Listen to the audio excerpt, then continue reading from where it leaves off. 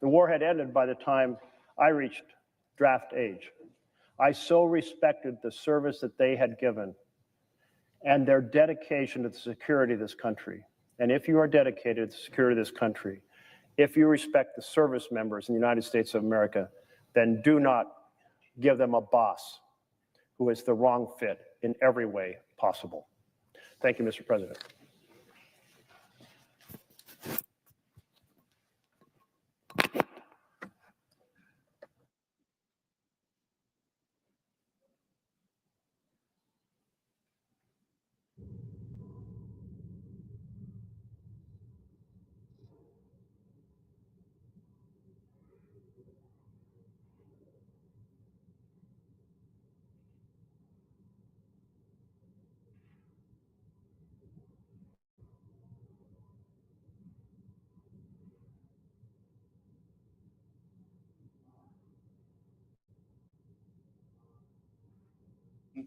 The vision you have for the Department of Defense in restoring an ethos.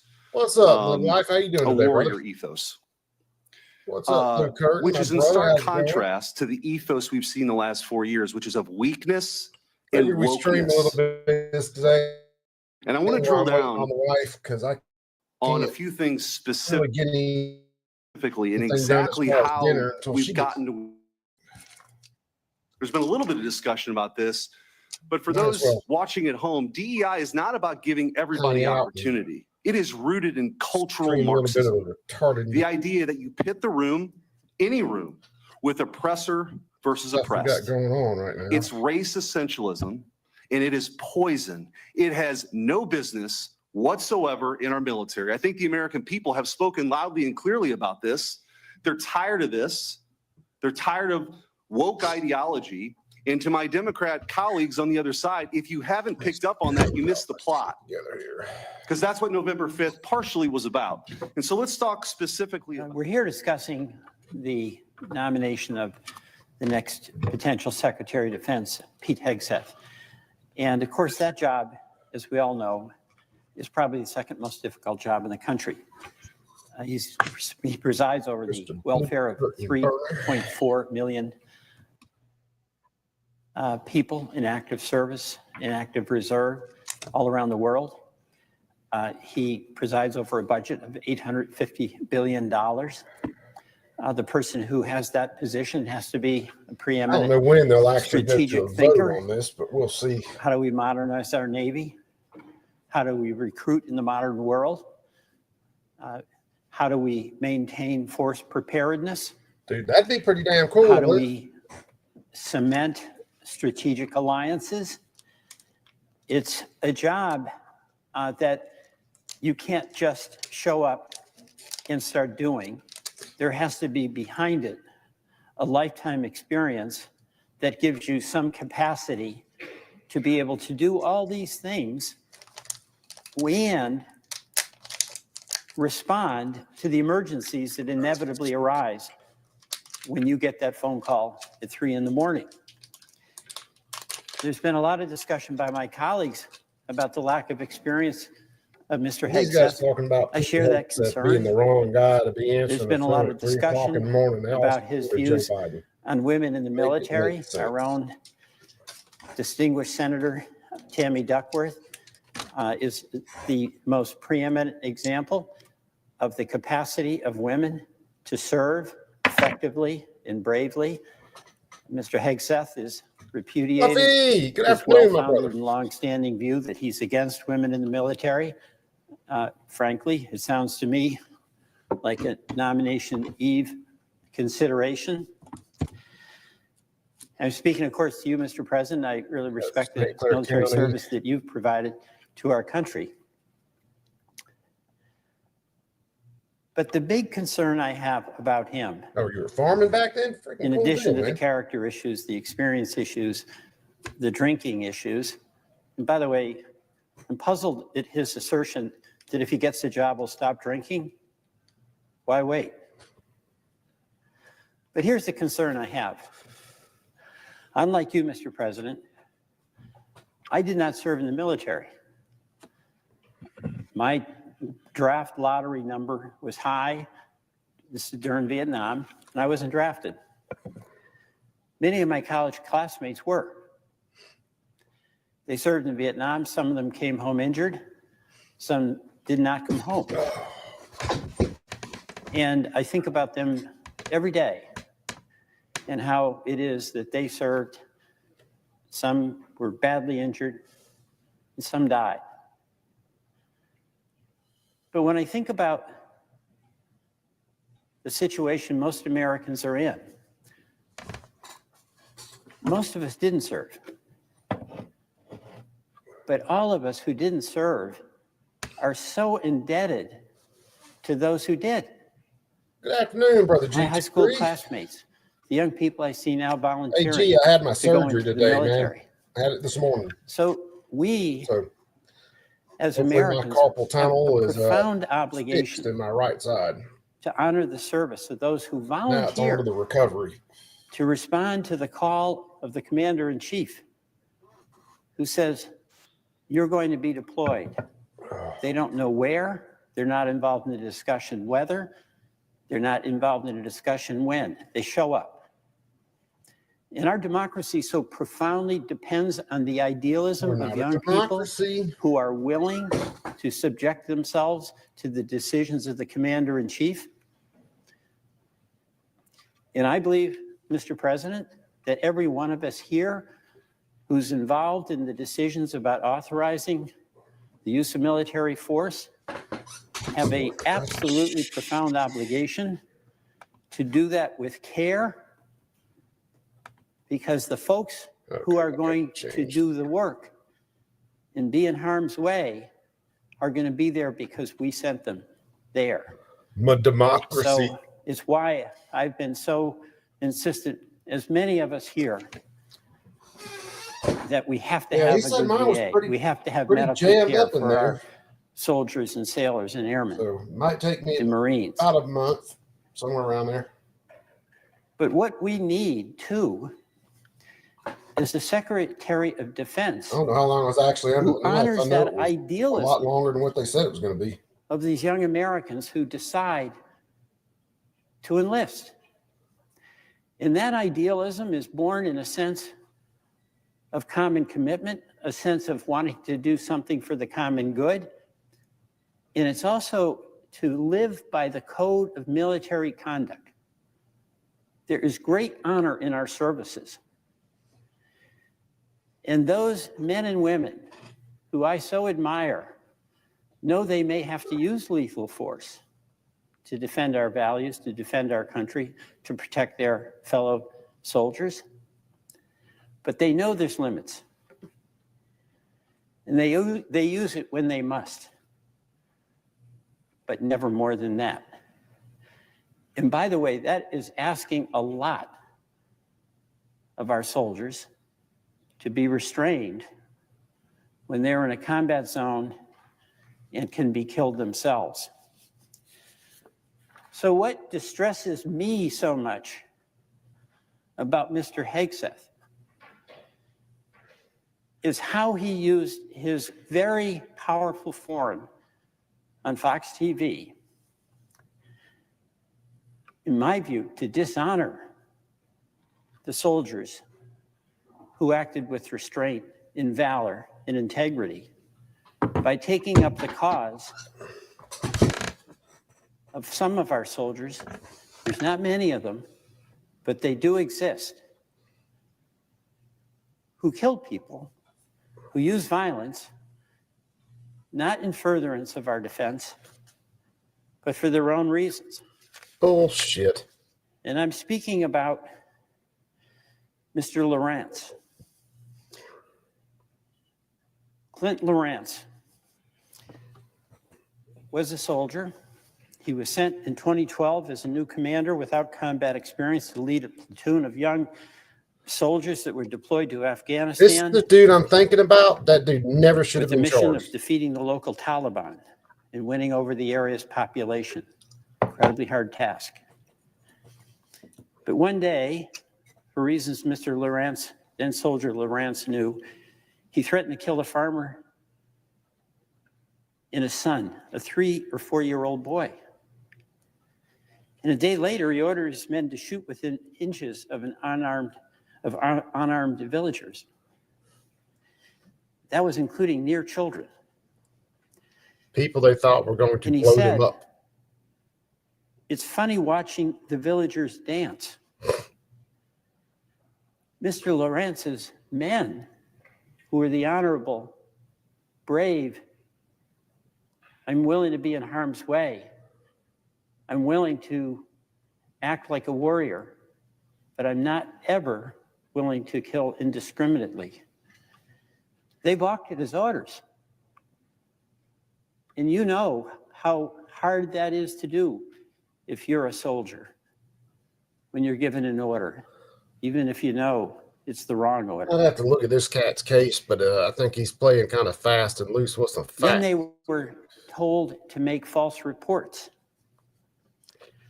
about taking fire from a village to justify this conduct, and they refused to do it. The next day, Lawrence ordered fire on an unarmed Afghans over 100 yards from the platoon.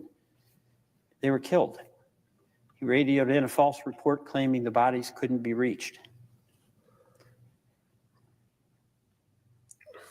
The people I honor are the people under his command who refused to take those orders.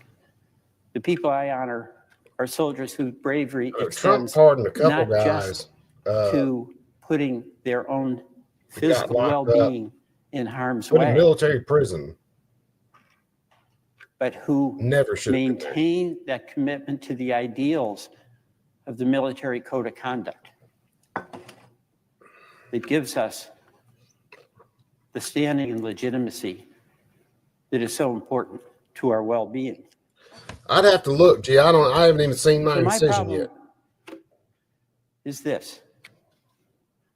I want a Secretary of Defense who's as good as the soldiers he leads.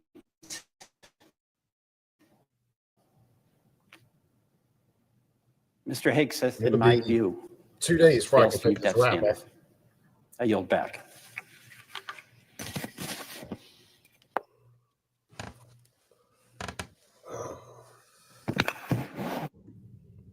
They got me in this damn sling. Told me not to take this thing off. Senator from New That's when I Jersey. was sleeping.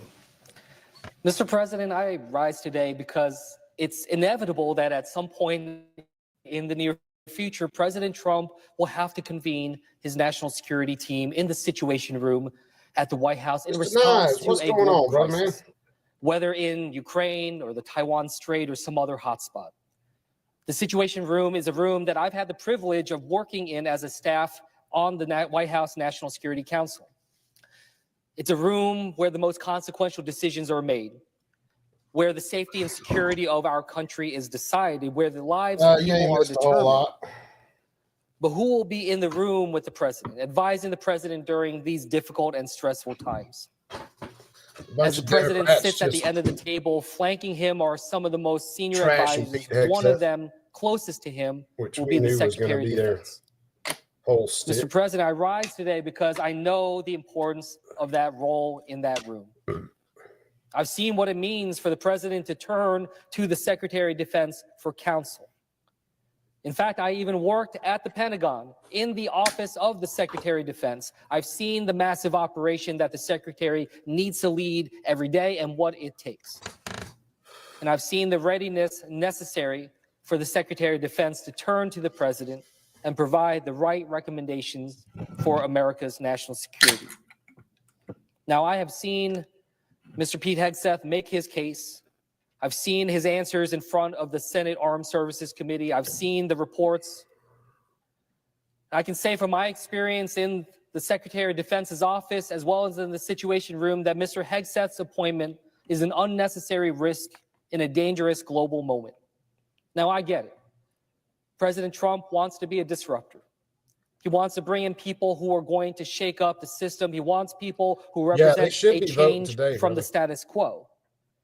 I'm sure a number of us here in the Senate would like to see some changes at the Pentagon, changes on how things have done, understanding that the status quo is not something we can lean on. We certainly have disagreements on how best to add certainty and stability to the world that seems to be off the rails in this moment. But there is talking about change, and there is actually having the skills and the capacity to implement change. The Department of Defense is our largest employer in our government, and one that requires critical leadership. Let's look at the world that Mr. Hegseth would inherit as Secretary of Defense. The world that President Trump will ask him about in the Situation Room. On Ukraine, it's clear that Mr. Hegseth simply doesn't know his history. During his nomination hearing, he called Russia's 2014 invasion of Crimea a, quote, minor incursion. He has also downplayed the threat Compared to what it's doing right now, yes, it is. To our NATO allies. On China, Mr. Hegseth demonstrated a lack of depth of knowledge when asked by Senator Duckworth to name the importance of at least one of the ASEAN countries and the type of agreement we have with them. He could not name one. These countries include multiple treaty allies, are on the front lines of our competition with China. Multiple ASEAN members are locked in territorial disputes with China. This is a critical part of so much that the Department of Defense 2 months ago released a strategic document called, quote, U.S. Department of Defense Vision Statement for a Prosperous and Secure Southeast Asia that was centered on ASEAN and even mentioned that, quote, the United States has worked closely with ASEAN on defense and security in the Indo-Pacific region since former Defense Secretary Robert Gates attended the inaugural ASEAN Defense Ministers meeting in 2010. And it goes on to say that the U.S. Secretary of Defense has attended and supported ASEAN at every single one of those gatherings ever since. Well, we won another copyright strike. In a moment where these disputes could easily flare up to conflict, the president needs a secretary by his side who doesn't draw a blank on questions about our allies. And on the Middle East, Mr. Hegseth remarked that ISIS was, quote, raging across Iraq when President Trump was first sworn in to office in 2017 was simply not reflective of the reality on the ground at the time. Combined, that lack of knowledge and qualifications alone should disqualify Mr. Hegseth from this role. But there is a more qualifying factor, which is his character. Now, there's been a lot said about this already in terms of personal challenges and behavior, so I'll leave it at this. Someone who is being asked to lead millions of uniformed and civilian personnel, his statements on women and transgender service members are simply unacceptable. Claiming that standards have been lowered for women and that allowing LGBT Americans to serve in the military is somehow part of a Marxist agenda is beyond offensive. It's absurd. And it's far beneath the person that is supposed to be setting the standard and serving as a leader for the men and women who have dedicated themselves to protecting this country. Mr. President, I've said before that every president, including President Trump, has the prerogative to choose the people that sit at that table with him in the Situation Room. But our job here in the Senate is to make sure that those people have the competence and the character to serve our country. This is not a reality TV show. This is real life, and there are real lives at stake. Mr. Hegseth should be recognized for his service, but he should not be Secretary of Defense. And if that is not enough, we are voting also to approve someone to be the sixth in line of presidential succession. Is Mr. Hegseth ready for either of these distinctions? The answer for me is no. For the sake of our country and our national security, I encourage my colleagues who want to support this president to oppose this nomination and bring forth another nominee more qualified for the role, more ready for the role. I encourage my colleagues who want to deliver change to oppose this nomination, bring forth another nominee with the experience and credibility to deliver it. And I encourage my colleagues who want to make our country safe, who want to make our world a more stable place, and who want to leave a legacy of peace and strength to oppose this nomination and bring us a nominee ready to deliver for the American people. And I urge a vote no on Pete Hegseth for Secretary of Defense. And I'll yield back.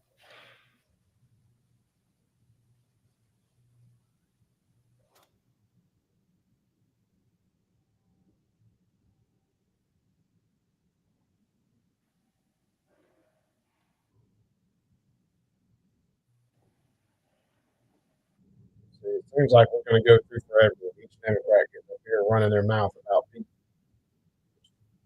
Awfully funny in a way, considering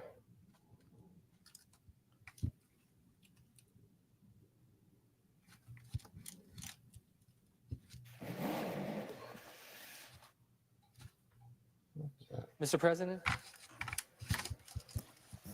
Senator from New Jersey. I note the absence of a quorum. Clerk will call the roll call. Thank you. Ms. Alster-Brooks.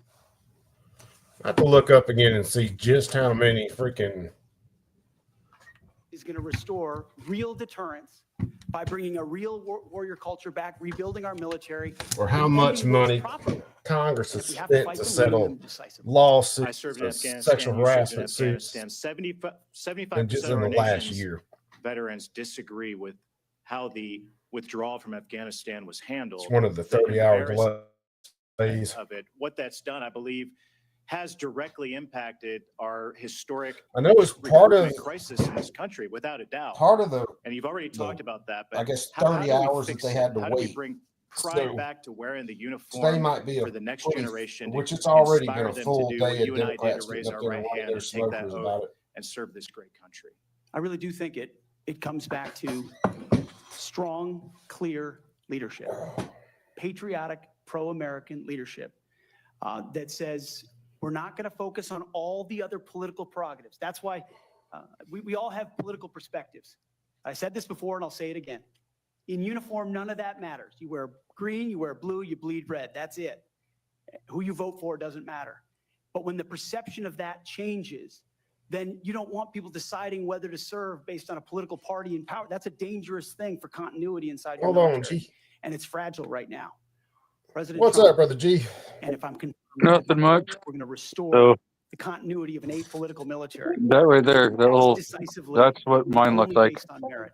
Yeah, I haven't even got a chance to look at my incision yet. You and I agree that wokeness is. Yeah, no, they won't let you do that till Do you support 48 racial hours. quotas Yeah. in recruitment or promotions in the United States. We'll see. Like I said, Senator, I think I was in there for a little over support twice as any long as form they of said I racial was supposed to be in there. Do you So support affirmative action in our I nation's don't know. I was military? knocked out on some really good drugs the whole Senator, time. I only support hiring and promoting Yeah, and yeah, admitting the best Man. and brightest, whatever their background is. I think that's very They important. they definitely knock your Mr. ass out. Hegseth, You don't we know lost shit. The secretary Nah, later went dude. AWOL. He That- disappeared I for felt days I and was never I told was the awake president, long enough didn't to even film, inform put the the drape president's over chief my of staff arm and get my hand he in was the going into position. the hospital. And then Will poof, that ever next thing I occur knew, on I your was watch? waking up and they were taking everything off. No, Senator. I Wrapping know my arm in up. any one of my So jobs, if I had they, decided to go AWOL for even a day or two in, When in uniform they gave me around stuff that, in that would have been a concern. I believe pre-op, accountability matters. No one to this day to has numb ever, my as you arm, said, been held accountable for like, what happened in completely, Afghanistan. It's embarrassing to this country. It's they impacted this did country nerve greatly. blockers in my I arm, applaud you and President Trump and for bringing then accountability went back to into what's going the on. With that, I op yield room, and I transferred from the gurney to the operating table. They gave me some fucking drug in my IV, and I was out like a light. They hit me with one drug in my IV before we went back, and that was just kind of like, man, I am completely calm right now. Hey, you set this building on fire, I wouldn't worry about it. And then they hit me with some other stuff after they got me in there. And I said, next thing I knew, baby, I was waking up. Out of more than Hey, we done? million man They're hours like, that the oh, Department you'll of feel, Defense, you may feel a little burning going into your arm at the IV location. And I'm like, okay. no, not feeling any burning. And next thing you know, I'm fucking out like a light. Oh, yeah, dude. That will It's be definitely like flipping a submitted switch. to the record. Yeah, Fluffy, best nap And, ever. Senator Slotkin, welcome to the committee. Thank and you. are recognized. Thank you, Senator, and thank you for referencing the great Carl Levin as you introduced me. We miss him in Michigan. For those who I haven't met in my 1 week that I've been sworn into the Senate, I'm a CIA officer. Yeah, well, right I after said to 9/11. live life. I Thank did you, 3 brother. tours armed. Chaos. What's going alongside the on, brother, military. man? The one thing I can say that you're lucky is that they didn't do a nerve block in your arm, like up in your neck. Make decisions that literally because determine the life and death of literally Americans, my in the arm dark of was just a night. flopping I'm also a like Democrat representing a state that appendix. Trump Like won, there was right? no, Won on you the couldn't Swing control ballot. it. You couldn't So do I anything. understand that President It just Trump flopped has around. It was like the dead weight. right to nominate For those people. We are going to have policies that we almost disagree 48 with. All hours of that, after to me, surgery. comes very standard.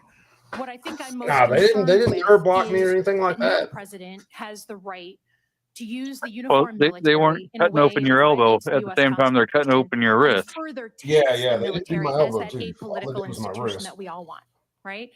And our founders designed the system so that, we had posse comitatus, that we weren't. That might have been what it was, Fluff, but it was pretty damn calm. Inside the United States and make American Ask him citizens again. potentially Ask him again. scared Can I of get their a own doggy military. bag of We that went for through the our own house? experience with that with the British. As the Secretary of Defense, you will be the one man standing in the breach should President Trump give an illegal order, right? I'm not saying he will, but if he does, you are going to be the guy that he calls to implement this order. Do you agree that there are some orders that can be given by the commander-in-chief? Well, I'm glad I that got would into town violate the early US today because they Constitution? called me. Senator, thank you for your My service. surgery wasn't supposed to be until I 11:30. They reject the called me premise at that President Trump like is 9 and were giving like, "Hey, illegal can orders. you No, come I'm not in? saying he Doctor's will, already but here." do you believe there is Yeah, such a thing I'm as gonna an come in. illegal order that Joe Biden or any other president, Donald Trump, could give? Is there anything that a commander-in-chief could ask you to do with the uniformed military that would be in violation of the U.S. Constitution? Senator, anybody of any party Right. could give an order that is against the Knives. Constitution or against the law. Right. Okay. So are you saying that you would Mr. stand in Knives, the it breach says you need to and connect push your back if you were given an microphone illegal and order? something I else start before you by come on. saying I reject the premise that President I Trump will be understand giving you've done your any genuflecting illegal to him, orders but at all. my this isn't a hypothetical. Okay. Your predecessor in a Trump administration, Secretary Esper, was asked and did use uniformed military to clear unarmed protesters. He was given the order. I think Mr. Knives' connection is jankier than mine is. Flew low in Washington, D.C. as crowd control. He later apologized publicly for those actions. Was he right or wrong to apologize? Senator, I was there on the ground. And I saw That's because I understand and I he's respect in that. California, so therefore maybe Gavin will allow him to be on the internet, maybe not. So Yeah, it was- this is was- true. He might hear Sorry, something was that's he against right the or wrong People's to Republic of apologize? China's I'm not Information gonna Bureau put or something. words in the mouth of Secretary Esper or No, anybody else. from he this said them podium. himself. You don't have to. What are you scared of? Did he do the right thing by apologizing? I'm not scared of anything, Senator. Then say I'm yes or no. interested You in can say upholding no. The laws and the Constitution. Okay. In any So particular Donald scenario. Trump asked for the active duty 82nd Airborne to be deployed There during he that is. same time. Secretary Esper has What's written up, Brother that he Knives? convinced him against that decision. PLA. If Donald Trump That's asked you what's to use happening, my the brother. 82nd Airborne in law enforcement roles in Washington, D.C., would you also convince him otherwise? I'm not going to get ahead of conversations I would have with the president. However, there are laws and processes inside our Constitution that would be followed. President Trump said in November that he is willing to consider using the active duty military against the quote enemy within. Have you been PLA, you personally doing all right involved in today, brother? discussions of using the U.S. military active duty inside the United States? Senator, I'm fine. I'm glad we finally got to the topic of border security. Nah, he's not officially in yet. PLA. Because it's been They got to vote on him. abdicated and ignored for the last 4 years. That wasn't my question. I'm just asking, have you been involved? You're about to be the Secretary of Defense So potentially. today's been a Have whole you day been of Democrats involved in getting up there discussions flapping their about gums using about the him. active duty military They ain't held the vote inside yet. the United States? Senator, I am not yet the Secretary of Defense. Right. I'm If just asking. confirmed, I would be party to any number of. But you Oh, haven't she been sure in enough anything is that does chaos. not reveal what I have discussed with the President of the United States. Just or have not. you been in conversations? Ah, Again, you're going to be in charge doing of pretty 3 good, million man. people. The active duty that I know Got you care a- about, I believe you care about. So have you been in conversations Use about my- using the active duty in any way?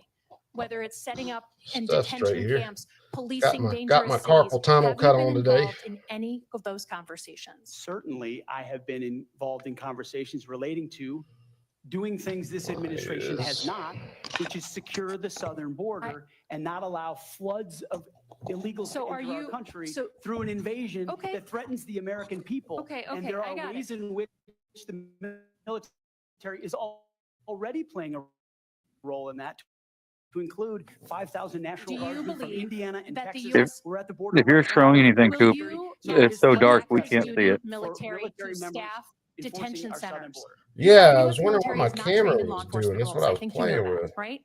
We've seen how that mission is There it difficult is. for them in places like Iraq and Afghanistan because that's I not wonder what why my training a camera was uniformed acting so military goofy. comes with. Do you support the Yeah, use of active the whole duty sling. military in supporting detention camps? Hands all Senator, bandaged. everything we will do would be lawful and under the Constitution, but I That is a recognize yes. that this administration has abdicated its responsibility. President Trump is going to Okay, restore in the order at spirit the border. of These days I'll catch up with G and I'll be all Yes, recovered. Sir, I get your Oh yeah, filibuster. yeah. I That's get the it. same. Okay. That's the same In the way spirit I of had. preserving the institution Except that I mine. think we both care about. Did you see my little short the that I Uniform did? Code of Military Yeah, yeah. Justice. I've heard a couple The of one that different showed things. all the way One, you up said to you my will elbow not with bandage change the up. Uniform Code of Yep. Military Justice, which is what That was. governs I had to the wait to do justice that system in the military. video. Yes or no? Yeah. See, You I said had to that. wait to Those are do laws that video set by until Congress. I could Okay, so actually you will move not my vote arm. to change it. You will not attempt to change it. You Because also said Until- JAG officers Until that day, my are arm was potentially just people dead who weight. put their own Yeah, interests see, mine's in not their own dead. Like I medals said, they didn't and do a block on promotions mine, ahead so of the I troops. still got movement. Senator My Lindsey hands numb Graham as was a shit JAG right now. officer for most of his life. Is that what you Other than believe that, about those everything's who pretty groovy. implement our justice system in the U.S. military? Senator, I was speaking Ernie about Sanchez, how you particular doing today, JAG brother? officers I've had to deal with in my military Are you gonna experience, get not about a involved? member of the United States. Are you as Secretary of Uh, Defense going to get I involved tell you, in the implementation of the U.S. I am military code of justice? disliking Senator, PSA. ultimately, it will be a big Disliking part of my job PSA. to evaluate Yep. decisions vis-a-vis. Why is that? Okay, Oh, so- let me grab the some. Code of Military That is Justice. yes. Have you seen Fairly. is CQ Brown on your list in the Warrior boards to be removed from his position? Senator, every single senior officer will be reviewed based on meritocracy, standards, lethality, and commitment to lawful orders they will be given. Thank you, Senator Slotkin. I now recognize Senator Shaheen for a unanimous consent request. Thank you, Mr. Chairman. I have a request from a former general who served 35 years, Dennis Leitch, who most recently was commander of the 94th Regional Readiness Command at Fort Devens, Mass., who has asked that his letter opposing Mr. Hegseth's nomination be entered into the record. Is there objection? Without objection, it will be entered. Also, I present a host of letters and op-eds from former coworkers at Vets for Freedom and Concerned Vets for America, as well as Fox News Channel. I also have letters and op-eds from many veterans and Iraqis and Afghanis. Why are you not liking who PSA were these helped days? By Mr. Hegseth. Okay, so I ask unanimous consent last to week, introduce I tried to order these some letters and op-eds. micro dagger magazines, Objection Yeah. is and so I'm ordered. online, Senator everything, Sheehy, and it says you've been very patient. check the shipping requirements per state, blah blah. Thank you, Mr. So Chairman. I go through and I read their shipping requirements. I'm like, okay, none of this applies to my state. I would like to submit a statement So from I 86 call of them, who support his and nomination. the lady's All like, come from different units and ranks. The signatories commend Mr. she's like, well, Hegseth this for is his kind of weird. selfless We should be leadership, shipping it love of his to soldiers, you guys. and commitment to our country. Two Well, items. let me look into it, and I'll email you with what I find out. It will be entered. And Mr. Chairman, I'm still waiting on a fucking email. Pete, I'm actually going to ask you questions. You know, the freaking mag ban stuff just went in How front of many the genders are there? Supreme Court in Washington State the other day, last week. Senator, there are two Yeah, but I'm in Oregon. I don't have a Well, I'm fucking mag Shaheen, so I'm on restriction. board. Oh, that's right. For some reason I was thinking you were in Washington State. You're in Oregon. What is the diameter of the rifle round fired out of an M4? I'm rifle? sandwiched between That's two 5.56. libtard states that require How many 10 push-ups can rounds. you do? Yeah. I Oh, did yeah, 5, Chaos. 6, Yeah, you 47 ain't this wrong, morning. man. Shinerbach is good beer. But And My What do you think brother are- saw it. they What do you think are the require most important strategic pieces at least a 3 to 10 day waiting period. Guam is pretty strategic. yeah, man, that's just so ridiculous. I How go many into the rounds of store. 5.56 can you fit I into see the gun. magazine of an I pay M4 for the rifle? gun. They do the Depends on the magazine, 4473. but I walk standard out issue with is the 30. gun Yeah. in Just 20 wait, minutes. well, I mean, The besides doing M9 the Beretta 4473, we standard shouldn't have to issue do firearm that. for military fire. Well, yeah, I should be able to sit on my fucking ass and order a What goddamn kind of batteries firearm you put in your through night vision goggles? Sears and have it sent to my fucking front door. That's the way it used to be. So right there, you I represent should be able to order a populations rifle that show and you a house understand what the war from fighter Sears is. and have them both show up at my front door. You understand what happens on the front line. The where our good troops old will be. days where you could And get what an happens, damn unfortunately, in Thompson this country submachine is gun decisions made in rooms mailed like to your this, house, cash on delivery. bad decisions end up in dead Bearded guy, 17, what's 18, up? 19-year-old Americans. And I those, see those you out there Americans talking rarely about Bud come Light. from It ain't no Bud families Light. that sit in rooms like this. They come from lower middle income families who sometimes the military is their only way out. and they joined because maybe they want to So, go to college. Maybe they had no other choice. Maybe so they love this I country, ordered but for whatever from reason they joined and they signed on the EAA dotted line. And when people some like us screw up, mags for they don't the come home. Gerson And that's one MC14T that I just picked I up, remember when I shut the door when you came with your entourage. and I you're a ordered woman. I've known you for a late long time. Saturday afternoon. You and I sat together, asked you one question. So it You know would what probably that be was? Saturday night when back in Florida. What is going to be your number one I picked them priority? up today. They don't were care in my mailbox today. what all these letters and articles say. And that's going across country through horrible weather. I care that you're going to have one thing in mind when you sit in that chair in that five-sided building, and you told me what that was.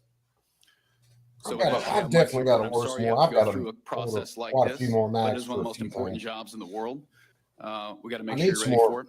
I thank you for your 308 answers. mags for that AR-10 I've got. I got one final question that's very important to me. This is more of a Yeah. technical So question. But I picked up a to fix the Army in this country, 380 tip-up barrel.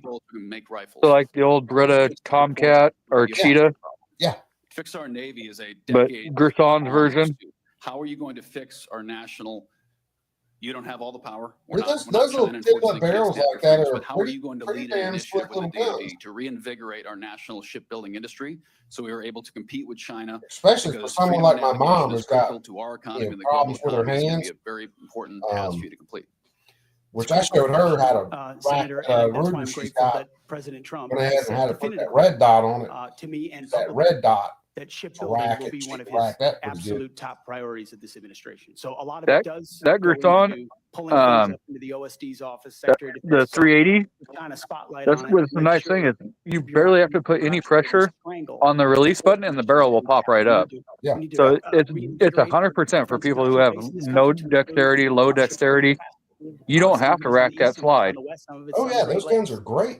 The And then you, problems that our shipyards and are then facing are and significant. then And there's because it's a big single investment action or that's double made, I action. know, in a lot of those places So because of the like growth normally you have that double action. It's like a manpower fucking 10, issues 20 that we pound have. trigger. We also see adversaries that have This been able thing to is so innovate light. You can, themselves in ways it's that like their a, shipbuilding I would capacity say is at max, it's a 6-pound double action trigger. multitudes and multitudes beyond our capabilities. Chuck, what's So up, this brother is a man? How are you doing investment, today? a rapid fielding, and then we need Yeah, to Chuck said, yeah, you can have a outside pallet of ammo entities delivered to your to house, fill the but gap. not a single shot 22. Talk a Yeah, lot about pretty much. UAVs. UAVs are very important, but there's also a future of UUVs, unmanned I underwater mean, if vehicles. guns were as that will be easy a to part get of, as these leftists make it out to be, it would be a amplifying beautiful the world. impact of our Navy, because this administration has allowed our number of ships to drop below 300. So we're asked what we think about true dot red dots, the true glow red dots. Address it. And so if we're going to defend our interests, What our was that, allies, Chief? and put America first, So we were asked by that bearded guy about true glow red dots. What our thoughts are. Do you have any thought on it? I don't have any thoughts. I've never used a True Glow. Really, the only dots I've had anything to do with are inside the Pentagon can do. Gideon and Swamp Add, Fox. I don't think any board in the world would have hired Steve and one Jobs other, and I can't remember or the Elon Musk make on that one. or Mark Zuckerberg. But Swamp they Foxes founded have been companies either. solid. So, The this company Gideon, was like the founded by Gideon young Rock, I people got who have that great thing is a vision. tank. Thank Man, you I for love that thing. being willing to serve your country again. And thanks for coming here today. I can say the ones that are they make for the rifles are the balance of your time. solid. Mr. Because Ranking Member, can my first ever red dot that I ever had was a true glow on my KSG shotgun, and it's still holding the same 0. Open for submission of questions. So if it can handle a shotgun blast and it's sitting like over the action, yeah, then I would tend to say it's a pretty stout built red dot. Now I can't say anything about their pistol dots because I've never tried that. I do have a Holosun 507 X2 and the Holosun EPS carry in green dot. The red dot for 507 and a green dot on the EPS carry. I will say this: I would, as good as they look, I'd stay away from those O sights. Yeah, you know, there's nothing. So I'm really, really, really picky on because if I'm going to spend a couple $100, you know, $200 to $500 for a red dot or anything like that, I want to know that it's going to last longer than 3 days, and that the company's going to back it. So with these O sites that are coming out, yeah, you got Olight. That's the company. Olight's been around for a little bit. You know, they're not, but I don't know. They're with lifetime warranty. They claim, oh well, our flashlights have lifetime warranties, but sometimes they won't even warranty their flashlight. So what's going to make me believe that they're going to warranty that red dot over a flashlight? Yeah, yesterday, I haven't seen a whole lot from Olight that really just like makes me want to sing their praises or go run out and recommend their shit. Cabinet nominees we have ever seen in modern times.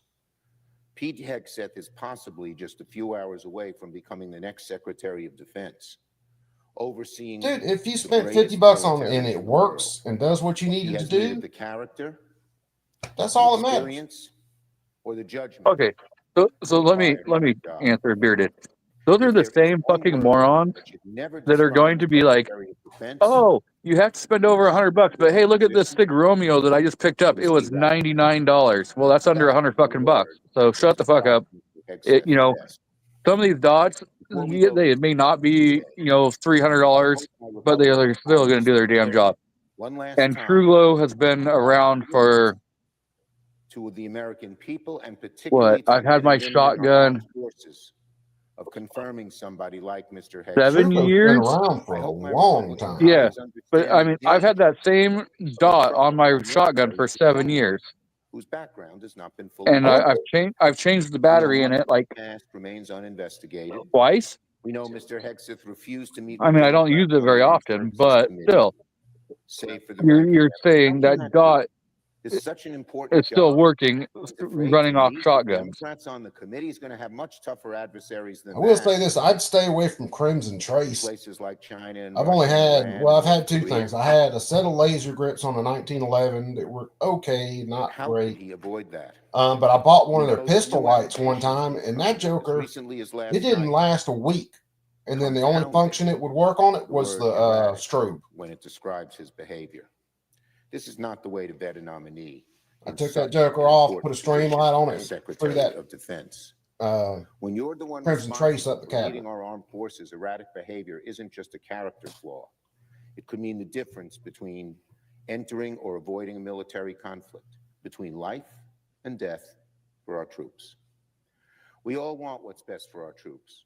We all know that voting for Secretary of Defense. Dude, he's so slippery. You'd never keep the rope on him. Chaos. It mystifies me that of all the people President Trump. That guy right there, he's so slimy. I bet he's got a team of people behind him mopping up the slime trail everywhere he goes.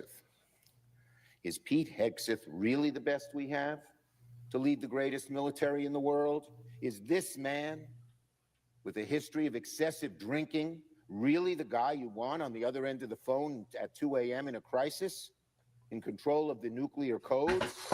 This man, with a mile-long list of allegations of abusing, degrading, and harassing women, the one we want leading our men and women into battle, is this man.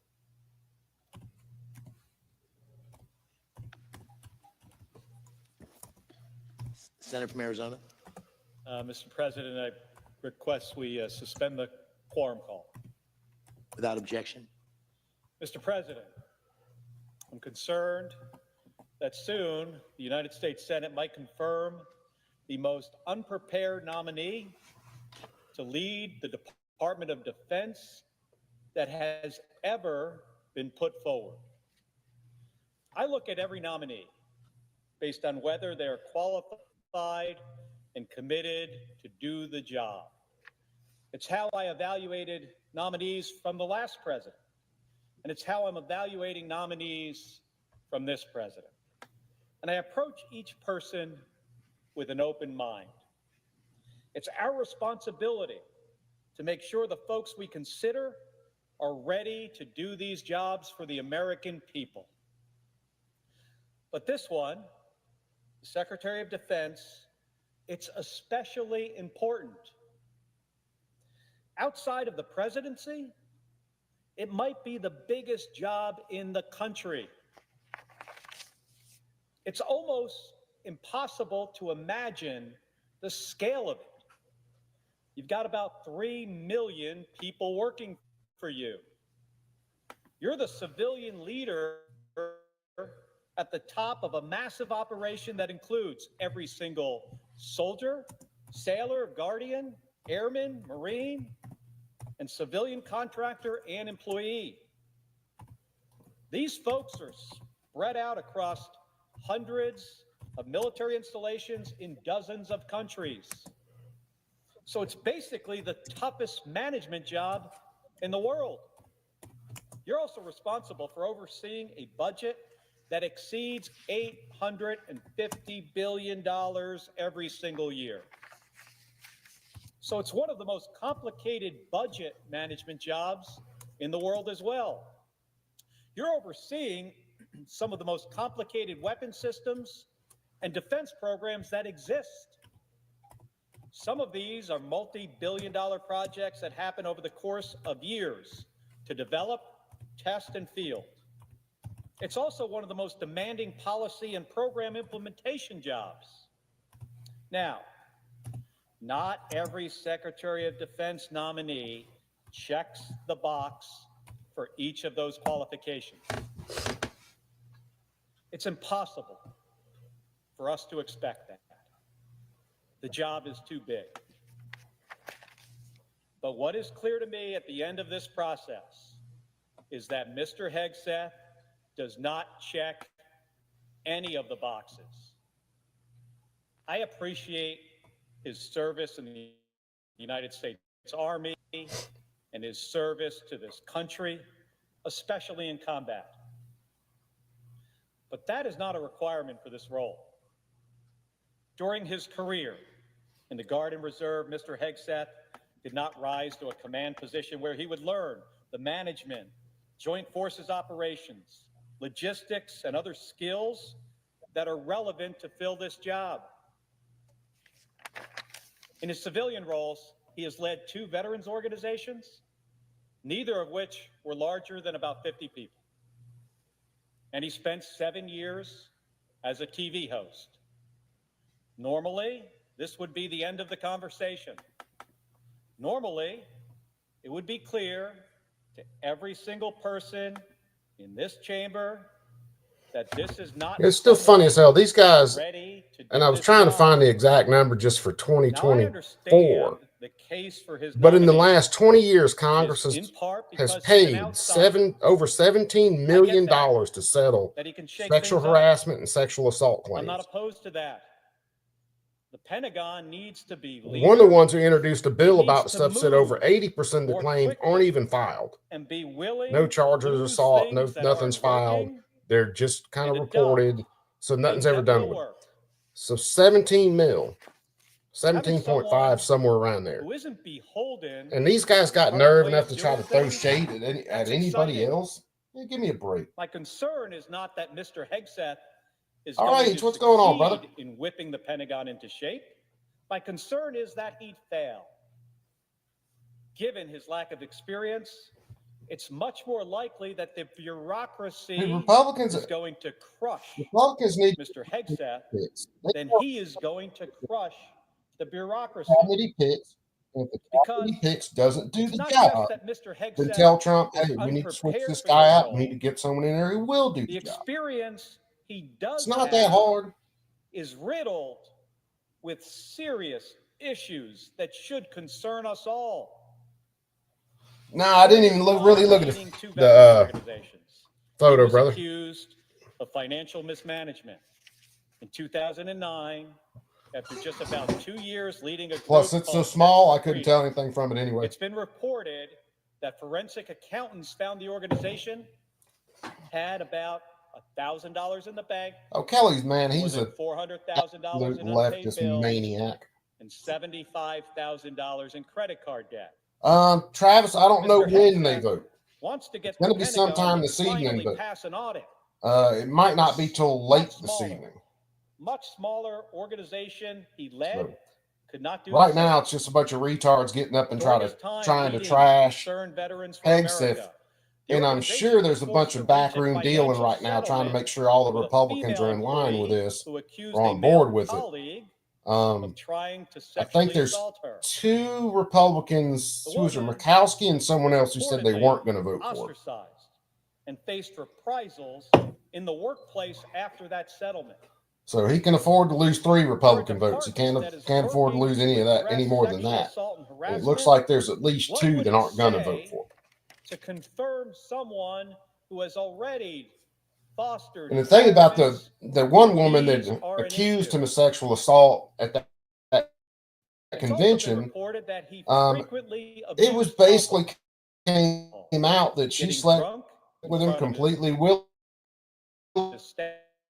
but then freaked out, didn't want her husband from. I want to remind team. CVA event, summer 2014 in Cleveland, drunk in public with the CVA team. November 2014, Get Out the Vote event in North Carolina. Hegseth got drunk with 3 young female staff members. Where's that chaos? CVA has had instituted. Oh, it is chaos. It absolutely is. At its events in October. This was 1 month later. But Mr. Hegseth and another manager. Jessica, it's open. Well, if you want to get on talk about it, come on. 2014 at the CVA Christmas party at the Grand Hyatt in this city, Washington, D.C.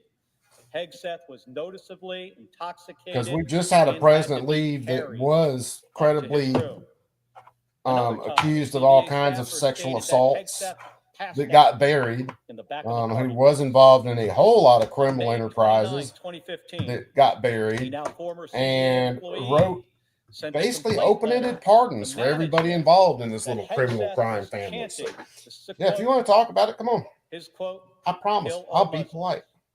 At a bar in Cuyahoga Falls, Ohio, in a drunk and violent manner. While at Fox News, October 2017, following his dinner speech at the California Federation of Republican Women's for an SKS. 40th Dude, right now that's cheap for an convention in Monterey, SKS. California. Hegseth was reportedly The last good SKS I had my hands on that didn't look anywhere near as good as G23's SKS. They wanted, I think, almost $900 for it. Day of segment on St. Patrick's Day. And it was nowhere near as clean as G's SKS. Oh, me? Yeah, mine's dirt cheap. Mine was dirt cheap. These employees also noted that the segment finished before 10 a.m. and they I am not a liar, dude. Hegseth's behavior. One current and 2 I'm a former smart Fox News employees So, told NBC News yeah, Fluffy, I can tell you the going market rate for like an SKS in the condition that I have, numbers matching 1970s Zastava with grenade launcher and bayonet, you're talking like $1,200. or former said that Chinese and Russian SKS is illegal in California. Why? Because it's got all the features. It's got the bayonet lug and all that on it. Or is it just because it's Chinese or Russian? They smelled alcohol on him before he went on air. That was in the morning.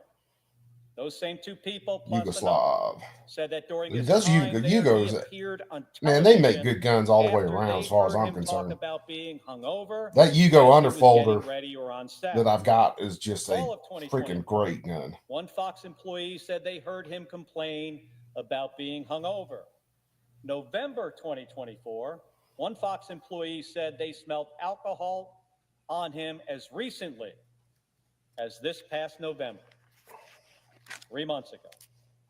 During his confirmation hearing, I gave Mr. Hegseth the opportunity. Dude, if you put blow and goes in front of the doors in Congress that everybody had to pass, you know, I asked him basically blood alcohol before they could get on the floor of the House or the floor of the Senate, that joint would be closed down most every day. They'd never reach a quorum. That's what we need to do. How he is prepared to account for them. So, Fluffy, I remember $75 SKS and AKs. Both of them were $75, and you could, if you took the time, you could go and find numbers matching SKS and AKs. He was drunk at a strip club with staff Dude, I don't remember AKs being 75. I remember them being Absolutely not. sub 200. He specifically I definitely remember denied SKSs that being incident. $75 guns He was packed in prepared to Cosmoline, say never fired. that one, but only that one So didn't happen. actually, the Most SKS of these incidents that I had would not be was packed Yeah. in Cosmoline, said. He called but the them person non-smears. I got it from had just cleaned all the Cosmoline out so that The I would committee buy it. had access to a sworn affidavit from individuals who witnessed this behavior. Dude, I told me you didn't firsthand. have to go that far. This confirmation process Just was give me rushed. the gun. I'll clean it. The FBI background check, which the entire committee was never given access to, was Yeah, clearly I mean, I could have, but when he offered to clean it out, it's like, why not? And despite repeated efforts, Mr. Hegseth Remember has 89 at refused Walmart and you to could meet dig with through crates me and pick your own one? and many others on the committee in I'd love private to see that discuss again. these concerns further. But beyond all of that, Sure. defies belief that this Yeah, behavior yeah, was bearded not guy. But those were the French AKs and SKSs. They were only dropped once. earlier. They stretch out across Never the fired and only dropped once. These are DD individuals Cooper, what's up, brother, with man? him across 3 different organizations. And in each place, these people witnessed him abuse Wife alcohol. gets home tonight if she wants to. It's We're gonna cook obvious some. to anyone willing to We're gonna do see some it shrimp and sausage that this gumbo is for a dinner pattern. because And that let us be shit's clear, good. these are not smears.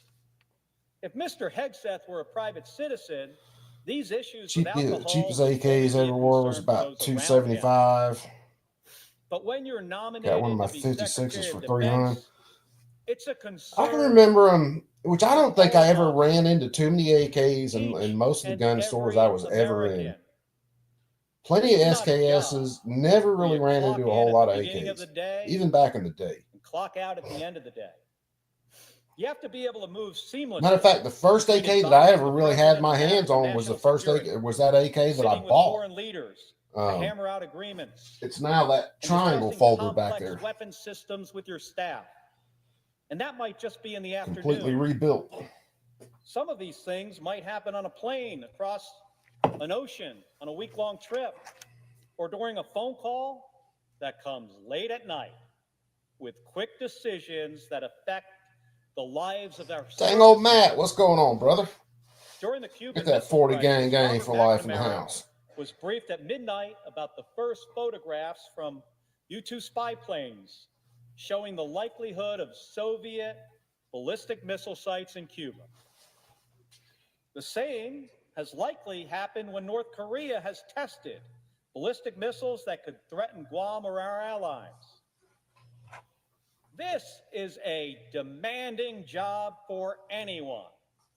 It is a concerning job for someone with Mr. Hegseth's track record.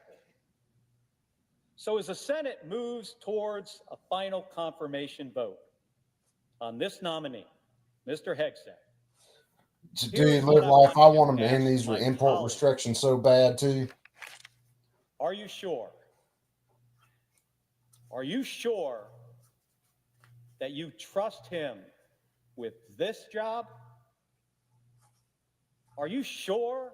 These import bans for weapons, for firearms, they haven't done anything but make it harder to get certain guns and certain ammunition. They haven't hurt these other countries one bit. They haven't stopped a single, attack, nothing. To our service They were put in purely to our national to hurt people security who like guns. and to your families. I know I'm not. I yield the floor.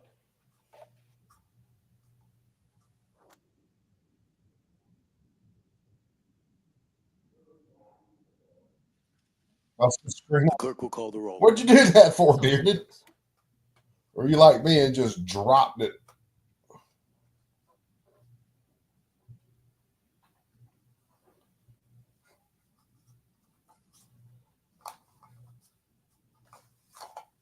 Which I'm glad I finally got. My mom bought me a new cell phone for my birthday the other day. Because I was in need to get one anyway. My old, I was still running like an iPhone 10 or iPhone SE. A few days ago, I think you were in the chair and I was here. We saw the So it was a nice birthday minority present. leader stand at that podium and pledge to cooperate with Republicans on nominees that he said were highly qualified and bipartisan. It took less than 72 hours for the minority leader to violate that pledge. Senate Democrats seem to be back to their old, tired habits of obstructing and opposing. Look at the confirmation process that we finished yesterday for the Central Intelligence Agency Director, John Ratcliffe. Senator Mark Kelly of Arizona, a Democrat on the Senate Intelligence Committee, Let me gave see if I can Director find Ratcliffe this a real ringing quick. endorsement. Director Ratcliffe, he said, is qualified for the job, a serious guy. He's got the background. He said, I get confidence he'll do a good job. Yet Senator Schumer held up the confirmation process for 2 solid days. Despite the delay, the Senate overwhelmingly confirmed this highly qualified director, Director Ratcliffe, by a vote of 74 to 25. 21 Democrats voted in favor of his confirmation, yet a 2-day delay. I want every American to know what's happening here in the Senate. The far left members of the Democrat I'll show this next time I get a delaying the confirmation of President Trump's kind of a lull in this. Team. It's not advice and consent. It's the Democrats' playbook. That's a lot of it. Live life. President Trump, his cabinet. I mean, think about how cheap it was back in the day to go get that SKS with 1,000 rounds of 7.62. One of them is that got a lot of people into owning guns and got them in real cheap. Secretary of Homeland Security. She will secure the border. I just wish so many guys hadn't went out and completely bubbled their SKSs. Counters dropped nearly 35% compared to the final 3 days of the Biden administration. Thank you, Mr. President. I ask unanimous consent to vitiate the quorum call. Without objection. Mr. President, anyone who's tried to buy a carton of eggs at the grocery store lately has probably seen a sign on the empty shelves saying there is a national shortage of eggs because of the bird flu. And the reason that notices like this exist is because the Department of Health and Human Services tracks disease outbreaks. Dude, there was some place I heard about today. They made a family farmer kill, and of course, like 100,000 geese. We should take that for granted. It's the kind of thing that the government just does and that we normally don't argue about. There are lots of things for us to argue about, but whether or not the government should tell us if there's a public health $75 at Ross has never been something that we've argued about. I didn't, for the longest time, I did not give SKSs the respect they deserve for a long time. Which is why it was so bizarre that in one of his first acts as president, Donald Trump suspended all communications from HHS, health advisories, scientific reports, updates on the website, all of it. Now, what is that supposed to do other than keep people from getting the information that they need to keep their families healthy? This is about being able to know if a certain kind of meat or vegetable has been contaminated. Yeah, man, I was telling my boss not too long back, if I would have known what prices for like SKSs were going to do, I would have bought tractor trailer loads of them. For the press picked up on shit doing that, I probably could have got them for $40 a gun back in the day. Those communications are paused. Cucumbers at Costco was another example. Yeah, because depending upon how many crates you were buying, you could get them sub $500 a crate. Retail operations have their various public health problems. Oh man, I would have stacked them to the ceiling. And I understand elections have consequences, right? And it is within the scope of a new administration. Is reasonable for them to kind of take a look at all public policy and implement their own public policy. But look, this is a little nuts. And I'm assuming that there was a person in the White House, like you ain't lying, the transition team, writing up a bunch of executive orders and thinking through an ideological lens or even like an electoral lens. Fair enough. Yeah, all matching. And they wanted to have a bunch of executive orders like ready to roll. And so day one, boom, nothing coming out of HHS. But the problem is that this isn't partisan. This isn't what people thought they were voting for. And this really could jeopardize the public health. And so the resolution I'm introducing and asking for unanimous consent on is very simple. It reaffirms the very basic belief that people deserve to have timely and accurate information relevant to their health and well-being. We're not arguing about like a COVID response, right? We just want to know if there's a problem in what you're about to eat. And suspending those communications has nothing to do with party. It has to do with keeping everybody safe. And so if there is a problem during this pause, the Department of Health and Human Services will not communicate to the public about it. And so, as if in legislative session and notwithstanding Rule 22, I ask unanimous consent that the Senate proceed to the consideration of my resolution at the desk. Further, that the resolution be agreed to, the preamble be agreed to, and that the motions to reconsider be considered made and laid upon the table with no intervening action or debate. Is there objection? The senator from Florida. Mr. President, reserving the right to object. I think all of us, I agree with my colleague that we can agree it's very important that the American people have readily available access to accurate and timely public health information. I don't think anyone disputes that, and no one should have to doubt the important work done by the Department of Health and Human Services to provide the American people with the information they need to remain healthy and safe. But this resolution is unnecessary. The new administration just took office. So we've had exactly one death in the United States from bird flu. From its agencies without approval. And they're out there making people kill entire flocks. From the prior administration. I hope we can focus on confirming nominees quickly. You wonder why people want to shut down DHS for running their smoker sometime? Therefore, I object. And I ask that the following remarks appear in a different part of the journal. Yeah, Tuck, it was rules for us and not for them. Thank you, Mr. President. They were partying down. Was published today about the extent of Mr. Robert F. Kennedy's involvement in the 2019 measles outbreak in Samoa, and it shot a chill down my spine. And I am not, like, that's not a rhetorical flourish. I read it and I felt hot. I felt angry. I felt worried. We already know that he flew halfway across the world to Samoa to spread lies about the measles vaccine and discourage people from taking it. We already know that as a result, there was a measles outbreak. 5,000 people got yeah, it could have to. 83 people died. 79 of them were children. But I think there is a new. Next week, these confirmation hearings are going to be pretty lit. I think Tulsi's up for her hearing, Patel's up for his hearing, and RFK's up for his hearing. Great research opportunity. He literally took an informatics expert, someone who studies how people receive information, and he took him with him to Samoa to run a, quote, natural experiment, studying what would happen to kids if they weren't vaccinated. And let me tell you why this is personal. Welcome to Jackass.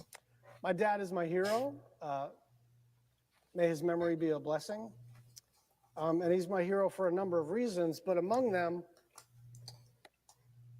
he was a young doctor and he was reading the New England Journal of Medicine. He was right out of medical school. And he read about Later, Brother Knives. Take it easy, bro. Experiments. And what happened in the Tuskegee experiments is that the United States Public Health Service withheld life-saving medication from African-American men to, quote, observe the disease. All right, well, at least he got that part of it right. They considered these men expendable. They provided half of the cohort with penicillin, which they knew would cure syphilis, and half of the men with a placebo without telling them to, again, observe the disease process. And so my dad went on the record, and Congress actually intervened. Oh, he was talking then about the Tuskegee experiments, making it explicit that the United States Public Health there's Service been way more shit than that our government's done to harm. study things. Do no harm. And it's a dark history for America, but a proud moment as I think of my father and his legacy. But the one thing I never thought would ever occur. I think he's going to get the vote. It's going to be no Democrats voting for him, 2 Republicans voting against him, and then the rest of the Republicans, I think, are going to fall in line. Human Services. That's what I'm hearing right now. 50 years after the Tuskegee experiments, flew to Samoa, encouraged people not to take the measles vaccine, watched 5,000 people get sick, watched 83 people die, watched 79 kids die. This is a real opportunity for data collection so we can see how this plays out. I'm still a little shocked that this person isn't going to be rejected 100-0. I understand partisanship. I understand loyalty. I'm not immune to partisan pressures on my own side. But this guy's different. This guy is about to run a Department of Health and Human Services. And he doesn't have just like one weird idea about one certain aspect of public health. He's a person who has flown across the planet to cause outbreaks of diseases that are generations in our past. And to add insult to injury, he is repeating the moral mistakes of the Tuskegee experiment. I don't think JFK's ever flown around just to spread a disease, you dumbass. And so I'll be talking about this more, but I'm just hoping that we fight about a lot of stuff. He's warned a lot about vaccines and getting vaccines on the condensed schedule that they're giving. And I think he's right on a lot.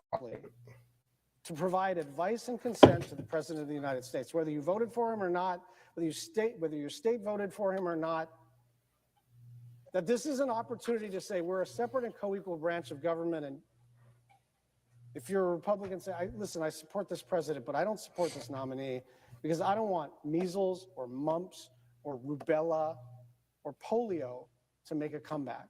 Dude, you'll say that, but then you're for open borders, where a lot of these people coming in from these other countries aren't vaccinated and actually are causing breakouts of polio and all this other shit. It's also Brooks.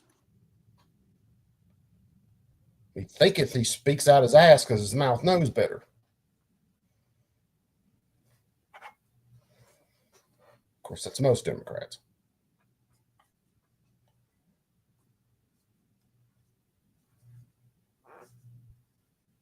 That's a lot of what it is today, Fluffy. It's all these guys getting their sound bites, beating their chest, and making sure that their little clip gets the most, playtime on the news.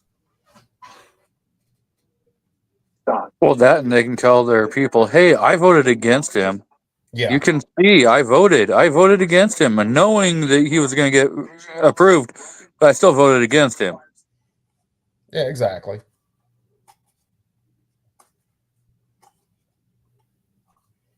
No, what kills me is it's like Republicans a lot of times, especially the Senate Judiciary Committee that have voted for justices like Elena Kagan and Sotomayor and Ketanji Brown. They voted for those judges. They didn't even try to fight those judges going on to the Supreme Court when they should have been like, no.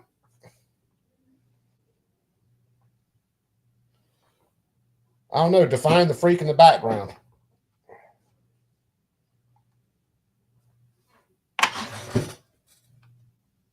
If you were talking about this freak in the background, that would be me. Hi, Toodles. This probably me. I am kind of a freak.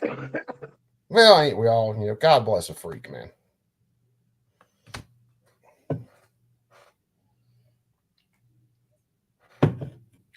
That's all I got to say. God bless the freak. President, I realize that some Republicans were hoping we would cut this Oh, process God, short, this lady but makes me want to I stick have no forks in problem my coming eyes to the floor and having a lengthy and pencils discussion in my about ears. Mr. Hegseth's nomination to be Defense Yep. Secretary. I am He's eager from to talk Washington. about it. The Yep, only I know. person who doesn't seem to want to talk Yep. about the Hegseth nomination is actually Mr. Hegseth himself. Because, Mr. President, I have been trying for weeks to schedule a meeting with Mr. Hegseth. Dude, prior if I'm to Pete this Hegseth, confirmation vote. I wouldn't meet with any of the Democrats genuinely either. want a At chance all. to ask him directly about my concerns with his character and fitness, yes, but also He knows about the deal. He serious knows not ever going to challenges vote facing for our him. All they're nation, going to do is whether sit it's around and trash him. competition with Why China would I want to spend or time with these vile aggression ass people? from Russia. As vice chair of the Senate Appropriations Committee, I help write the bill that funds the Defense Department every year. And that bill only passes with bipartisan Take it easy, support. bearded guy. We'll catch you on the I don't flip. think it's asking a lot to be able to meet with the Be cool, person brother, and be safe. nominated to lead that department. I've had the opportunity to meet with 10 of President Trump's cabinet nominees, and I look forward to meeting with more before they are confirmed by the Senate. Conducting these meetings is the absolute bare minimum, given the role of each senator and the constituency. When they the wife represent. gets home, if they don't vote But for then the Mr. wife gets Hegseth home, I'm going to shut this refused to meet down, with cook me dinner, and has I don't know, maybe see We about are. watching Could the I movie ask with that her it be tonight. suspended? Without objection. Thank you, Mr. President. I rise to talk about the pending matter of the Pete Hegseth nomination to be Secretary of Defense. And before I get into I thought she was bringing home dinner. comments, I want to just Nah. state my own record in terms of votes for the Secretary of Defense as a Nah, member of the Armed if she Services. still wants to when she gets home, I'm This gonna cook some administration was the fourth presidential shrimp and sausage administration I've been gumbo. part of. I was elected with the second Obama administration, then served in the first Trump administration, then the Biden administration, now a second Trump administration. I found a good little freaking My off the track shelf record as an Armed roux Services to Committee start member gumbo and that it member of works this body, I vote outstanding. for every Secretary of Defense nomination before the body. Focusing on the Trump nominees, President Trump nominated General Mattis to be Secretary of Defense. I voted for him in committee. Which one was that one, Live Life? Received a 98-1 vote with one abstention when he was before us in 2017. Secretary Mattis served during Damn wrong buttons. of President Trump's term. Then You stepped wrong down, button and pusher, you. President Trump nominated Mark Esper, who had been the Secretary of the Army, to succeed General Mattis. Trump administration nominee paid me the honor of asking if I would introduce him before the Armed Services Committee. And I did. The only people running He's a Mexico are the Virginian. cartels, I had and they worked ain't with worried about Secretary Esper when he polio. was Army Secretary on military housing issues. He had been responsive and professional. And so I said, Polio "Sure, affected you're cocoa President plants. Trump's Those nominee, jokers but I'm would going be to out. introduce you before the committee." They'd get rid of it overnight.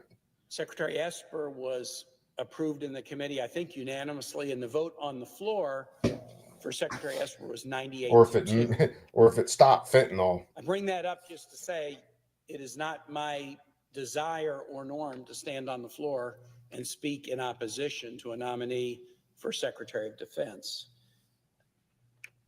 To speak in Tim opposition Kaine's an to a nominee absolute by President freaking Trump loser. for Secretary of Defense. I spoke the other day, probably 2 days ago here, about why I am opposing Pete Hegseth to be Secretary of Defense. What I want to focus on today is his claim, because I know my colleagues have been on the floor all day long explaining their own reasons. Oh, for he's an absolute ass, opposition to man. Pete Hegseth, but I've watched I this want to dude in just so really many drill hearings. down on what Pete Hegseth is saying about the allegations that folks are making. All these leftists care about is Pretty keeping apparent in power the committee and hearing keeping their a control week ago Tuesday, and and it has using all been that to consistent make more since. money, to get more power and It more was control. most clear in a That's it. recitation that he had back and forth with Senator Kelly of Arizona. I mean, your constitutional Senator rights sure Kelly the asked hell him, don't mean "I'm anything to gonna these ask you really people. simple questions. Here's an event Constitutional restraints that on government? someone Huh, what are says those? you participated in, true or false? And again and again and again, what Pete Hegseth said was anonymous smears. I didn't get to watch that hearing.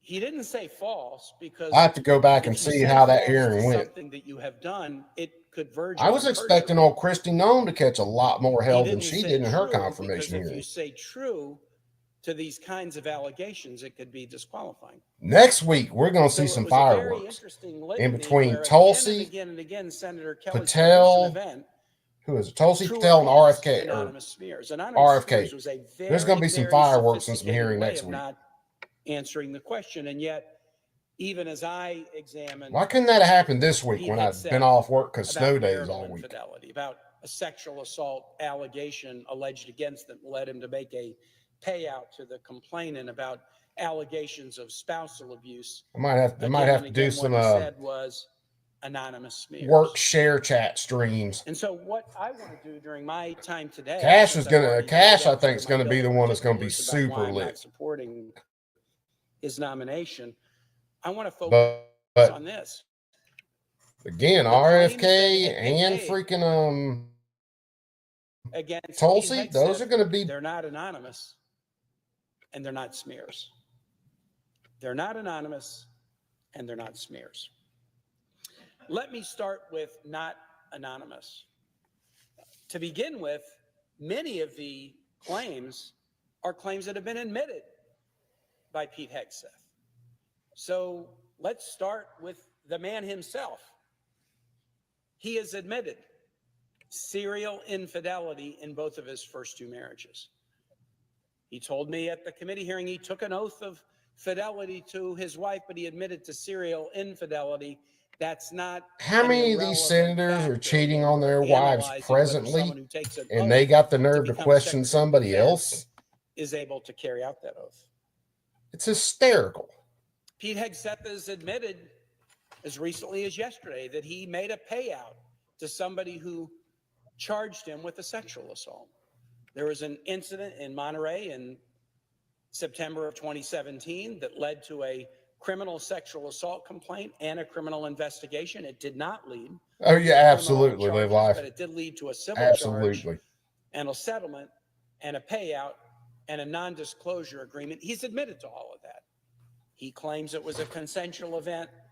The victim claims it was a sexual assault, but the fact of the interaction and the fact that it was if it was a sexual assault and also on the mother of a newborn child, she was willing to come out with it. Why were there no charges and why isn't Pete in jail? When Pete Hegseth has admitted to this. Second, it's not anonymous what you decide and you feel guilty for cheating on your husband doesn't make it a sexual assault. Pete Hegseth was in the middle of a very contentious divorce from his second wife, Samantha, in 2018, and he received a no, I would be willing to bet if you look at him by himself, from his mother. He's got more than enough skeletons in his closet, but he's going to go throw shade at everybody else. It is an extraordinary bit of tough love from a mom to a son. Son, I have tried to keep quiet about your character and behavior, but after listening to the way you made Samantha feel today, I cannot stay silent. And as a woman and your mother, I feel I must speak out. You are an abuser of women. Checking to his son, just saying. That is the ugly truth, and I have no respect for any man that belittles, lies, cheats, sleeps around, and uses women for his own power and ego. But you were completely supportive of Joe fucking Biden. Have been for years. And as your mother, it pains me and embarrasses me to say that, but it is the sad, sad truth. I am not a saint, far from it, so don't throw that in my face. But your abuse over the years to women, dishonesty, sleeping around, betrayal, debasing, belittling, needs to be called out. Sam is a good mother. Hasn't even lectured his own husband about cheating. Under the circumstances that you have created. And I know deep down you know that. For you to try to label her or his history with uncles. For your own. Yeah, go look at old Adam Schiff and his sordid any sense history of with decency younger left in people. you. She did not ask for or And he's got deserve nerve enough to any throw of shade that, at somebody else. which has come to her by your hand. Neither did Meredith. Meredith is the first wife. I know you think this is a big competition and that we have taken her side. Bunk. We are on the side of good, and that is not you. Go ahead and call me self-righteous. I don't care. Don't you dare run to her and cry foul that we shared this. That's what babies do. It's time for someone. I wish it was a strong man to stand up to your abusive behavior and call it out, especially against women. We still love you, but we are broken by your behavior and lack of character. I don't want to write emails like this and never thought I would. If it damages our relationship further, then so be it. But at least I have said my piece. And yes, we are praying for you. And you don't need to, and you don't deserve to know how we are praying. So here's the snarky reply. And I'm sure this guy certainly supported Hunter Biden in his recovery. You twist and abuse everything I say anyway. But on behalf of all women, and I know it's many, you have abused in some way. I say, get some help and take an honest look at yourself, Mom.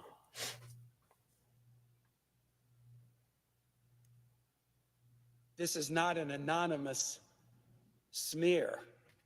I know a little bit about mother's love. I know a little bit about mother's Please, your mom fed you with a slingshot. Smear, but it is an extraordinary, painful, candid rebuke. And Mr. President, why do I have this letter? This is not a letter that anyone in this body had. This is a letter that appeared in a newspaper about a month ago. The only people that would have had he got more than a this plank. family, the people closest And in that's the the world to worst thing Hegseth. about this shit No one else would have with seen these this. senators and these No one congressmen else getting would have up, had it. wanting No to one else question could have somebody read it else, on throw the floor shade of at the somebody Senate else. Unless someone very close to Pete Hegseth, I want the of his list immediate for family, everybody actively serving in decided Congress years after it was written for all the that sexual a man assault nominated claims to be that Secretary they of have Defense, settled, for the sexual harassment whose claims they've character had led settled, his own mother for to write allegations this that have been letter. made about them, This is a fact for that should be put DUIs. before I the want all public that. in Lay all analyzing that shit out the there. Let's see character it. and qualifications of this individual. Not anonymous. Pete Hegseth's former sister-in-law, Danielle Hegseth, who had been married to his brother, Nathaniel, submitted an affidavit that is in the Senate records available to all of my colleagues, and all have read this affidavit. But or people made a like this who decision are trying to that they throw didn't all want this to read it, shade but at it's somebody available else to all of us. are typically And the ones with affidavit that way Danielle worse has written issues, about the and they're treatment just trying to keep the that was referred to by light his off of mother in them this and letter, put it on it's somebody completely else. consistent with what the mother says. 99% of the time. Wrote this. It's now public. Danielle has signed an affidavit about it. It's now public, and it's completely consistent with what the mother said. Danielle Hegseth is not anonymous. There's a whistleblower report that is available to all Senate members. I read it 10 days ago. There is no It's reason for in the members world that only, but it's taxpayer available to dollars all should 100 go members. to settle And I hope sexual assault, sexual all of harassment my claims against colleagues have read it. anybody in government. That should be coming It from would their be own a salary, huge out of their mistake to own vote on fucking this bank account, nomination not not having paid read for by that taxpayers. whistleblower report. What does the whistleblower report involve? It's anything from anonymous. It's a report that was generated years ago when Pete Hegseth was the leader of an organization called Concerned Veterans of America. It wasn't created for this hearing. It wasn't created because of a Secretary of Defense nomination. It was created by disgruntled employees in an organization that Pete Hegseth was leading. It's a 7-page single-space whistleblower report. And again, Mr. President, I got to say, it's anything but anonymous. In fact, it mentions, by my count, 36 names of individuals connected with Concerned Veterans for America and multiple events of improper behavior by Pete Hegseth as the leader. Being at work events impaired by alcohol, creating a toxic work culture that led to sexual harassment of women employees, repeated instances of unprofessional behavior and fiscal mismanagement of the organization. And I know that Pete Hegseth calls that anonymous smears, but when you read this 6-page document, and again, I just want to say to any public watching this, the senators in this body have all had access to it. So if you see somebody like Pete Hegseth saying it's an anonymous smear, no, the members of this body have all had access to Danielle Hegseth's affidavit, to Pete Hegseth's admissions, to the mother's letter, and to a whistleblower report with 36 names in it, attesting to a variety of unprofessional behaviors. That document was provided to Mr. Hegseth and his attorney, and they submitted a response. But by my read of the document, they could not get a single individual whose man, they get away with so much stuff, Fluff, and we all know to it. challenge or retract any of the statements that are made in the document. This is anything but anonymous. Again, all members have seen this. All members have had access to it. These are people that spend so much time. These are not anonymous claims. Back dealing, getting kickbacks off of stuff, insider trading, you name it. In a most unusual if your average person out on the street did a tenth of the stuff that people in the House and the Senate do, you'd be in jail for decades. Who are anonymous. I have to. I mean, look at what's her name? They're anonymous because they're afraid. Martha Stewart. I have had extensive conversations with a She didn't do 1/10 of what Nancy Pelosi did. But Martha Stewart caught felonies and went to fucking prison. Things that are directly supportive of the public. Miss Gina, how you doing, sis? Materials contained in the mother's letter. And I'm recovering from surgery, so. Affidavit.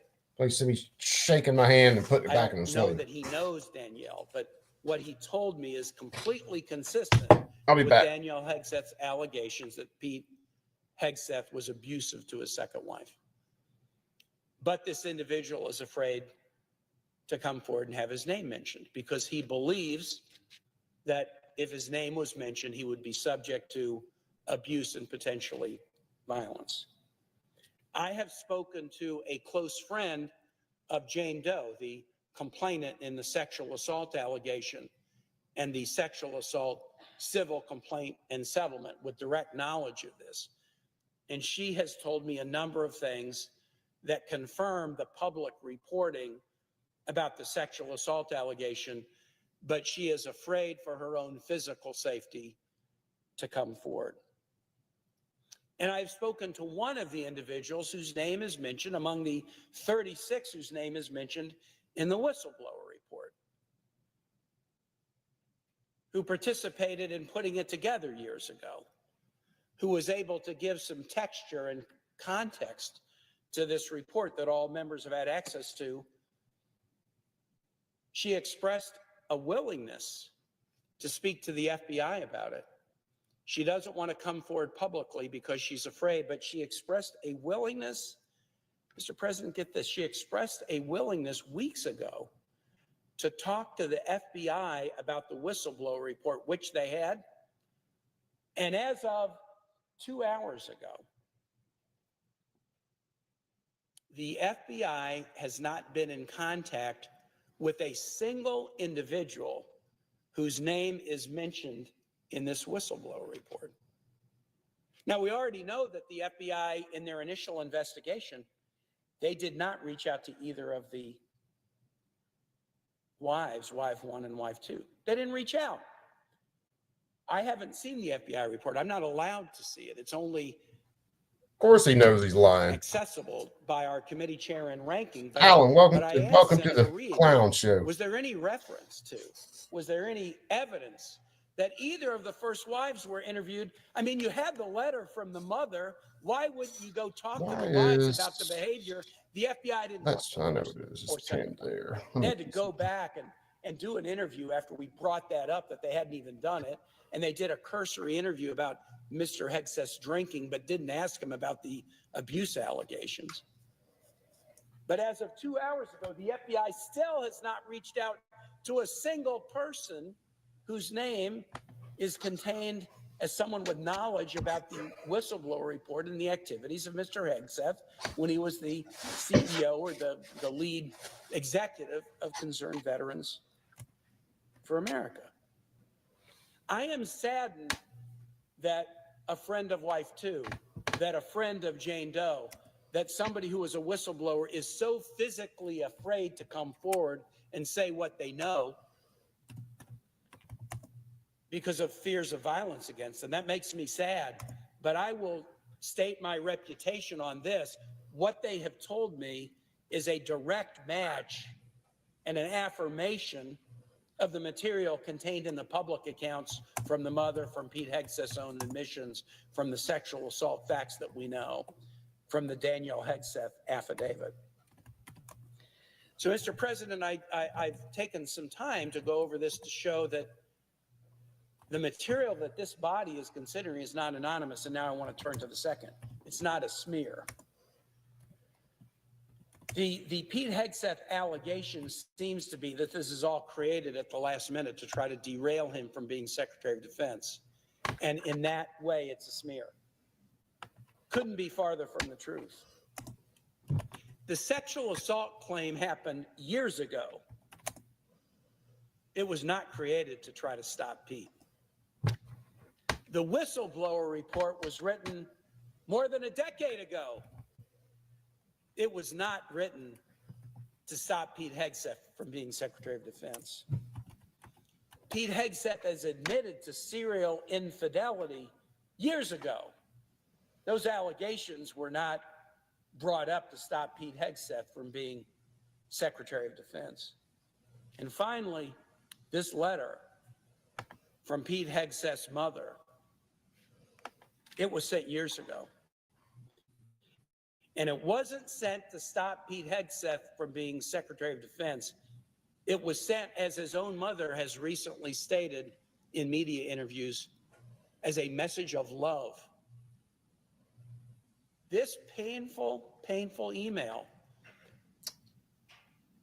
was sent to her son as a message of love. None of this material was a smear. None of this material was created once Pete Hegseth was nominated to be Secretary of Defense to try to stop him. This material has been around for many, many years and was created contemporaneously with abuse that he was visiting upon others because people were trying to stop him. They were trying to stop him as a message of love. They were praying for him. They were encouraging him to look in the mirror and improve. And yet he says, this is all a smear. That is not the case. They're not smears.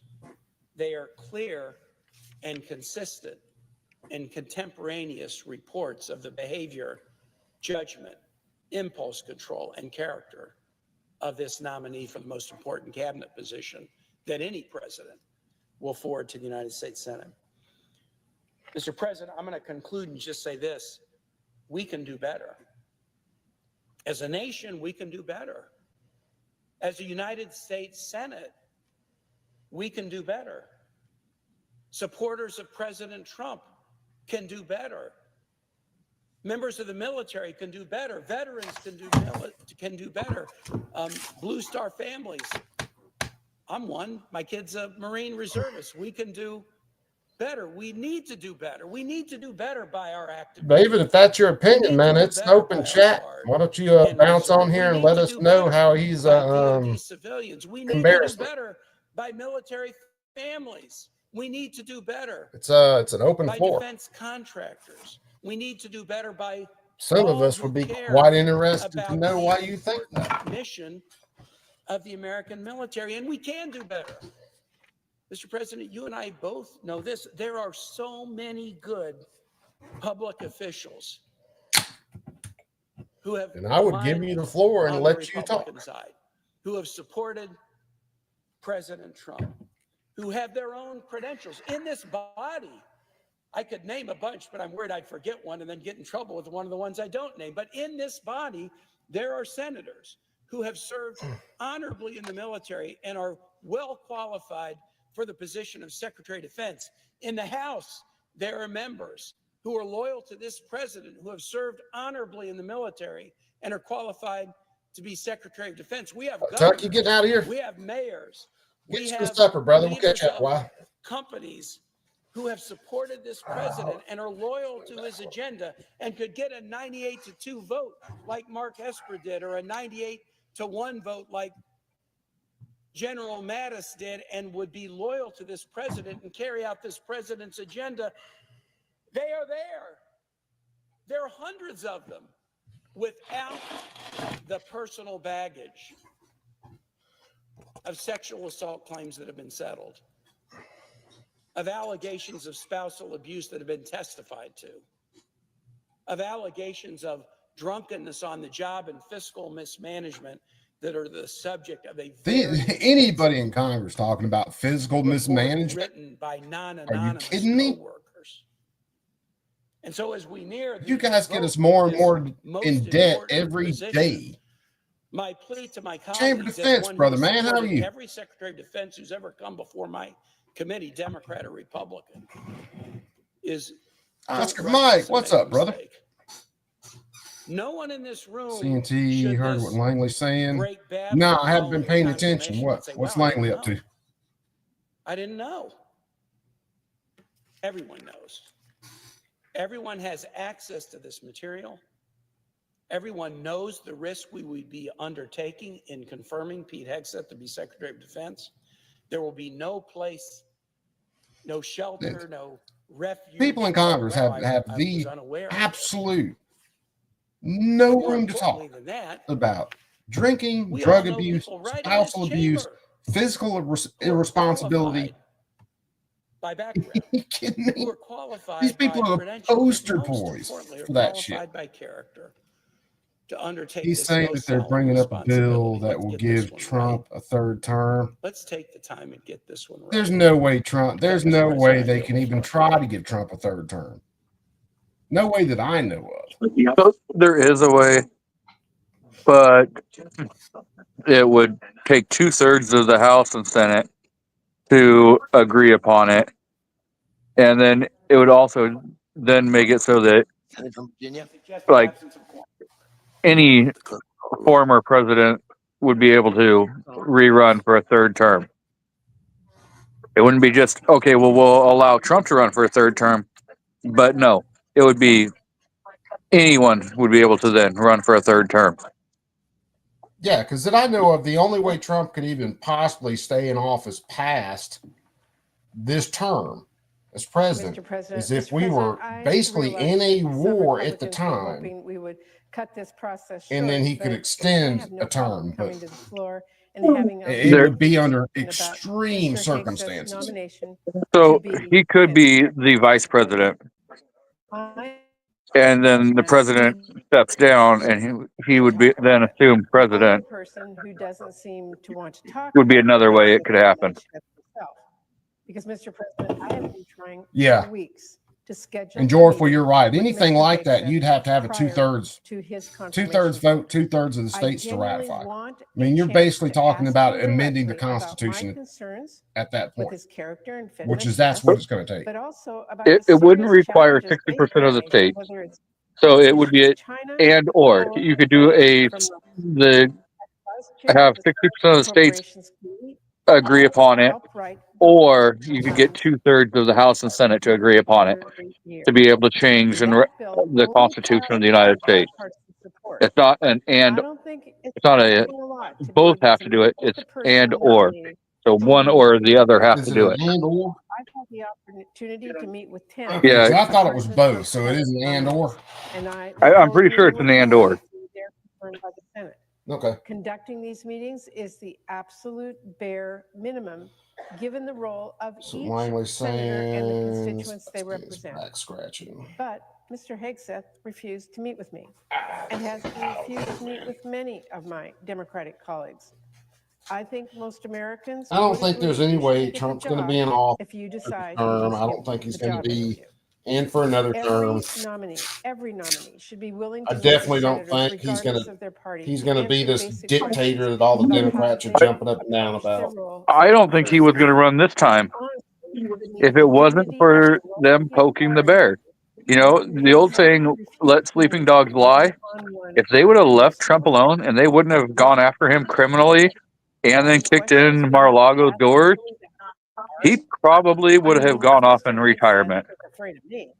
How is he going to get to China? It's possible he would have. Meeting with It's members of both highly sides possible. isn't just some formality. But if you are confirmed, you know, if you think about it that way, then yeah, if you keep poking and keep poking and poking, concern, and why one not of the do it? many concerns I have now with Mr. Hegseth's qualifications, his positions, and his character. Let's be perfectly clear about the stakes here. Oh, Pritzker trying to play the tough guy? Oh, dude. Pritzker don't want to play that game. He's going to talk a big game, but he don't want to play that game. Suggests he has the experience for that Because role. he will get smashed. I have deep appreciation for his service to our country. I do.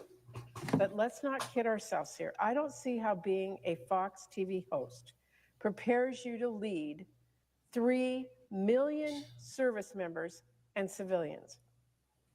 I don't see 2A how News Now just posted a video nonprofit through wasteful spending bill to require qualifies you background checks to get a manage printer. budget of nearly $900 That's billion. hysterical. Knew that was coming, but Moreover, that's hysterical. We really truly have no sense of what his I mean, we asked the question not too long back. Policy is, You know, are you going to need an FFL to get a printer because you can technically manufacture firearms with a 3D printer? Someone who can't name a single God love country in autocorrect. ASEAN. I mean, that ignorance is alarming.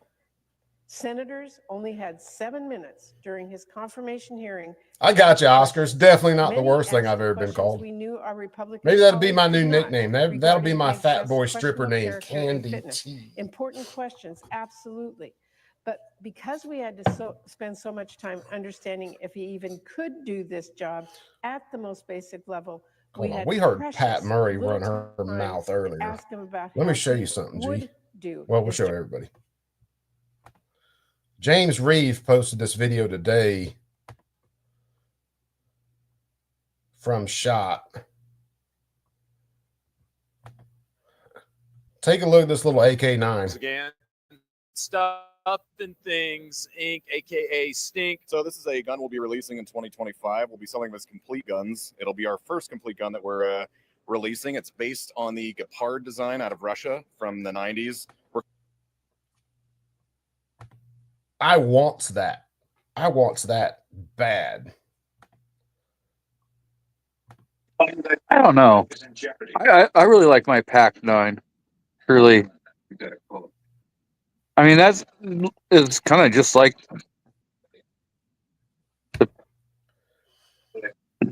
yeah, I don't know. No. You know, it's kind of like an AK-9 screwed in an Uzi and a bullpup, and they had a single kid. AK Tech 9, baby. Yeah, that's about it too.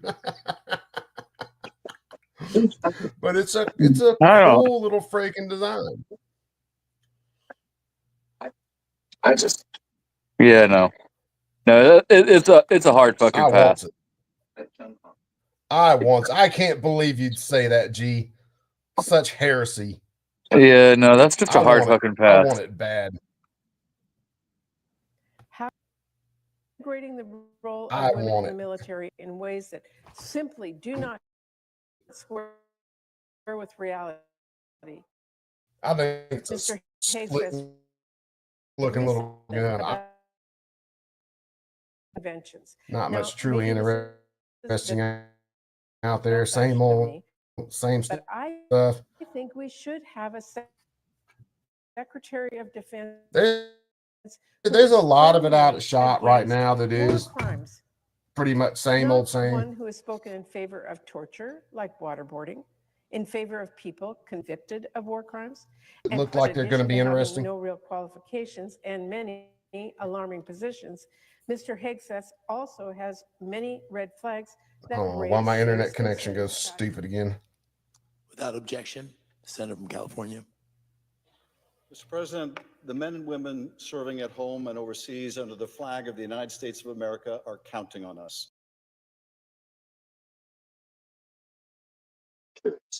Wow. And it's now the G23 takeover show. Crap. I'm not prepared for this. Hopefully, Coop can figure out what the hell he's doing. Okay, yeah, I'm back. Oh, damn. I thought I was going to have to take over the show and, like start talking a bunch of shit. I didn't know. Oh, well, I mean, you could have taken over. You could take over. But now, for some reason, my freaking StreamYard was having a stroke. Oh, I know what it was. Adam Schiff was speaking, and my StreamYard was revolting. Federal spending. And the 3 million people who serve under that. Sorry, charge. StreamYard. I would have done In the my same time in Congress, thing. I've worked with secretaries of defense from both parties who understood their sacred responsibility and upheld their oaths to support every one of our troops and lead our nation's military to the best of their ability. Secretaries Gates and Panetta, Mattis and Carter, and Patriot, many what's up, others brother? come to mind. But Mr. Hegseth lacks the experience to be Okay, your the work. Secretary of Well, Defense. Mr. Hegseth has not shown the judgment to be Secretary of Defense. Mr. Hegseth has not shown the character to be Adam Schiff Secretary talking of about Defense. character. For this job is a heavy responsibility, and he is not the right person. Are for you the kidding job. me? His record speaks for itself. Financial mismanagement in the organizations he led, organizations much, much smaller than the Pentagon, with budgets that were a fraction of the size and nevertheless squandered and mismanaged. He has at times demonstrated a callous disregard for human rights and the laws of armed conflict, going so far as to recommend that the president disregard the Geneva Conventions and intervene in cases of service members convicted of war crimes. He has a history of belittling our brave women in uniform, of denigrating the service of women in uniform and their abilities. These failures are not trivial. They are real, they are significant, and they cannot be ignored. Oh, Adam Kinzinger, So yeah. let's not mince There's words. another Pete one. Hegseth is the wrong choice for Secretary of Defense. Look, Mr. President, many I of don't my think colleagues have women spoken on the floor about should be Mr. in combat. Hegseth's personal My personal shortcomings. opinion. A lack However, of if women are experience going to go into carry out the combat, job to which they he has should been be able to nominated. pass the very same I would like standard to that speak any guy also has to pass. about what we And it need should from be a Secretary high of standard. Defense, and what a more appropriate nominee There is should no a bring man to has this to do position 20 of some immense exercise and a woman does The challenges 12, we face today or a are woman does enormous. 15, the guy does They 20, demand real or the guy experience has and to do leadership. this exercise a The certain largest way. land war in Well, Europe women since have to World do War it, II or they rages can do on. it another way. The Middle East is No, a tinderbox. it's with one the way, terrorist it's group one still running standard, Gaza, pass fail. with hostages still in captivity, with the new Syrian regime of uncertain direction. And then just the still logistics dangerous of women in Iran, combat, all just hygienic needs threatening in combat retaliation. areas. China Brings a whole looms as nother a level peer to the game. global competitor with a Well, if you stated think about object of expanding Israel has been using women territory and in outpacing the United combat States. situations China, for a Russia, very, Iran, very and long North Korea time. are But their increasingly combat aligned situation is with their China, long range rolling back snipers. U.S. influence and have developed a A lot of those constant women, They're they're not. operational partnership. Yeah, Iran and North there are a lot Korea of countries that have used provide women in Russia combat for drones snipers. and Russia missiles to has. prosecute its relentless war of Many aggression countries against have. Ukraine, all while But a China woman in provides frontline money and combat, dual-use boots on the ground, technologies regular old to grunt underpin in Russia's large numbers? resurgent No. wartime economy.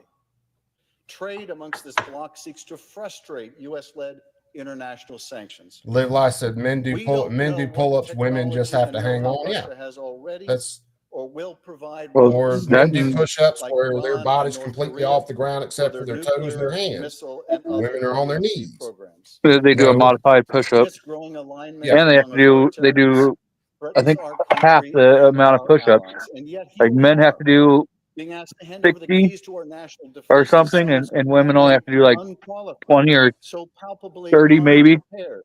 Yeah. I think it is telling that Mr. It Hegseth's should, it opening should be statement to one the Senate standard. Armed Services It should be Committee a high standard. failed to even mention Everybody the war has in to pass Ukraine. that standard. Just imagine. Now, you look at some of the Perhaps countries that most have had women in important combat national or do use security women in issue combat that the situations. previous Their Congress situations are a debated bit different in some whether to cases provide aid to because our partners in Ukraine they to were turn back either the the Russian conflict attack was and in defend their our homeland country, doesn't approaching merit their a sentence country, in his or they were in such a Mr. hurt Trump for now owns. troops that And they we had must no other rely on choice him but and to his put women on the front line. administration, including if he were confirmed, Mr. Hegseth, to support our Democratic Fluffy on their knees. When the Yep. senator from Maine asked Mr. Hegseth about the omission of the war in Ukraine from his prepared remarks, here was his response. Senator, that is a presidential level policy decision. This Couldn't from the we all? person who Well, is Adam supposed to Schiff be the couldn't. president's senior advisor on defense matters and a key official Adam likes needed to his rally NATO and other nations. younger and usually boys. We have a moral and legal obligation and imperative to aid Ukraine in its existential fight against Russia and to protect our NATO allies should Russia's ambitions be left unconstrained. The last Congress made clear Europe needs to its handle support Europe, and we with need to just get the bipartisan hell out. overwhelming votes to reaffirm our support for Ukraine in this fight, and we will do so again as necessary. It is not just a matter of Ukrainian security. If Russia is allowed to succeed in its objectives, They're going to keep messing around, and things are going to get really lit off, and we will see World War III. It will not stop there. And our troops are going to be the ones dying while other countries sit back and go, we're paying. Infrastructure up and down its border with NATO. Allowing Russia to tear off parts of Ukraine will embolden Putin, allow him to better arm his war machine, and will send a message that NATO is fragmented and weak. And it will not be just Russia. Israel's another one. We just need to let Israel handle Israel. Xi Jinping is watching intently what is happening with Ukraine and Hamas wants to act funny. Israel goes in and stomps their ass and takes a bunch of land. Let Israel do Israel. Its values. This is why Taiwan supports U.S. aid to Ukraine, even if it means sending weapons there that might otherwise be shipped to Asia. Taiwan wants to know that if and when they face their own day of reckoning, that the United States will honor its I am commitments to come amazed that to its China didn't defense. jump on Taiwan while Biden was in Our office. allies must be able to count on us, on the president, on the Secretary of Defense. They put a lot of pressure on them, but they didn't A jump nominee them. who ignores our obligations And that or surprises our national me. interests in helping Ukraine roll back Russia's war machine is not a person capable of Yeah, defending Europe our needs to interests be on board helping across Ukraine. the globe. They just aren't. The responsibilities go well beyond our foreign commitments. The Secretary of Defense has an enormous task to continue to rebuild the strength and readiness of our forces. For nearly 2 decades, wars in the Middle East and a long list of contingencies have pushed The dirty thing is military we could put to the breaking point. Russia The completely Army, back Air in a Force, box. and Navy continue to face We would major just take recruitment advantage of our challenges own just to natural maintain resources, their current start status, exporting let energy alone like we know we necessary can, to, God forbid, and we fight a would major drop war in Russia's the coming economy through the years. floor, and we could put Against Russia right back technologies in a we can box. only imagine now. We need a Secretary of Defense that can lead and inspire our troops from the most senior officers to the youngest enlisted men and women. Mr. Hegseth has belittled women in the military.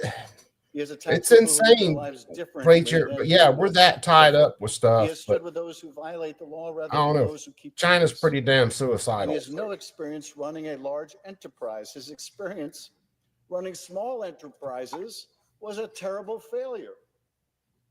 We need a Secretary of Defense with the management experience to rebuild You got and reshape our national security in for the Ukraine challenges right of now, the you present got Chinese and the soldiers, and I future. know North Korean As our soldiers. assistance to partners in the wars in Ukraine and the Middle East have shown we need to bring about urgent reforms. But of course, people don't realize we're still running a hell of a lot of operations in all over parts of Africa right now. To supply our partners with Our the troops tools that they need to fight and win.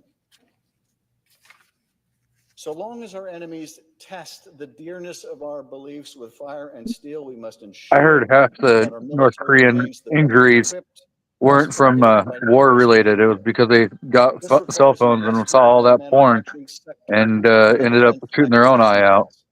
Nah, that The was all US is not third-degree an burns, arsenal man. democracy or Both freedom's hands. forge.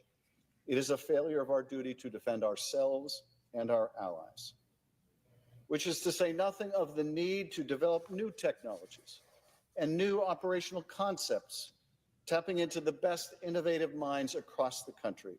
Let's face it, the United States is on the brink of losing its overwhelming technological edge.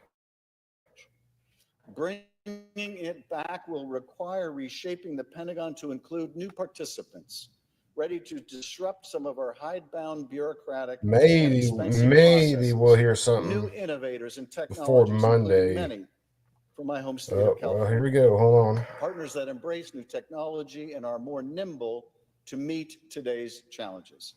There is simply nothing in Mr. Hegseth's background or his performance to demonstrate that he has the necessary understanding or ability to make these changes. General Matthew Ridgway was one of the greatest military minds of the 20th century. His service spanned decades and continents. And after the end of his service as Supreme Commander for the Allied Powers, he was recruited to join the Wise Men, a group of retired diplomats, politicians, and generals who assembled time to give their advice to President Lyndon Johnson. He knew then, as we know today, Let me mute Dum what Dum makes for a effective second. leadership in both war and Shut up, you pencil neck. So the Supreme Court put out a miscellaneous list tonight. And, you know, we've been waiting on Ocean State Tactical, Snope v. Brown, to see whether the court's going to take those up. And I don't think they're going to now. This is the miscellaneous list put out. Certiorari granted, Laboratory Corp of America, Chapter 1 School Board, Isidore of Snellville. So yeah, that's the certiorari granted that the Supreme Court put out today. So it looks like they're kicking. Well, Looks they like could they're still kicking the can down the road again. they still have till what, Monday or Tuesday to actually decide if they're going to grant. Yeah, they've still got till Monday, but what we've been seeing is they'll put out like a miscellaneous list or something on a Friday, basically allowing the parties to go ahead and start getting their ducks in a row. And every time that we've seen them do that miscellaneous list and list these other cases, they end up punting and kicking Ocean State and Snope down the road again.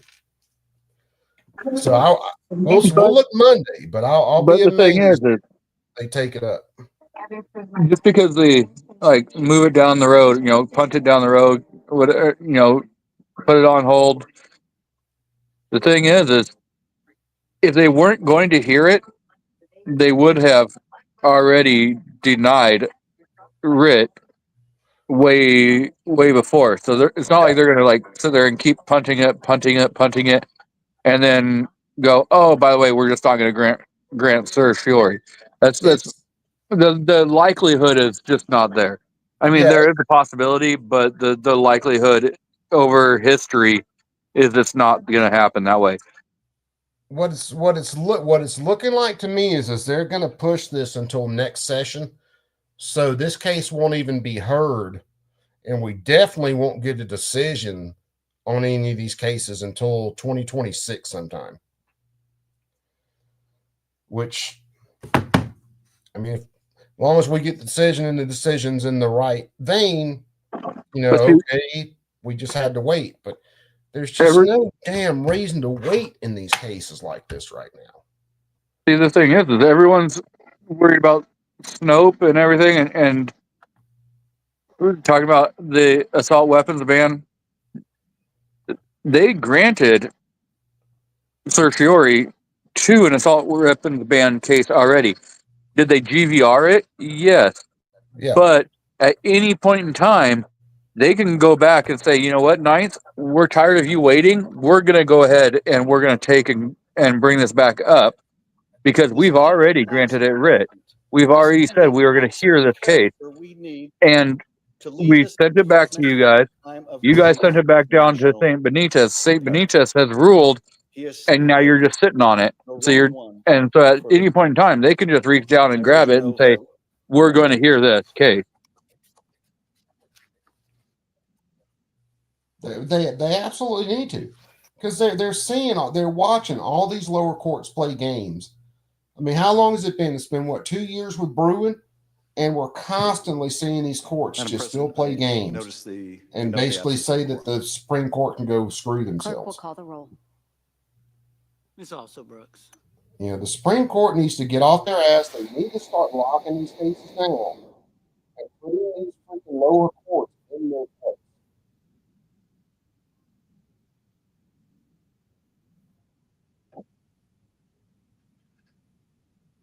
Well, the other two cases that they denied cert on,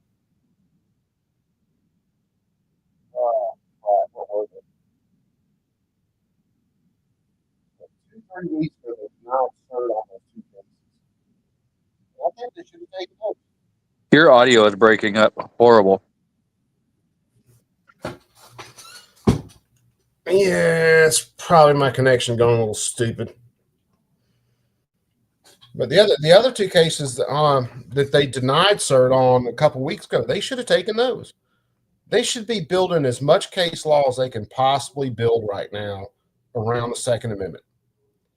I mean, when the court was, on the left-hand side of the spectrum, the court took more cases and developed more bad case law that now we're having to sit here and turn around and fight.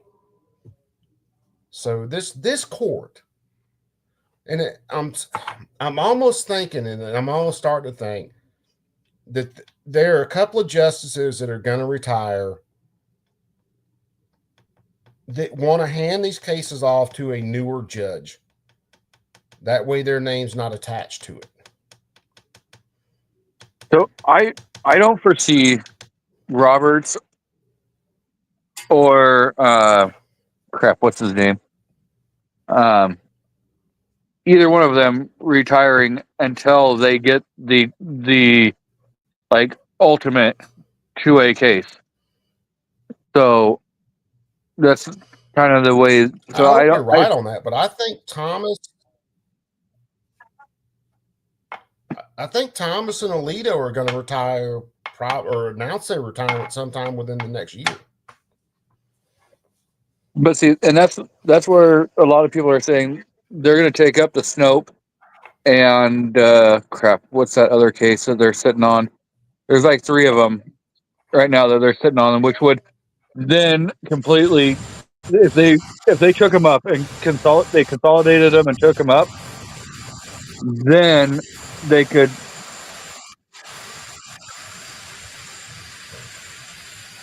What the hell is that static? That is, they switched to Air Force One. President Trump arrives to tour the fire damage, I think, in Oh yeah, Newscomb says that he's going to be there on the tarmac so he can stick his nose right up Trump's ass the moment he gets off the plane. We'll see what Newsom does, because it looks like Trump landed. Yeah, he said even though Trump didn't invite him, he's going to be right there to have his nose up Trump's ass the whole time he's there. With all that hair gel, Newsom's head ought to be slicked up enough to fit in Trump's ass.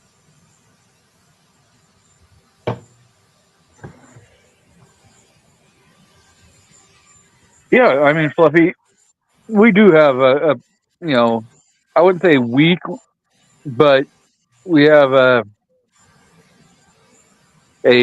kind of a spineless.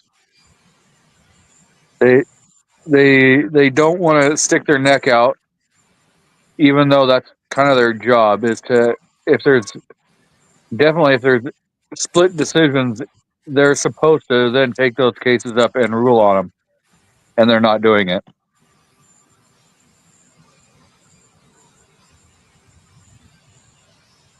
ADXR, what's going on?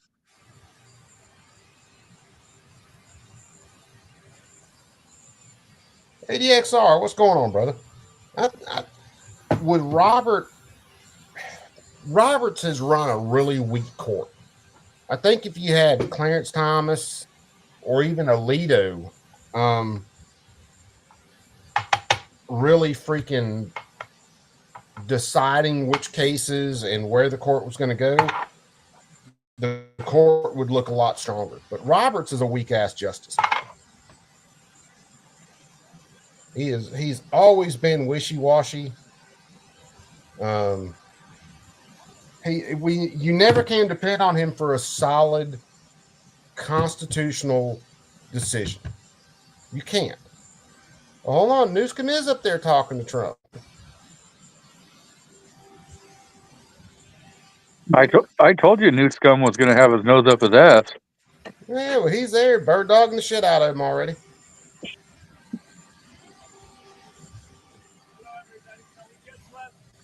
I'm surprised Newsom's hair hadn't set on fire with all that hair gel. It's anti-inflammatory. Yeah, is that what it is? It's flame retardant. The funny thing about, say, when the court is more conservative, they don't tend to be as active as the court is when it's full-on leftist. When you get that court packed with a bunch of leftists, they take up every single case that they can get their hands on to push their agenda. They want to push their woke agendas. Yeah.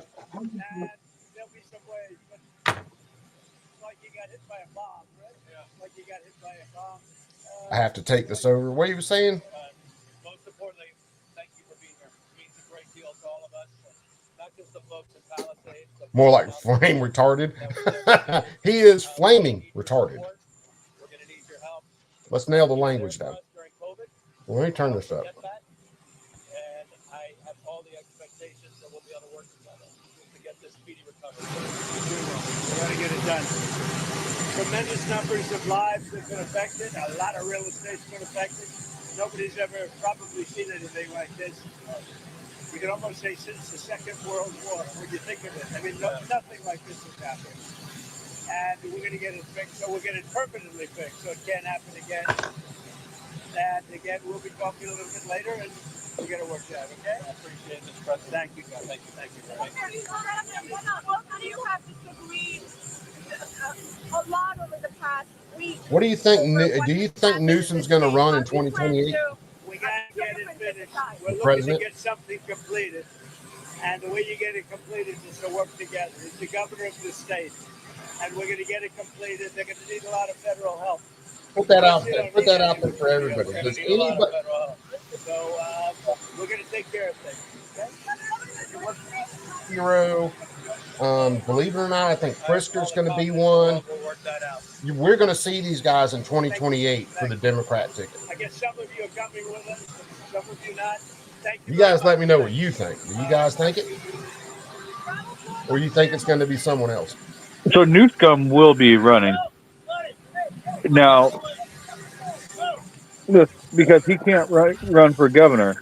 So, and they're talking about maybe doing a recall on his ass. Well, they're already talking about trying to get Harris in as governor of California. So, well, yeah, I mean, that's what she wants because she couldn't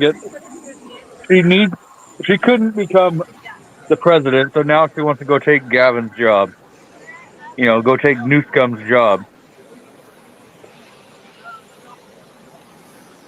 Recall, I've heard.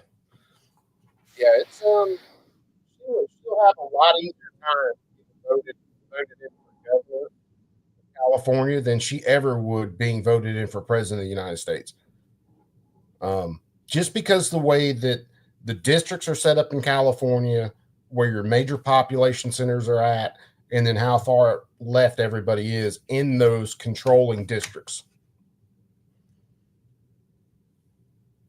They wanted to switch Newsom or switch Kamala out for Newsom this last time, but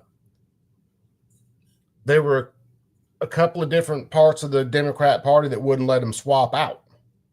They wouldn't let him push Kamala to the side.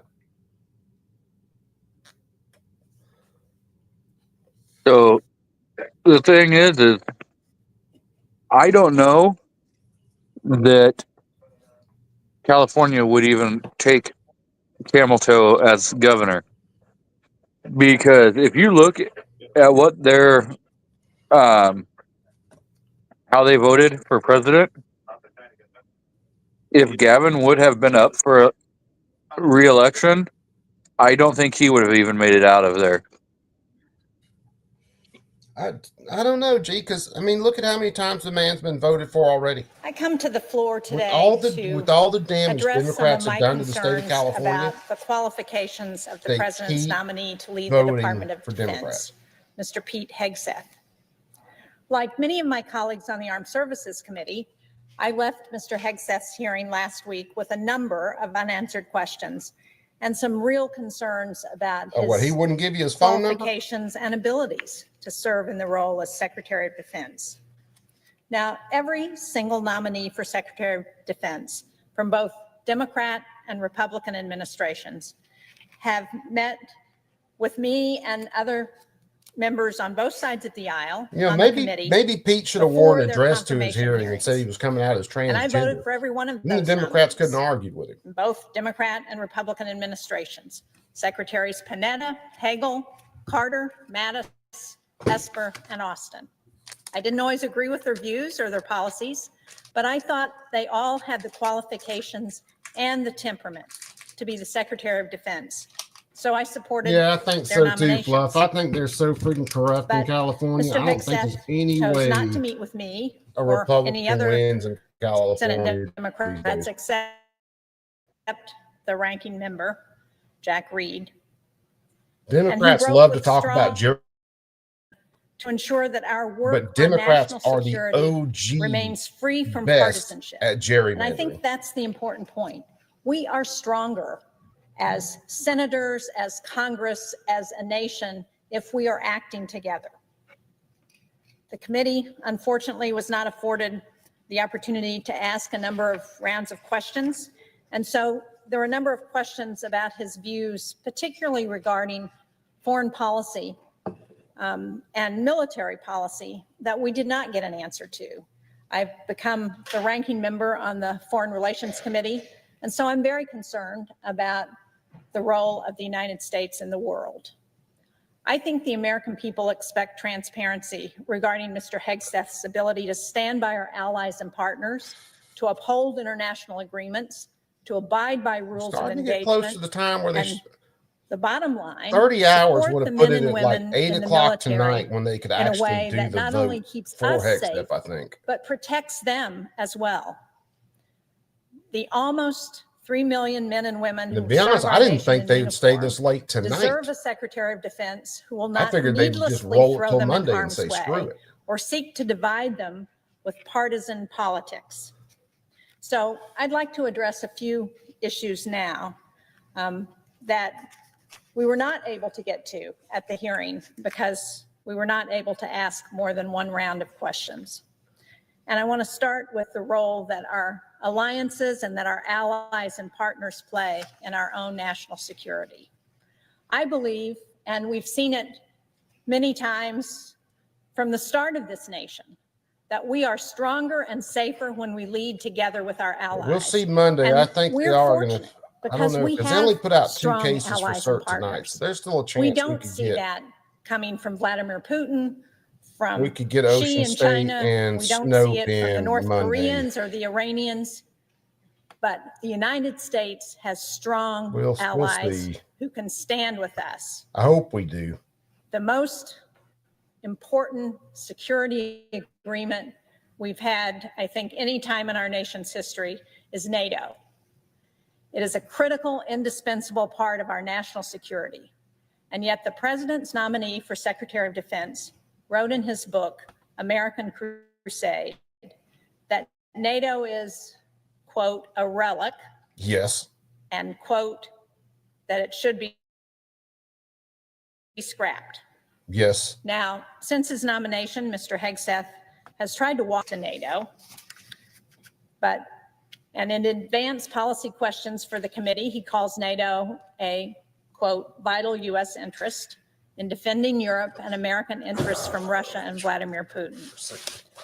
Now, the sudden reversal is welcome because I think it's very important that our Secretary of Defense understand how critical NATO is and that it's stronger now than it was. We don't need to be a part of NATO, so since it was formed, probably. We now have could theoretically just pull ourselves out of fucking NATO and kick NATO out of New York. But Mr. Hegseth's 11th hour conversion to understanding the importance of our allies and partners raises questions about what he really believes.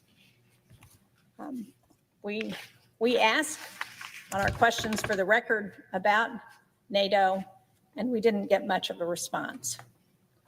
Now, if I had had the opportunity, I would have also brought up Ukraine and Mr. Hegseth's head-spinning contradictions on this matter.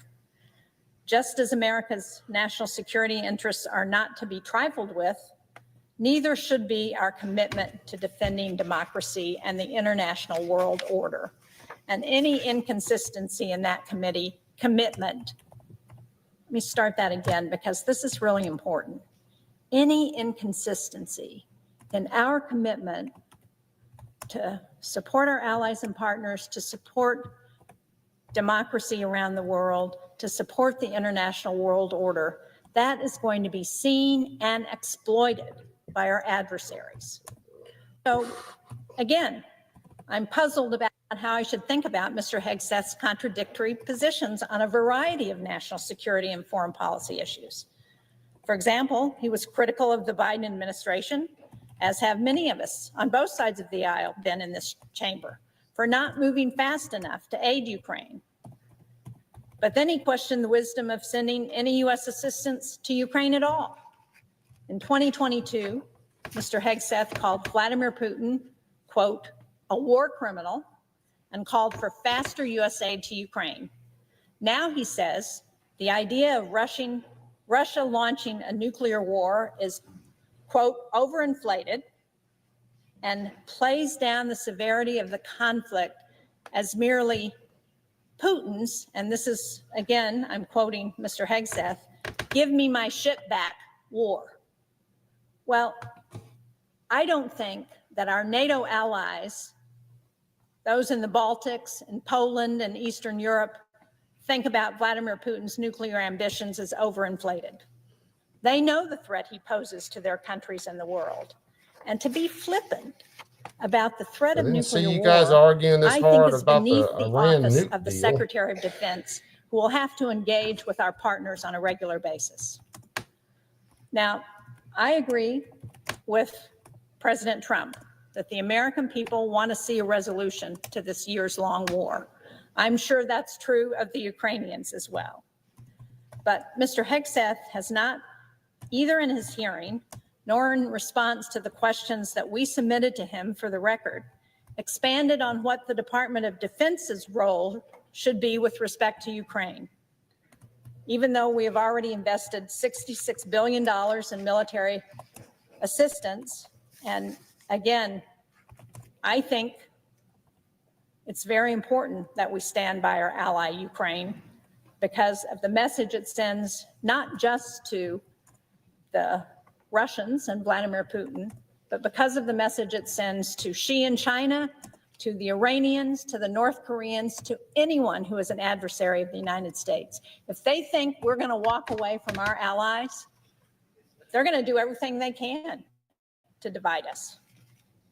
Now, on Afghanistan, Mr. Hegseth has also been inconsistent on his views of the president's foreign policy. Actually, he's been inconsistent in general on the president's foreign policies. In the lead up to the 2016 election, Mr. Hegseth was highly critical of then candidate Trump's foreign policy stances, particularly on Iraq and Afghanistan. Mr. Hegseth called Mr. Trump, who was a candidate at the time, and I quote, all bluster, very little substance, and again quoting, an armchair tough guy. He criticized then candidate Trump in 2015 for advocating for the withdrawal of forces from Afghanistan, but then he took the criticism back. He sharply criticized the 2021 Afghanistan withdrawal, as did I, but he's failed to publicly comment on President Trump's 2020 deal with the Taliban, which is what set the date certain for withdrawal in 2021 that then the Biden administration was actually tied to. Biden administration was not tied I agree to that. I agree that, And those were two that withdrawal extremely shit. And but it gets annoying. they were terms that President Trump in his first term set with the Taliban. Terms that I thought gave away the store to the Taliban because there were no concessions from them on what we were to get from the United States. The government of Afghanistan was not at the table when the terms were negotiated, and now we're seeing the fallout from that. And I know that no one is watching for gaps in U.S. national security policy more closely than President Xi What's up, brother? and the People's Republic of China. Now, Mr. Hegseth identifies China as our peer competitor, something that I think all of us on the Armed Services Committee and probably everyone in this chamber agree with. But hell yeah, if Mr. Brad, good Hegseth news, is so brother. concerned about China, then it should realize that nothing will Brad, encourage how you and President lady Xi's doing, man? aggression more than Miss seeing Lady America doing good? abandon our allies and partners. Mr. Hegseth sees China's ambitions as, quote, a fait accompli. And yet he doesn't seem to recognize that his own inconsistencies on all these foreign policies positions could I'll be contribute right back. to this. A question I would like to Mr. Hegseth to attempt to answer is, what message would it send to our adversaries if the U.S. ceases its support, not just for Ukraine, but for the international rules and norms that underpin the global order? Now, I'm also concerned about that with respect to the conduct of conflict. In his book, The War on Warriors, Mr. Hegseth argued, and again I'm quoting, our boys should not fight by rules written by dignified men in mahogany rooms 80 years ago. America should fight by its own rules, end quote. Are the Geneva Conventions, which establish bare minimum protections against violence, torture, and inhumane treatments. And they don't just protect those people we're fighting on the battlefield, they protect American soldiers. During his hearing, Mr. Hegseth doubled down to say, quote, restrictive rules of engagement have made it more difficult to defeat our enemies, and that it would be his priority, quote, that lawyers aren't getting in the way. Well, unfortunately and dangerously, this appears to be one of the few issues that Mr. Hegseth is consistent on. He has a documented history of supporting individuals who have violated military and international law by committing war crimes. These are individuals who were turned in not by our enemies, but by members of their own units who were convicted of crimes by our own military juries, individuals for whom Mr. Hegseth lobbied to get pardons. I don't think we can afford to entrust the safety and success of our men and women in uniform to a man who would himself disregard the laws of armed conflict and leave American credibility and moral authority in tatters on the world stage. Now, while embracing officers convicted of war crimes, Mr. Hegseth has stated it is his intent to review all general officers currently serving in the Department of Defense. And when asked if he would remove the current chairman of the Joint Chiefs of Staff, Yes. Mr. Hegseth responded on the record that, quote, all senior officers will be reviewed. So let's just think about what that means. Subjecting our general officers in our military that is not politicized to a political litmus test is not only unprecedented, it is dangerous. It will convey to the American public that their leadership is political. One of the most important roles of the Secretary of Defense is to seek out and consider open, honest, and direct military all of advice these from the senior Joint Chiefs, generals, all of them are political officers. I don't know how Mr. That's the Hegseth reason they expects to got to be receive generals, open is they and were good honest at playing advice from his politics. commanders when he's advocating for a purge of anyone who disagrees with him. If you are higher echelon military, if you have ever advocated for DI training, racial sensitivity training, putting his all own these other personal bullshit trainings that the guys have to get put through, your ass should be fired. Period. Mr. Hegseth's confirmation hearing, when asked what he would do if he You received should be orders about from President Trump that he knew to be making illegal our or guys the unconstitutional, sharpest, most lethal Hegseth military in wouldn't give a history, straight not about respecting denied someone's that President pronouns. Trump was capable of giving an illegal order. And just for the record, to be clear, in his first term, President Trump did give an illegal order that then Secretary Esper refused to follow. And for that, Secretary Esper was fired by the president. What was that order? So, Mr. President, I am very concerned that Mr. Hegseth lacks the consistency and the moral clarity to lead the most combat credible military in the world. And I am very disappointed that this committee would put a nominee on the floor without the due process of advise and consent that the position of the Secretary of Defense deserves. Our men and women in uniform deserve better. And therefore, for the first time since I was elected to represent the people of New Hampshire in the United States Senate, I plan to vote against this nominee for Secretary of Defense. New Hampshire, you need to unfuck yourself. I yield the floor.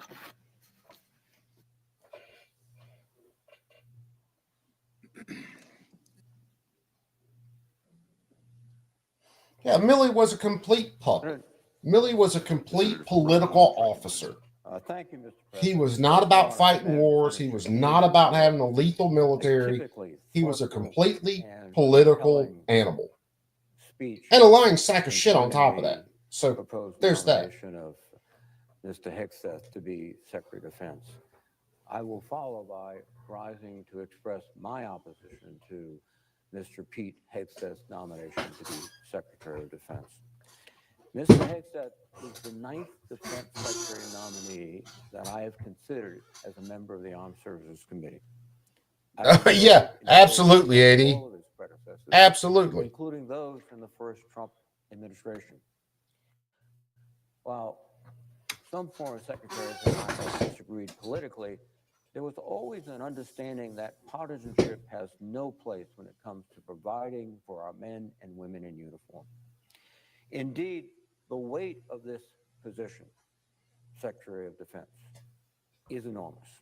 The Secretary is responsible for leading a department of 3.5 million service members and civilians, an annual budget of nearly $900 billion, and hundreds of Rogie should. aircraft, ships, submarines, combat vehicles, satellites, and our nuclear arsenal. Millie should just be thanking God he hadn't been tried for treason. Allies, partners, and adversaries abroad, having to meet, communicate, and coordinate with a whole range of individuals from many different ethnic groups, many different religious groups. That's part of the role of Secretary of Defense. No, Millie has no honor at all. Have had the experience, wisdom, and he never has. Or if he ever did, He sold that shit out a long Mr. time Hegseth, ago. however, is simply not qualified to meet the overwhelming demands to be Secretary of Defense. Last week, You're talking about generals that flat out lied to the president's face when the president wanted to know how many active troops we have in different countries in combat. They absolutely lied to President Trump about it because he wanted all those troops out of there and brought home. Financial mismanagement, And racist worse. sexist remarks about men and women in uniform, alcohol abuse, sexual assault, sexual harassment, and other troubling issues. Instead of addressing these reports, many of which are documented and on the record, he dodged and deferred.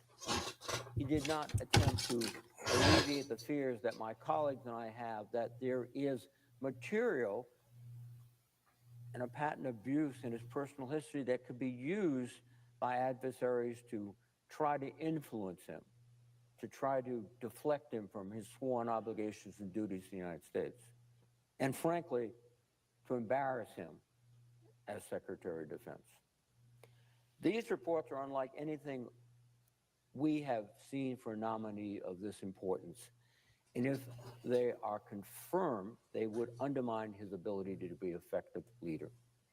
As I have said for months, it is critical that the FBI and the Trump transition team carry out an exhaustive background investigation on Mr. Hegseth. I want to see the FBI investigate every single member of Congress. Extremely disappointed by the investigation process. Before Mr. Hegseth's hearing, I was briefed by a transition team on the findings of the background check. I was alarmed that investigators had neglected to contact critical witnesses and whistleblowers, and I urged them to reopen the investigation. During my experience on the Armed Services Committee, it is unprecedented that the FBI has returned to my office 2 more times, as recently as last night, to provide additional information on the nominee.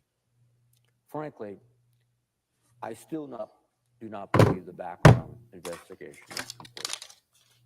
Last week, Oh yeah, that was another huge one, Rogue. I mean, he admitted information about Mr. Hegseth to basically committing treason. interviewed by the FBI in December as part of the background investigation. However, And you could call that aid and comfort to the enemy and 9 kinds of different stuff that Millie admitted to. As such, I asked this individual to recount to me directly the testimony that she had provided to the FBI. Damn it, I man. was disturbed by what I received. Earlier this week, the Armed Services Committee received a sworn affidavit from Pete Hegseth's former sister-in-law that alleges specific incidents of Mr. Hegseth's alcohol abuse, threatening and abusive behavior toward his second wife, and a repeated pattern of offensive public misconduct. The affidavit was signed and sworn under penalty of perjury, and it has been made available to all senators to review, and I hope that you do. I will share a few examples from her sworn testimony, which she gave to FBI investigators. Once, while drunk in uniform, which is a violation of military law, Mr. Hegseth was so inebriated that his brother had to carry him out of a Minneapolis strip club. This occurred during a drill weekend with the Minnesota National Guard. The FBI was also told that Mr. Hegseth's second wife had an escape plan that involved texting a safe word to her friends and family to urgently request help without putting herself in more danger. This escape plan was What'd you post, AD? on at least one occasion. On at least one occasion, his second wife hid in her closet out of fear. And in many detailed examples, the FBI was told that Mr. Hegseth regularly became so drunk that he passed out, vomited, and had to be carried out of family events and public settings, sometimes shouting sexually and racist offensive comments. My point is this. We know that Pete Hegseth, former sister-in-law, testified to the FBI about his history of abuse, alcoholism, and disgrace disgraceful public behavior. However, we know now that her testimony was not adequately included in the Trump transition team background briefing to the Senate. This begs the question, what else is missing from the FBI report? The Senate is not considering a low-level appointee right now. We are advising and consenting on the nominee for Secretary of Defense. And we cannot risk installing a leader who may have, nor can we risk Oh, Nancy Pelosi. Defense, who has shown that he is incapable of being responsible. Yeah, we'll play that before this stream's over. I promise you. 24 hours a day, 7 days a week, as that job requires. In addition to Mr. Hegseth's troubling personal conduct, I also have grave concerns about actions he would take as Secretary of Defense. During his nomination hearing, I asked Mr. Hegseth about disturbing efforts underway within the Department of Defense to intimidate military personnel and their families, and reports that the Trump administration may implement a so-called purge board to screen senior military officers for, quote, unfitness to lead. This raises the chilling possibility that the Trump administration... None of it has to be validated for the information to be released. The wrong political view. But they'll damn sure smear the shit out of you with it. The Tuesday firing of the U.S. Coast Guard Commandant Admiral Linda Fagan, who by all objective accounts was an admirable leader, proves that the purge is underway. Unfortunately, Mr. Hegseth... Yeah, we're going to play it in just a minute. ...condemned those efforts during his hearing, and instead democracy and restoring accountability within the senior ranks of the military. I wonder if she sleeps with an IV of alcohol just plugged in. That way she's never without it. Next week. And I doubt very seriously it will be based upon merit or anything else other than a political agenda. Oh, that would be the beginning. Yeah, a lot of us have said that very same thing, Rogue. Of our military. And if you want to know what's wrong with the military, go find that same grunt and ask him. No person. Don't ask his officers. It protects and defends the Go ask that Constitution of dude. the United States. And if we lose, He'll tell you exactly what's wrong. we'll have lost. He'll also tell you that all this DEI training and all the other shit are costing lives, not saving lives. But as a nation. Despite Mr. Hegseth's comment, the United States military is already one of the finest meritocracies in the world. Every member of the military is in their position because of their ability. No, not by a long shot. Other senior officers who evaluate their performance. You see more and more officers getting to higher positions of power, not because their ability as a leader. They fail up. Of the capability of that they get passed on, they get passed to someone else, so it's someone else's problem. Member of the military, it's not because they're merit. Their position because of their ability. When there's always a possibility that you need to count on the these people lie to your face so fluidly, it's just astounding. There is no other choice but meritocracy and value. Brother Sam, how are you doing today? There's no other choice that you must or can make other than to pick someone who's yeah they do, AD. They really love it. Is to protect their fellow soldiers, sailors, Marines, airmen, spacemen, not to exploit them. To make a judgment about their colleagues, not based on their political affiliations. Yeah, I can see that, Frag. But on the fact that they are... Frag, man, congratulations. Hopefully you get the paint booth and everything, get everything up and running quick, man. Airmen. You and Lady have been there. I see a dangerous painting guns all up, man. At which we will one of these days I got to build a paint booth. I'm practically mainlining Cerakote every time, or freebasing Cerakote every time I paint anything. Political organization. We've seen it happen. We're good, Sam. Just had carpal tunnel surgery today. Wait for the wife to get home. And subjected by political leaders that have a particular political point of view and passion, and they become essentially not an army, but an extension of the political aspirations of the great leader. We can't see that here in America. Our present service members can and should be Yeah, confident that recovery positive, surgeries and relaxing. skilled She's doing the same. character they will Hell, be you'll be back to work before I am. Did they ever fix that on your paperwork that whole year? No, it still says 12 years. I need 12 years to recover. and rising higher in the totality I'd of run it. good writing. Sure, give me Congress 12 will years. disqualify any service member from holding any leadership. Hey, if I can get paid for 12 years off, for medical recovery, I'm not going to argue. Let the surgeon say I need 12 years. Serving officer in the military After it got into your skin in the last shot? in a Ooh, strip club. good Lord. If there You're not was supposed to bathe in this stuff, frag out. At least wear some senior clothes. military officer was engaged in sexual relations while married to another woman, having just fostered a child from another woman, I can guarantee you that officer's career would end swiftly, either by resignation. Oh man, I've heard Pete say a lot about JAG, CID, just the military complex in general, and he's been right. Since the birth of this country 249 years ago. But as much as these Democrats will get up there and they'll jump up and down about political officers and shit, they want political officers. And that's why they were so pissed when Tommy Tuberville was blocking all of these major promotions, because everybody they were promoting was nothing but a political operative. They weren't door kickers. They weren't war fighters. Service members should pledge fealty to a president who will be in power for only 4 years and fit the ideas of a party that only half of this nation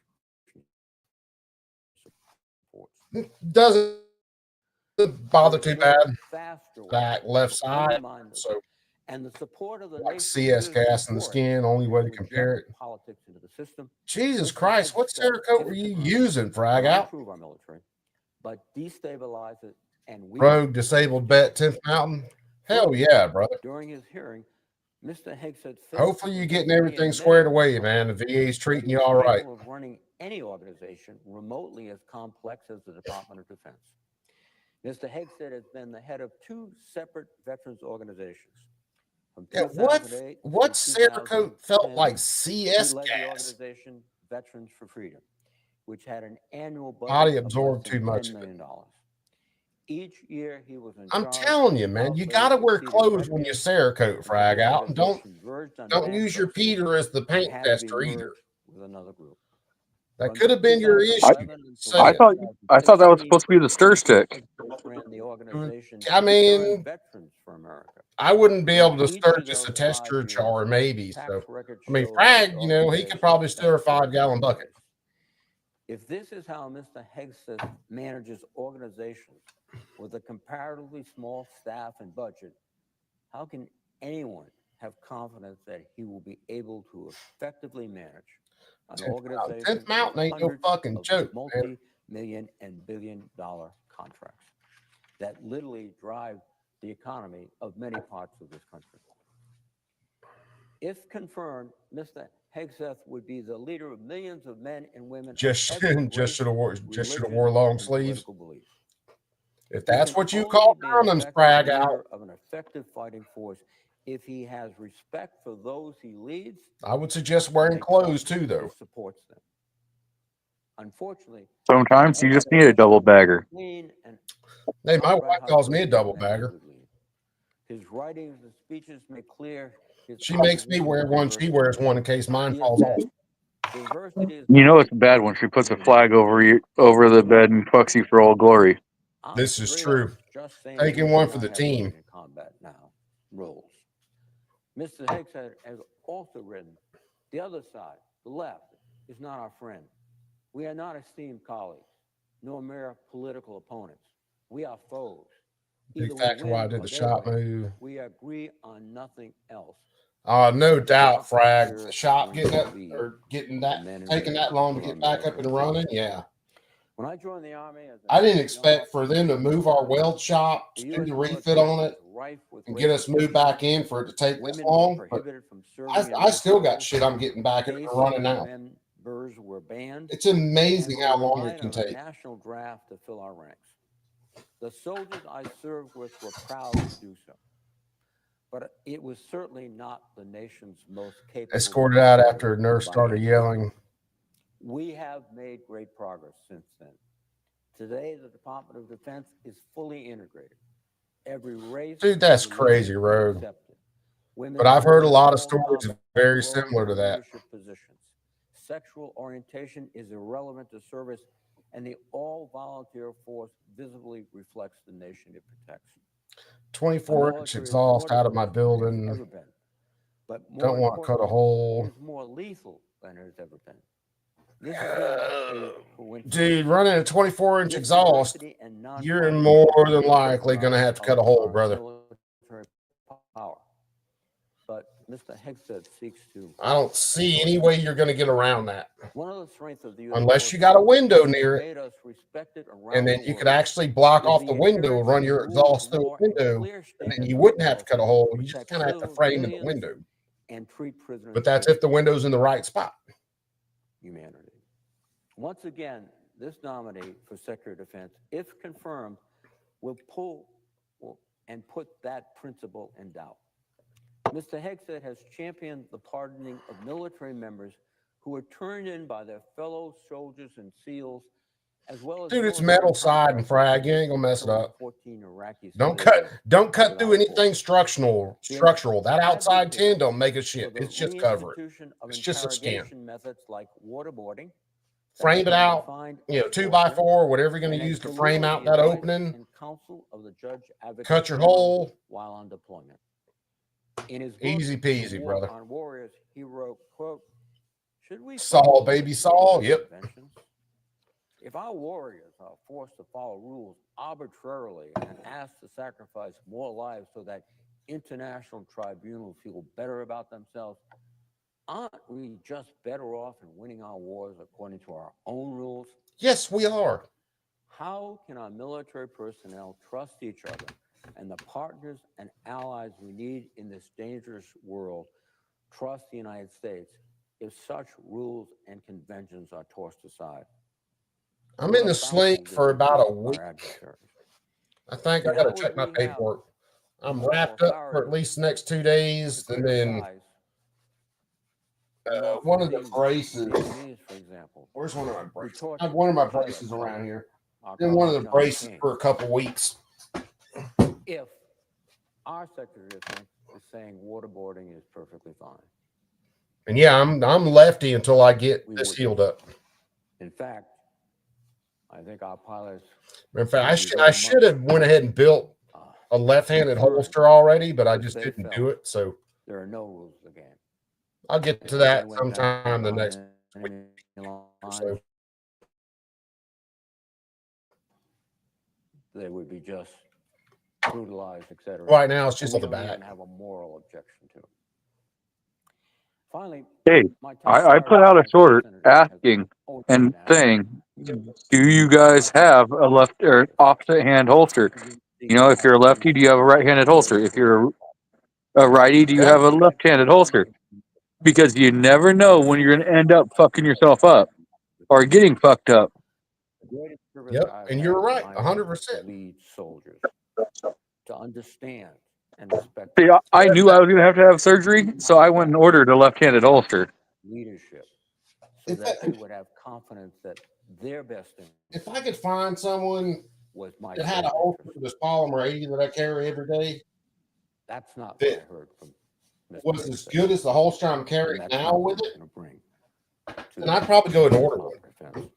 One of the I built, PG. I'm be able to just reshape it and turn it into a left-handed. I don't know, but I can build one. I just got to take the time to do it.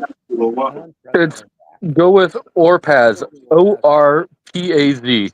ORPAZ. Yep. A non-partisan.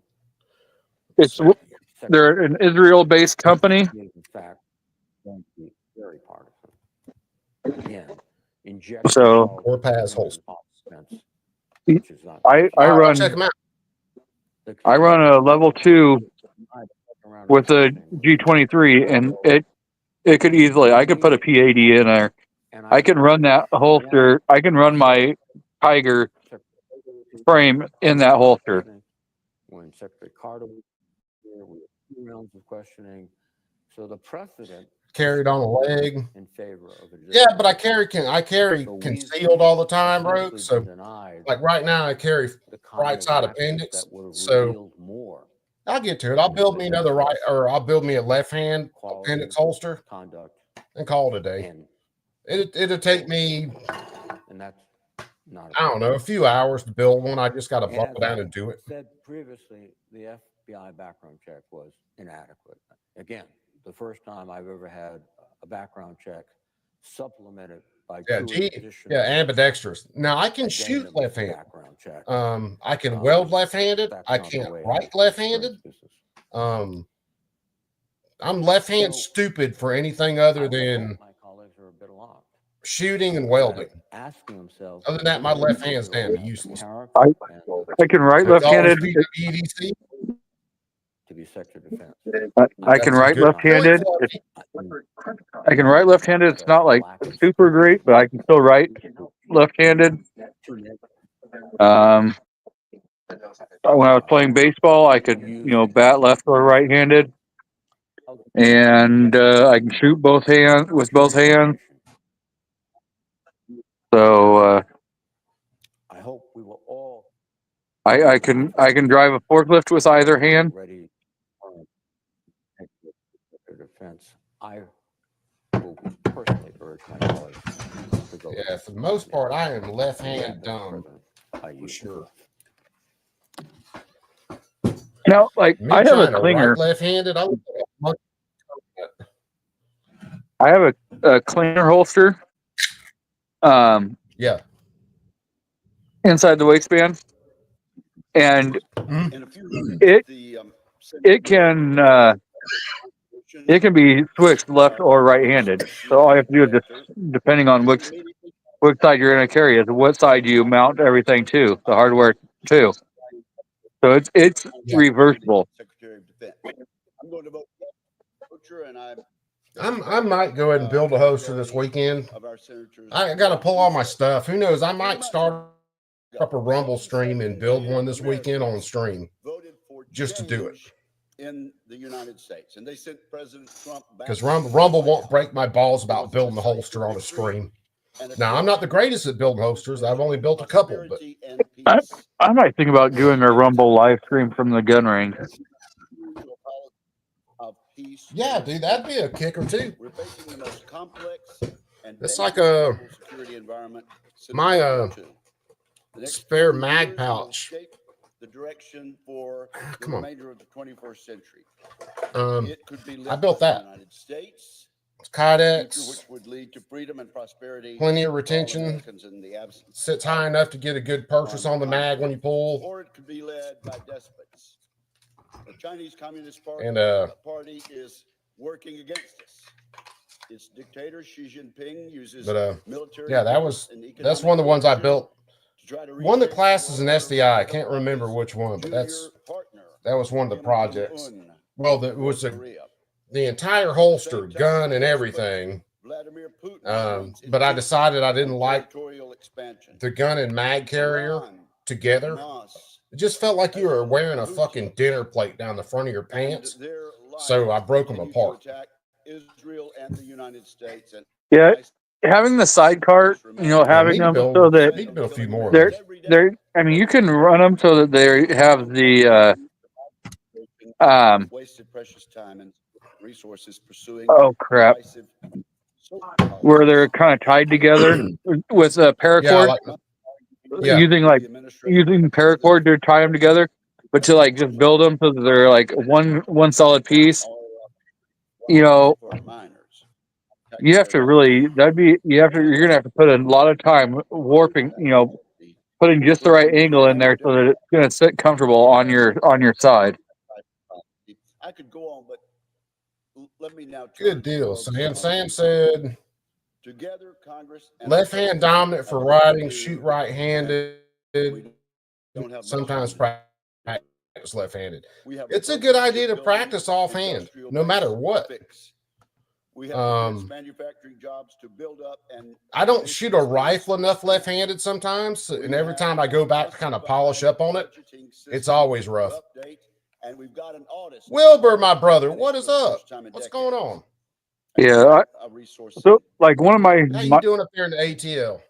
one of my main practices.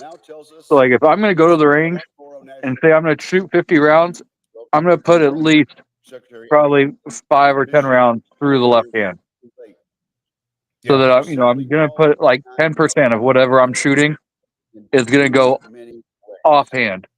Because you don't have to, a lot of times, you're out there training and training and training, but you still need to be able to know that, hey, if I have to, I can go left, I can go to the opposite hand and still do what I need to do to protect my own ass. Yeah. Or protect my family.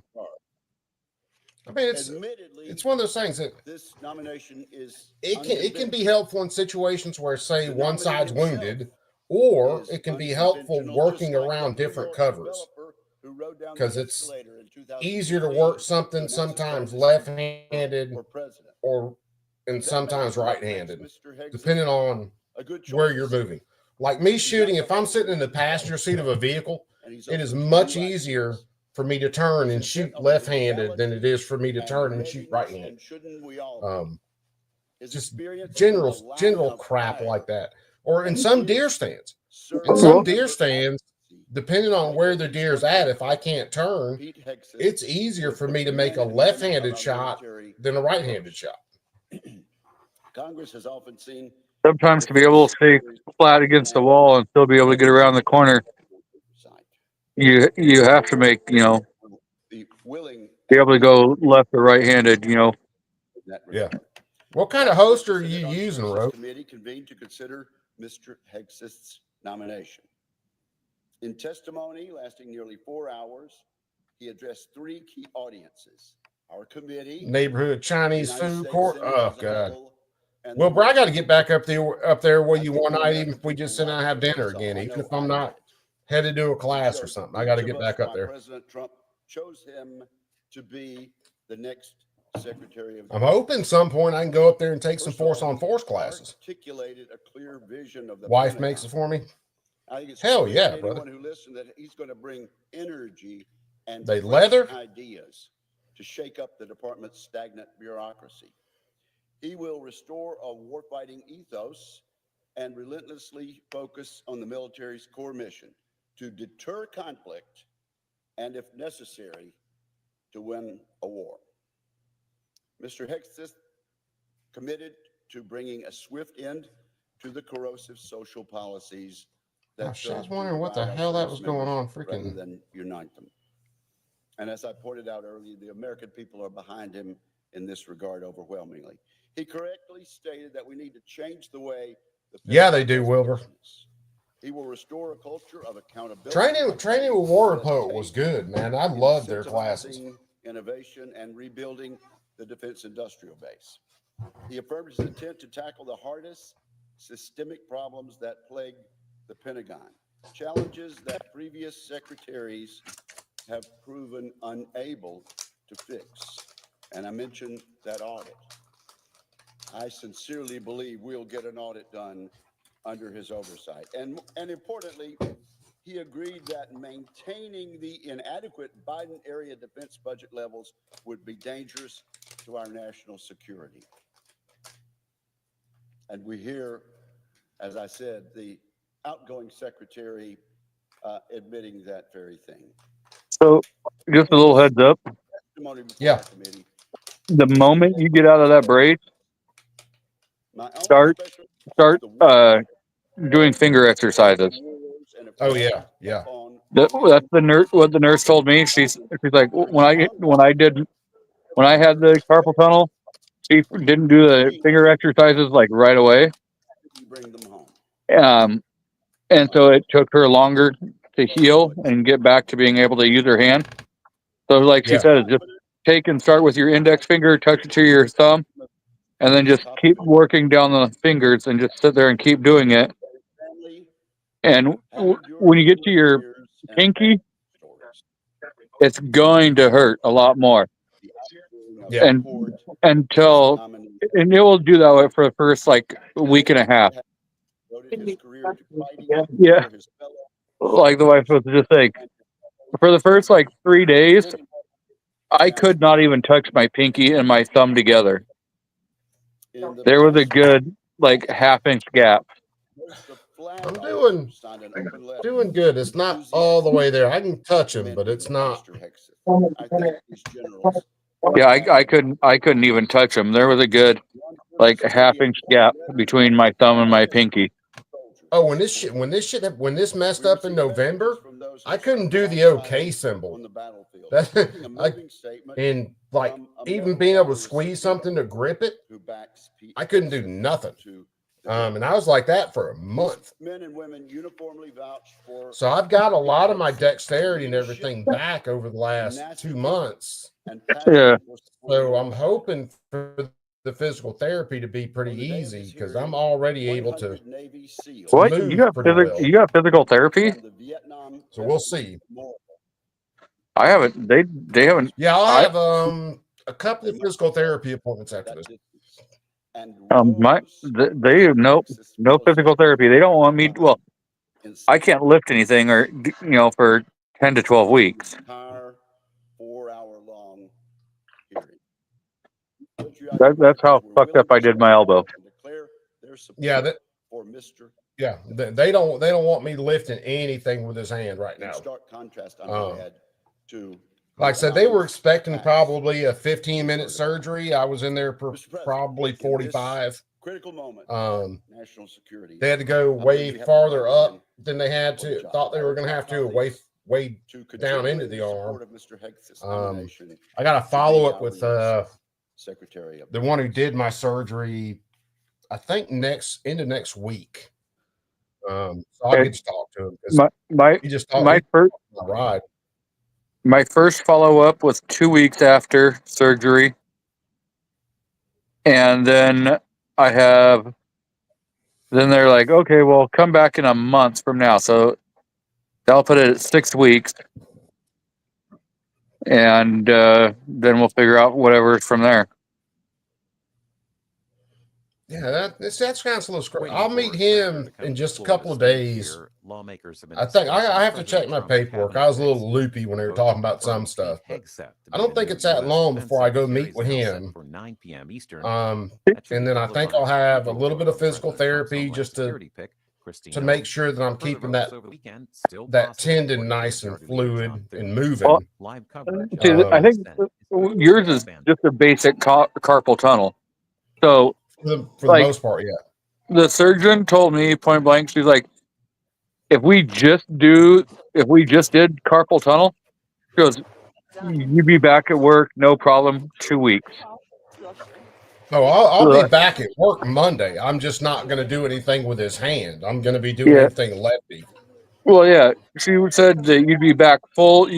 I'd be able to go back like full after 2 to 4 weeks. Because you'd be able to go back the next day on light duty. You guys making a Geico commercial? No. But yeah, no, it was kind of funny because they just did mine with a slight little incision and went in with an endoscope and went in and so mine's just a very, very slight incision. I mean, I knew like the surgeon told me point blank, okay, we're gonna go in, we're gonna do this little tiny, and she drew a line on my wrist and said, this is how big the wrist will be. Now, when they did my elbow, it's like 3 times as big as what they did to my wrist. I'll be interested to see what this incision looks like, especially with them saying they had to go in and it was a lot worse than what they thought. I'll be interested to see what it looks like. Of course, I'll be interested tomorrow when all this numbness wears off to see what this feels like. Well, like mine actually, when they gave me painkillers like tramadol for like the pain, and Yeah. actually I never took any because all the pain I was having pre-surgery, it like pretty much went away. I can almost be tolerable with the pain that I'm doing. Every once in a while, I have to take some Advil to, tell the pain to go the fuck away. But before, I was living on gabapentin and Oh, dude, naproxen and Advil. I got Lyrica running around here, hydrocodone. I got a bunch of shit running around here. But now this didn't when this messed up in November, it didn't hurt. I just lost all strength, all movement, all my dexterity. It didn't start hurting until I started getting my range of motion back and started getting my dexterity back. That's when it started to hurt. But before then, in November, it didn't hurt at all. My back was killing me, but that's normal. Yeah, no, I thought it was funny because my surgeon, she's like, "Let me see your hand," and then she touched my wrist just like in one spot in my whole entire fucking hand, and my up like halfway up my arm went completely numb. And she goes, "Is there any feeling?" I'm like, "No, it's numb." And she's like, "Yeah." She goes, "You're pretty fucked." Oh, when I woke up, it's like November 20th or whatever it was. I'm used to waking up my hands being numb, but I still have range of motion and I still have strength. I just can't feel it. And when I woke up and I couldn't do shit with my right hand. And I sat in my office just flexing my hand for, I don't know, 15 minutes, 20 minutes. And I finally told my wife, I said, something's up. I said, I can't do shit with my hand right now. Something's wrong. And she asked me what. I said, put your finger out. Someone put your finger out and you squeeze it. I couldn't squeeze her finger. It was like there was nothing. The surgeon did that too, but like after they sent me in for a nerve conduction test. Yeah. And there's 5 stages for a nerve conduction test. You have like normal, and then it's like normal, moderate, and then moderate, and then moderate, severe, yeah, and then severe. Mine was at moderate, severe, almost completely to severe. Yeah, that's where it was in my wrist. I'm moderate in my elbow, but severe was in that wrist. So I'm gonna have to have my left hand done at some point, but I'm gonna wait till I have to. And I'm probably gonna have to have it done in both elbows at some point too. Is what it is, man. But I've had that problem since I was in my 20s. If you have to do your ulnar tendon surgery, I could tell you right now, it's gonna fucking suck. Because because I did the ulnar tendon and my carpal tunnel at the same time, and which is kind of cool at one point because you're just getting it done. We're like, hey, but the thing is that's what I'm telling you. They'll stab in your neck, and you'll watch them like stab 3-4 times in your neck, and the anesthesiologist like had an ultrasound machine, so I got to watch as he like was looking with the ultrasound machine, and then you see the needle go in and him inject into the nerve bundles. You actually got to watch him do or it. was it a fluoroscope? Typically, when they're doing stuff like that, it's a fluoroscope. So it's kind of like a live X-ray. Yeah. Well, they use it's like, ultrasound, I think, is the same kind of.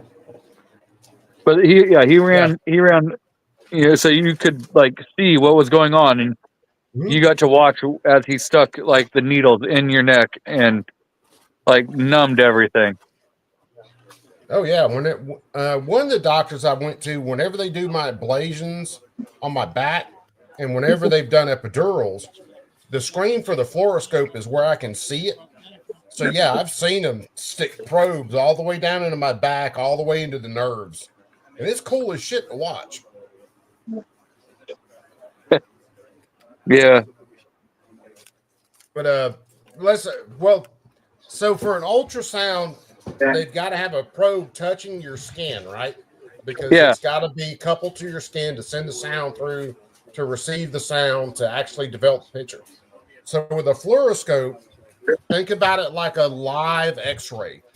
So they don't touch you with it, but they've got the device over you, sending radiation through you, catching live pictures of what's going on. Yeah, I'm pretty sure he had the ultrasound, like it was on touching the skin because he wanted to be very precise. So Yeah, that's he's it. like, If it was touching your skin, that sounds like ultrasound. yeah, he's like, I need this to be so precise because the difference between like being because of where they're at to do the nerve blocks for your arm, because of where those bundles are, they want to be so precise and they don't want to paralyze you. And he's like, if I fuck up, you could be paralyzed. So it's like, well, thanks, doc. When they get to mess around like that, yeah. You don't want Dr. Shaky Hands in there at that point. It's like, I bet you that was cool, Fluff. It's not like, hey, doc, you want to tell me this stuff before you got the needle halfway in my neck? Hey, if I fuck up, you're toast. Yeah, I've heard that, and they've been halfway into a procedure. That was like, we're already halfway here, buddy. It's like, I don't know about the anesthesiologists around here, because that's the second one that like decides that they're gonna fuck with you, and you can't do anything because the first one. As long as I don't see my anesthesiologist going like half for you, half for me, half for you, half for me, I'm probably okay, But if he's over there like then giving puff pass, motherfucker, I might have an issue with that. The first anesthesiologist was when I was up at having surgery on my groin. Yeah. And they were saving my life. It was the second surgery. And so right before I go under, the doc's like, we may have to take one of your nuts. And like right before I pass the fuck out. And for those of you guys that don't know, G23 had such big balls, they had to take part of his ball to save his life. It was literally going to affect the forces of gravity and make him fall to a black hole. Yeah, there was I can tell you, necrotizing fasciitis in your groin is not so. Flesh-eating bacteria in your groin is not fun. They will put two gigantic drain tubes in your nutsack to let them drain out. Dude, that's like that. There was a dude, I read a story about him years ago, man. I'll mute them for a second. But anyway, he caught some disease from a woman, and he went to every doctor in the United States. I mean, every one of them. And they kept telling him, look, dude, there's no cure for this. We can't even really tell you what this is. The only thing that we can do is we have to remove your penis. We have to. That's the only thing that's going to save your life. If this infection spreads, it's going to kill you. You're going to go septic. And he had heard about Eastern medicine for a long time. He finally went and saw this Chinese doctor, and he showed it to the Chinese doctor. Chinese doctor looked at him, and they're writing an article, and the Chinese doctor was like, no, we're not going to have to cut this off. And he said, looking at the doctor, he's like, what do you mean? He said, all these doctors tell me they're going to have to cut this off, save my life. Chinese doctor said, no, it fall off on its own. Boom, boom. hit the drums. In case nobody caught the joke. It fell off on its own. It's a great honor to be here with these people today. Oh, dude, I've had plenty of shit with my back. And to lose everything you have, and you just wonder what you're going to do and where you're going to go. And we just thank God, and I want to say thank God that He's given us the resources to be able to help. Who is this And a talking lot of now? This people have okay, helped. this is North Carolina Not from earlier just today. Samaritan's Purse, but there's been many different organizations and volunteers that have just come to Western North Carolina and East Tennessee to help. I grew up, this is my backyard. I grew up about 8 miles or so from here.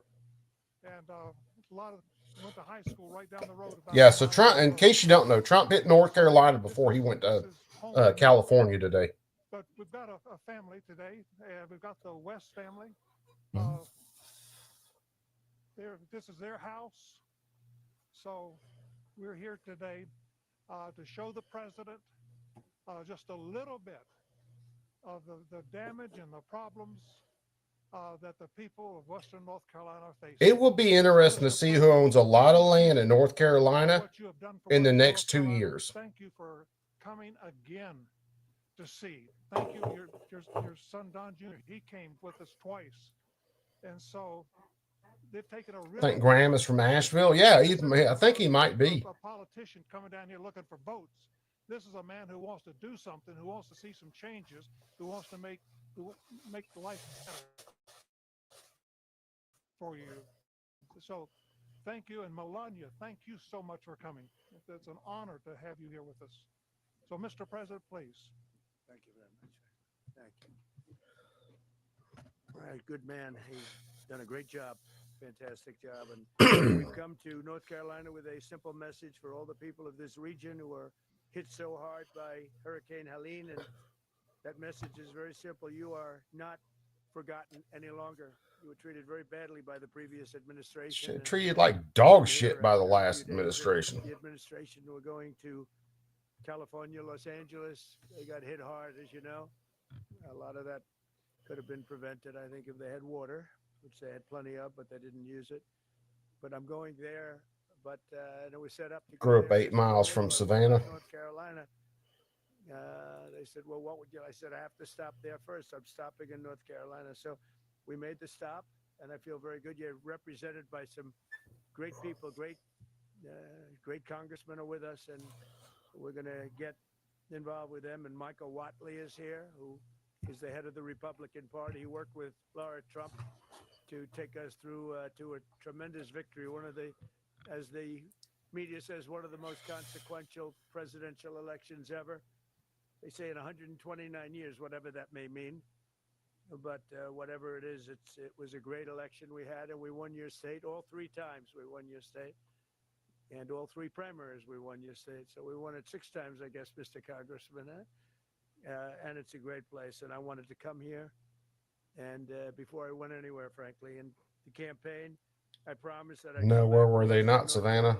to help the people of the state, and today here I am to deliver on that promise. And we have a lot of things in mind, and we're getting the Army Corps of Engineers all set. You need your riverbanks fixed. You need a lot of roads fixed, and we're going to get it done in rapid time. And I've asked Susie Wiles and all of my people to. Sam, right now on my carry gun, I'm just rocking irons. Am I going to put a dot on it eventually? Yeah, because I do like shooting a dot. But I'll tell you this, with dots will not let you cheat on your draw stroke like iron sights will. Getting used to drawing a dot, your draw stroke has to be on point all the time, 100%. So there's a couple things I think I'll change with my carry pistol. I'm thinking about doing another holster where I can carry a light on it. I can carry a dot with the holster I have now, but I think I am going to go to a dot and put like a TLR on it. But do I think you have to have a dot on a carry? No. typical distances I need a carry pistol for, I will eat your lunch with that pistol, without a doubt. So do I think it's a have to? No. Do I think that I will say this as far as dots. I like dots. I need to learn. I need to practice more with dots. But I think anybody should shoot irons for a little while. And when you go to a dot, you need to practice hard with that dot because it's not magic and it is unforgiving in a lot of cases when you draw, getting that dot in the right place to where you can see it. So, but I think dots are great. On a couple of my other guns that I've got dots on, I love those things. But I do on those other guns, I do have suppressor height sights that co-witness with that dot. Would I run a dot without backup irons? Not for my fuck all into the world gun, no. And I tend to try to keep all my guns as the fuck all into the world gun. So, but I would say shoot irons, but if you get a dot, practice hard with that dot. So I have 50%. So my G23 that I carry a lot of the times, no dot. The 43X MOS has a dot on it, which it has the Holosun EPS carry green dot on it. Nice. So I would prefer. I do like dots. I've got the 507 on my dark horse. So my Anderson Kiger 9C Pro lower with a Glock 23 upper on it, which is it's got a Rock Slide USA slide, double diamond threaded barrel with a 3CR comp and a 15-pound recoil spring, tungsten steel recoil spring in there. And it's got the 507 red dot on there. So I think if it's going to be a carry gun, you want a closed emitter because you don't want anything like lint or anything to be able to get in and hit on and block that emitter from being able to project.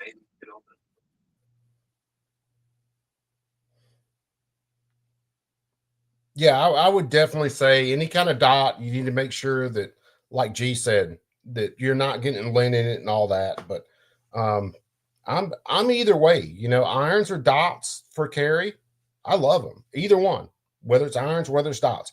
I will say this: if you've got a stock Glock, upgrade your freaking sights. Go to XS sights or something like that. Get you a better set of sights on it. Chessboard, brother man. Well, how are you tonight, man? How things going? I like running the True Dot TFX sights because you have the best of both worlds. You've got your fiber optic rods and you've got your tritium sights in one. So, yeah, and like that's probably what I'm going to put on my 43X next. But I don't have to run suppressor height sights because it's a direct mount to the slide. So just running my standard sights, I can co-witness. I mean, it's a true co-witness. It's not a 3/4 witness. It's not it is a true co-witness. Oh, nice. Because even on my carry, if I took my either one of my Swamp Foxes or one of my Gideons off one of my other guns and put it on my carry, I would still have to use a higher sight, even though I don't have to have adapter plates on it. It mounts directly to the slide, the way it's cut. I wouldn't get a true co-witness off of that on any of those. And I'd have to look up model sights and all that. I know the Gideon is the Rock. The couple Swamp Foxes I got, I'd have to look up models on them because I don't want to lie about which model it is. But even those with a standard height sight would be like a lower 1/3 witness instead of being a true co-witness. Hey, while I'm thinking about it, since Chess just popped in and Chess has been putting up some pretty good stuff, you guys all, as always, you bastards, throw your channels out in the chat, man. We've had a bunch of new guys flip through the chat tonight, man. So you guys throw your channels out. At one time we were up to like 38, and there were a bunch of new faces. Now, some of them weren't exactly well, probably happy with the content, but as always, when we have some people come through the chat that are seeming to be a little bit on the left-hand side of the road, they don't want to come on stream and explain their points. So there's that. But yeah, you guys throw your stuff out there. Sam does a lot of gaming stuff. You know, Chessboard throws out a bunch of memories, I should say, that kind of tell you how we get to certain places. He's real good about going back in the past and looking at whatever you do, older materials and bringing it back up to be like, hey, remember this? Or this is how we got here, in case you're asking. So, and G, throw yours out there too, Goober. I don't do anything. Whatever you do, you don't want to follow me. My channel sucks. Hey, if anybody will follow me, G, they are way, way less likely to go to hell if they follow you. I'm actually at like almost 630 people. Dude, I haven't checked. I'm getting close to 5, which is absolutely astounding to me. I think it was like 450 something last time I checked. So we might have to do maybe this coming weekend, not this weekend, but maybe this coming weekend, do a 500 sub giveaway.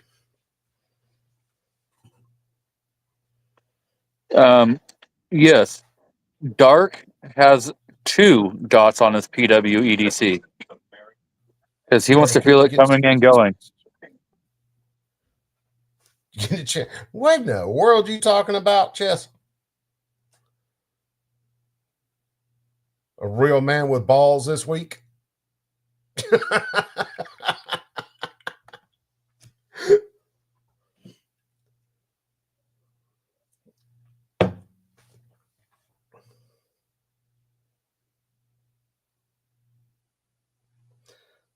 Anyone have a dot on their PWEDC? I will say this: if you do put a dot on your PWEDC, you need to have a cover over it. That way, when you rip it and grip it, you can flip it off real fast and be able to see through it. Just saying, life advice. I told him that Dark had one. I had 2 on, so you could feel it coming and going. Ugh. Of course, Dark's got 2 dots on his 357 7-inch Magnum. So I wonder if those guys are tired of SHOT Show yet. Tonight's the last night for them. They should be headed home sometime this weekend anyway. Did Dark even go? I think Dark stayed home. Did Dark stay home? I thought he went. No, he did a live stream last night with Josh from Fat Tech, and he was at home.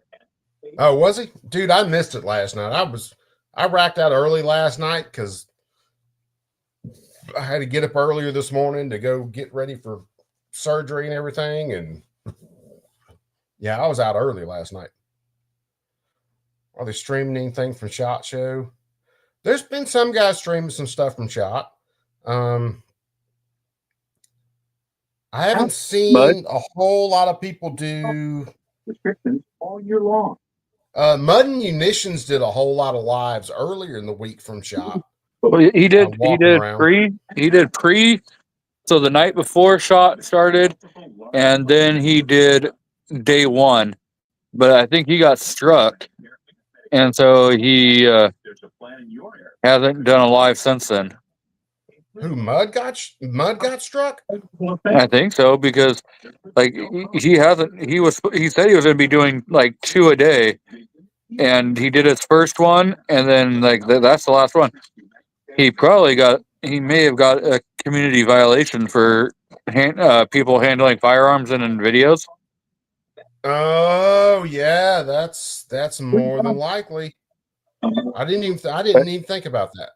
Especially But at something like SHOT Show. Yeah. I mean, come on. I mean, I could be wrong. Maybe there was a different reason why he didn't go and keep doing them, but I don't know. It was kind of funny. Rich will have another 200 shorts casting shade at somebody. Yeah, he will.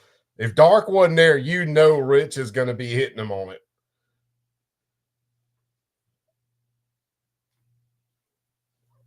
I mean, I do understand because shot is expensive. I mean, it is expensive. Oh, yeah. I mean, unless you have somebody you can really trust and you're really willing to,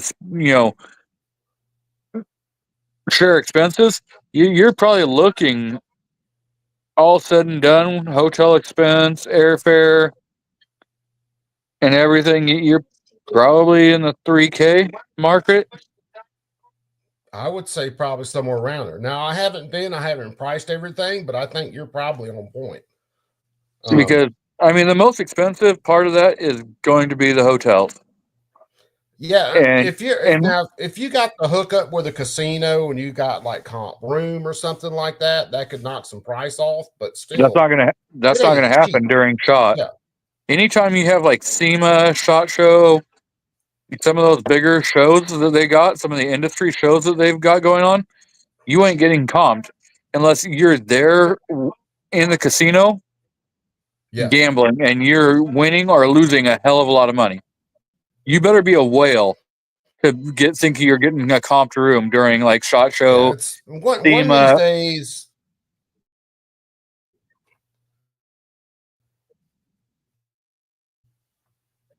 Yeah, because Vegas makes some serious money off those shows. Some serious money off those shows. So, like, unless you're going to come off the strip, or you're going like Airbnb, something like that, you're going to be spending a lot of money. But then you're looking at, okay, now you got Uber expenses, you got a car rental, you got parking expenses if you got the car rental, you have all this other crap, plus you got food. Totally random. And when it made it to the law, One car, what's up, brother?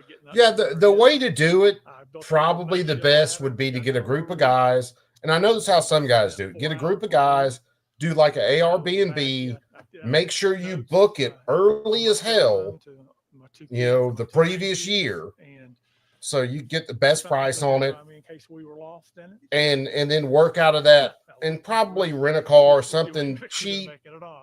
Don't go with the freaking Escalade, what the hell ever. And drive back and forth to the shows. But and one of these days I'll do it. One of these days I'll make it SHOT Show. I need to try to make it to GOA next year or this year. So you got like the monorail. If you can be somewhere close where you can get to a monorail, you can get to the monorail. That could be your cheapest way. Yeah. Because otherwise, what was it? I think somebody was saying it was $20 a day for parking.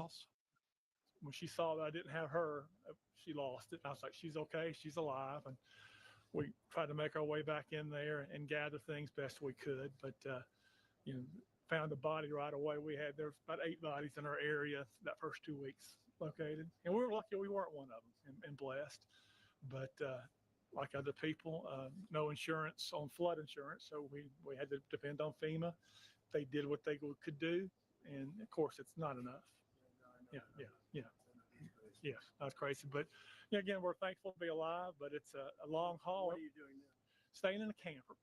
I've never been, if y'all notice, I'm a big guy. I don't sleep in campers very well. And the first night we spent in the camper, very grateful with the Asheville Dream Center coming through with one. And You still have the land? oh yeah, it's family land. Yeah, the land, it looks like a beach now. It's sand, but Can it be built on? yes, Do you intend to do that?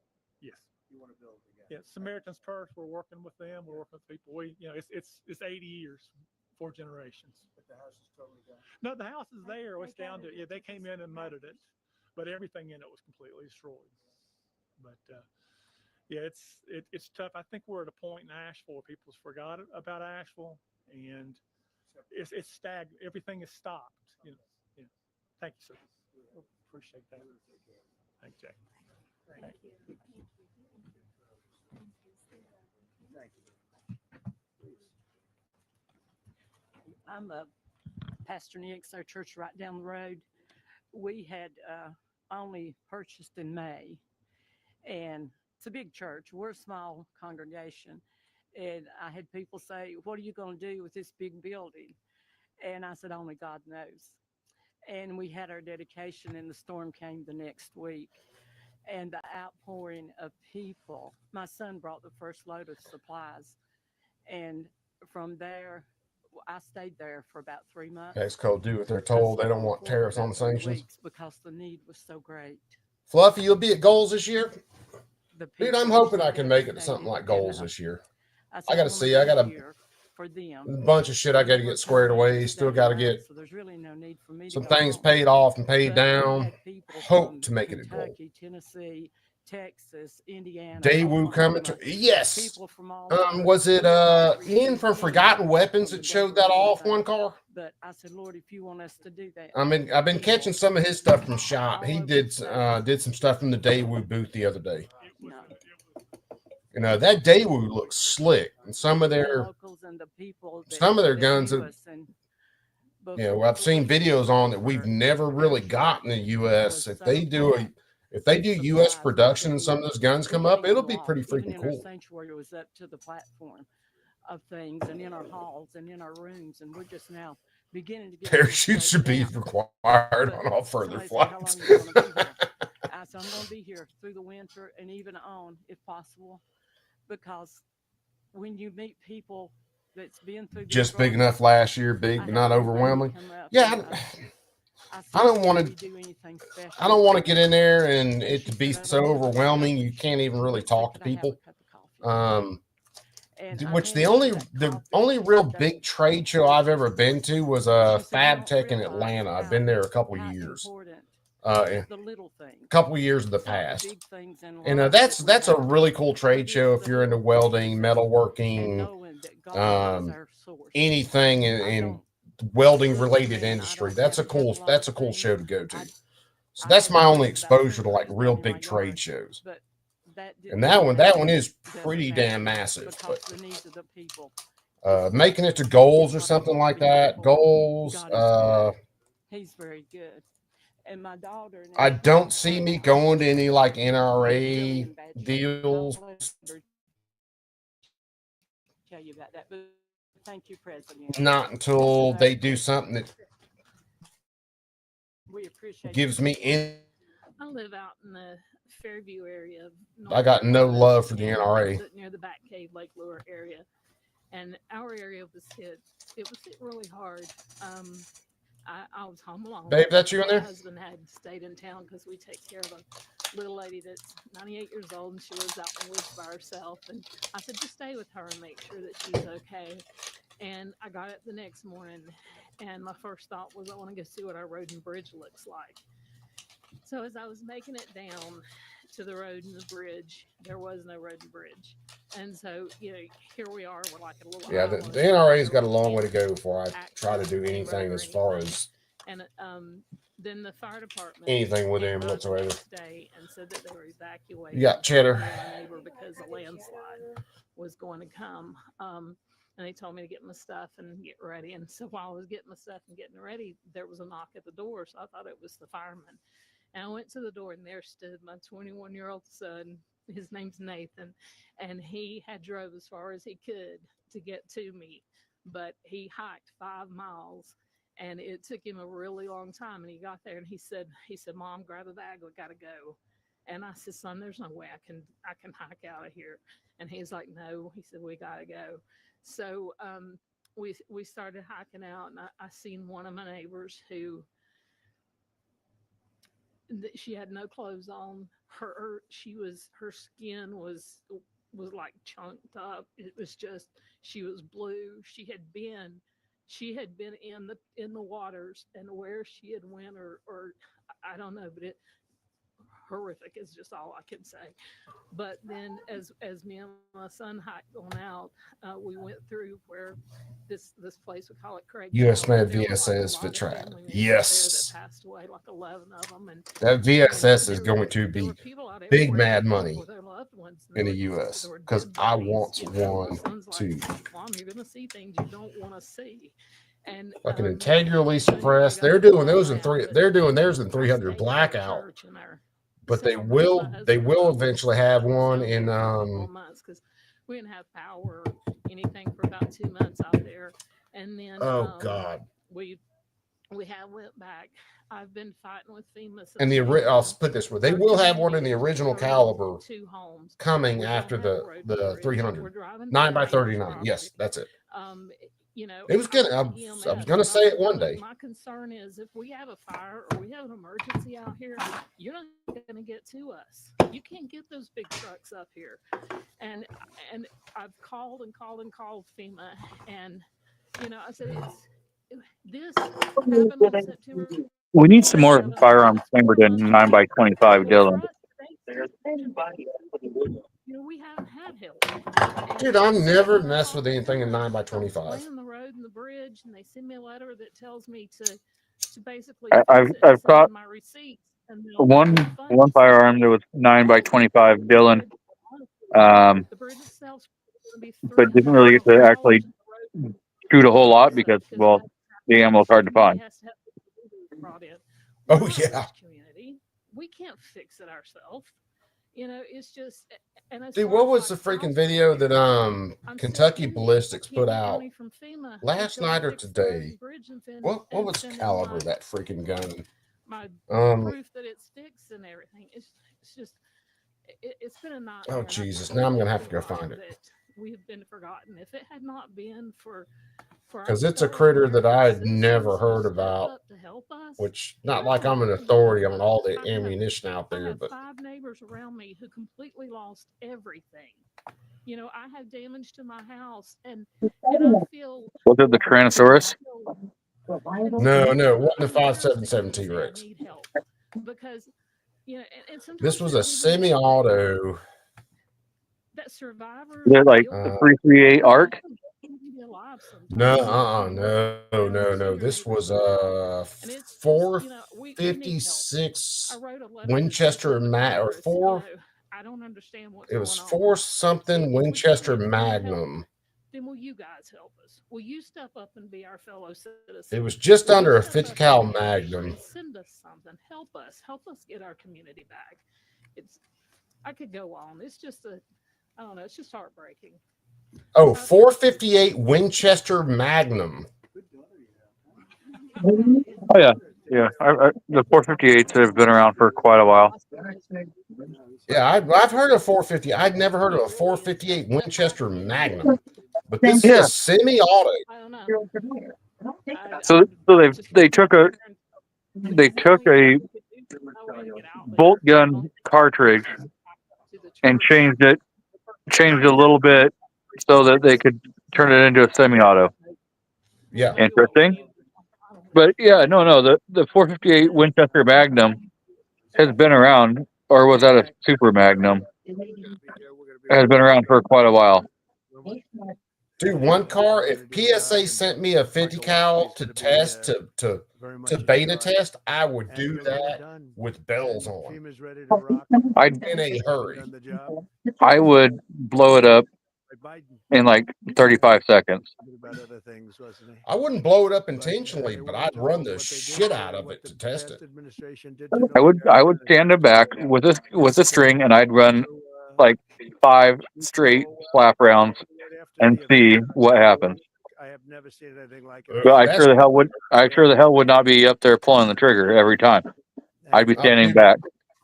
when not to let the people when behind Kentucky this. Ballistics I got wanna blown be up with with that our 50, he caught a congressional hot delegation round. and some of the It other wasn't just a politicians slap that were round. there. It wasn't just It's an barrel honor to have blockage. Michael He Watt caught here a as hot our round. scientist. Someone Basically, reloaded Well, that Vice round. President well, And it if was you hot. and Laura if you if, Trump, if you pay attention, the Republican Party. So that was the third hot round. North Carolina. So Because you could see the way two others reacted good luck. before he hit that third hot round. Thank you. Thank you all But very and that's the thing with slap rounds. You don't know what the hell is going on with them. You No, have no not when you clue. get them from somebody out and Joe Smo off the internet. No, you don't know what's happening in those rounds. Tactical FUD, my brother. What's going on with you? That's what I want to do. We want to bring it locally so that a state takes care of its problem, and then they Dude, can are they bring it going to down get to a this local level, Hegseth vote, or are like we just going to be Samaritan's Purse and stuck Franklin, here in limbo? because that's one of the No, they're gonna drag their heels in it, and they'll do it at the very last minute. that did a great job. Be, so they got about an hour before they'll finally do it, because then they're gonna wait for They did a bad a job. vote They at did 9 p.m. Eastern, so it wasn't 6 available. Pacific. What the answer is, you get local. That I think it'll work much I better. wouldn't put it past them to hold this vote up till way past 9, man.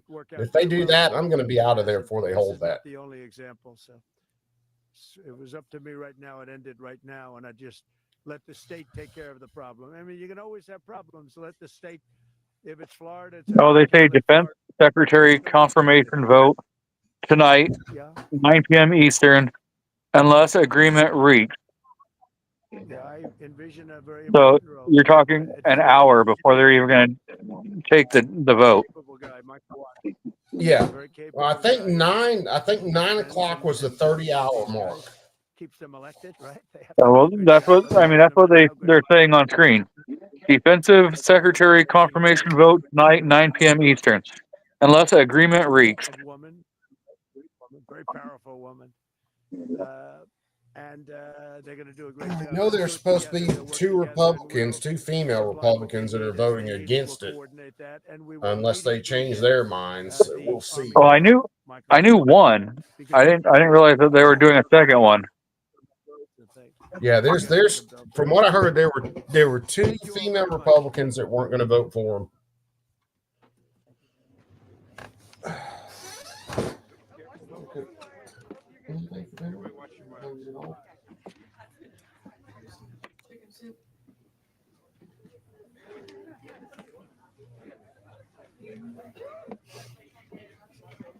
No, I'm still kind of full up, eating a little pizza before I left Mom and Dad's.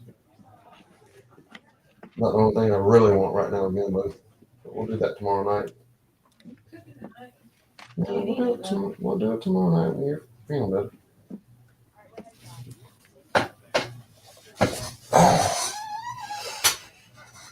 I know, there was a cat fight.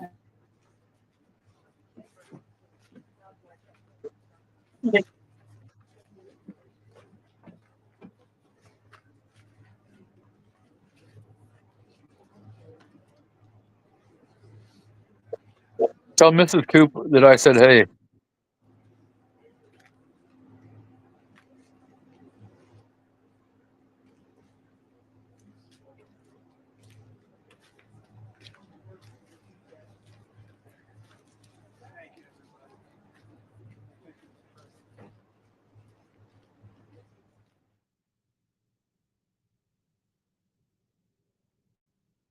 Her tummy's not feeling good. She said hi.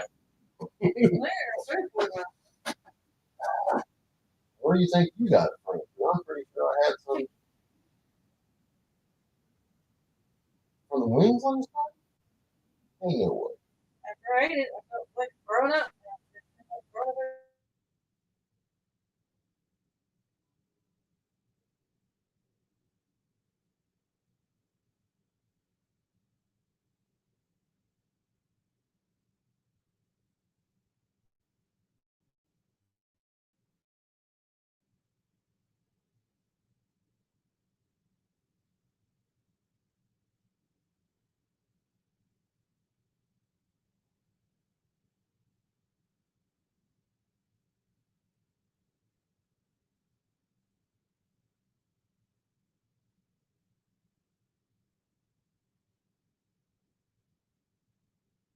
Could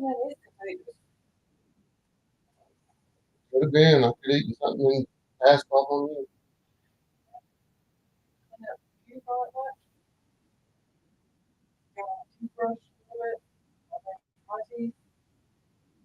Could have been.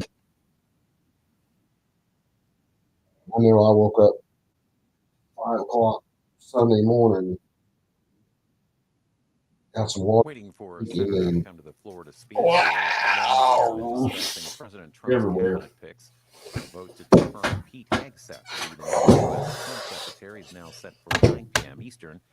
That should be followed by a procedural vote on President Trump's Homeland Security pick, Kristi Noem. Further votes over the weekend still possible, according to Majority Leader John Thune. Live coverage of the U.S. Fix your hot bag? on I'm C-SPAN gonna 2. fix one. Can I sit, please? I was volunteering as tribute to take care of you, my love. Seth, let's continue on this line of questioning about sometimes referred to as women in combat. Are you trying to get rid of me? That phrase is No. certainly You a can do that. misnomer. I'll leave you alone. Many members of this committee Not at have all. served in combat in the last 25 years, to include women and men. I'm sure all those men served with women, whether they were military police officers or they were pilots or whether they were intelligence analysts or medics or what have you. You served. I assume you served with women who were on the front lines as well. Is that correct? Yes, sir.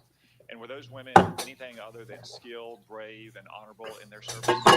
Yes. Best soldiers I worked with. So women have been serving in combat for a long time. Women have even been serving in combat units like infantry battalions for a long time in roles like medics or mechanics or what have you. So what we're talking No, you ain't wrong, Chess. is women in More than 5 days. Yeah. in jobs like infantrymen or artillerymen. I'll give him props for the last 5 days for sure. That wasn't the case. Under Secretary Panetta, those roles were opened up. Pardoning people from J6, pardoning people who were thrown in jail for protesting at abortion clinics. Rescind or alter that guidance. EOs to overturn a bunch of Biden's dumbass stuff on drilling for oil. Yeah. He has not indicated to me that he has plans to change whether or not women would have access to these roles. However, I would point out, ensuring that standards are equal and high is of importance to him and great importance to me. Because in those ground combat roles, what is true is that the weight of the ruck on your back doesn't change. The weight of the I don't know. 175 round. Maybe not everyone heard, but I know we were talking about it last night on Dark Stream. All of us need to be going over onto like X, Instagram, Facebook, Have been eroded. and tagging like Donald Trump and like GOA, all of them for pardoning, giving CRS Matt Hoover a pardon. Meritocracy. So hashtag free CRS. So that's the kind of review I'm talking about. Yeah. Women have access to ground combat. Okay, so thank you. So you expect no change to that guidance, but as you point out, in these specific jobs, there are irreducible physical demands. We expect our intelligence analysts and our mechanics to be physically fit in the military, but it's different when you're in the infantry or the artillery. You just mentioned a few things. Let me point it out. An artillery shell weighs almost 100 pounds. An Abrams tank round weighs around 50 pounds. The M240 Bravo machine gun with its tripod weighs almost 50 pounds. The average weight of a full kit, ammo, water, commo, body armor for a soldier is over 100 pounds. Nothing you can do can change any of those things, right? That is physical reality. Go ahead. Yes, Senator. And I would say the requirements to handle those things in a ground combat unit, as far as standards, can look different than those of a medic or a drone pilot. And so it's not that it has to be the same standard throughout. It's standards to maximize efficacy of that particular position. Let me read a quote here from one Army officer. While it may be difficult for a 120-pound woman to lift or drag 250 pounds, the Army cannot artificially absolve women of that responsibility. It may still exist on the battlefield. The entire purpose of creating a gender-neutral test was to acknowledge the reality that each job has objective physical standards to which all soldiers should be held, regardless of gender. The intent was not to ensure that women and men will have an equal likelihood of meeting those standards. I assume, based on your testimony, you agree with that Army officer? Absolutely. The standards need to be the same and they need to be high. And they need to be set by the people closest to the problem set, closest to the understanding of what is required by that job. Commanders, commanding officers, and COCOMs and elsewhere who understand the reality of what they face, that's the feedback we should get. That's what should be enshrined and enforced, and no other set of political prerogatives. When I talk about removing politics, ideological or political prerogatives should contribute to those determinations, nothing other than the execution of the mission. Thank you. For the record, that Army officer was Captain Kristen Greast, the Army's first female infantry officer and one of its first female Ranger School graduates. One final point, you said they need to be objective, gender neutral, and high. That's because the demands are, in fact, very high. The current physical fitness test for the Army has a minimum 2-mile run of 22 miles. Run.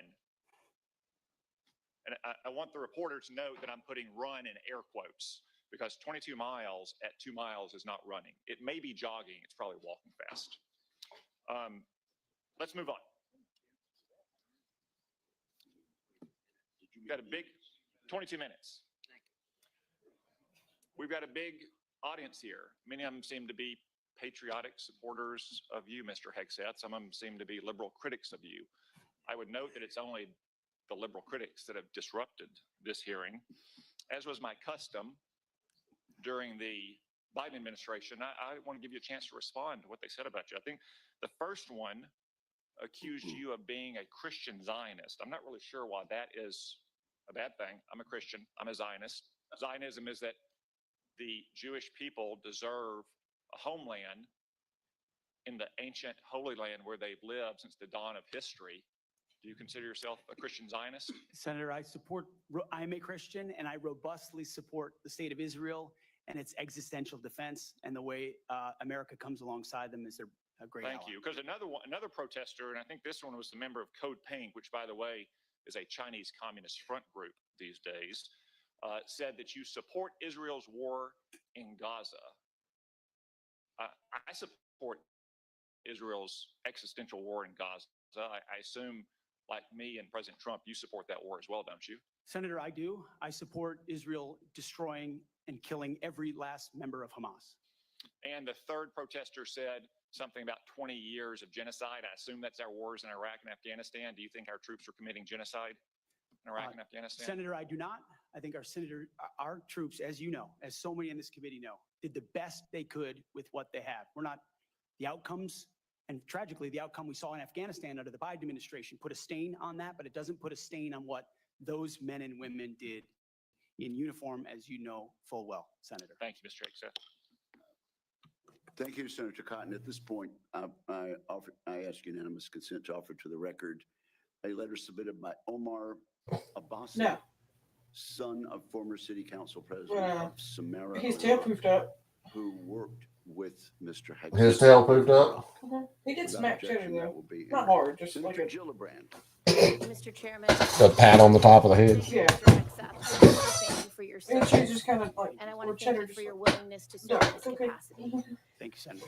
I have many concerns about your record, and particularly your public statements, because they are so hurtful to the men and women who are currently serving in the military, harmful to morale, harmful to good order and discipline. How is it harmful to morale when you say someone should not be transgendered in uniform? Because the quotes themselves are terrible. You will have to change how you see women to do this job well, and I don't know if you are capable of that. You are so when I you want put that to press uniform on on? these issues that my colleague Jean Shaheen brought up, because she It's said supposed to be part of the military, not fucking soldier. answered your question. You're not he, they, them, she, her. That any American who wants to serve You're their sergeant, country in the cadet. military. So you agree with me. When you join the Army, Marines, whatever, you're supposed to conform to their agenda, not them have to conform to your agenda. Active duty service members.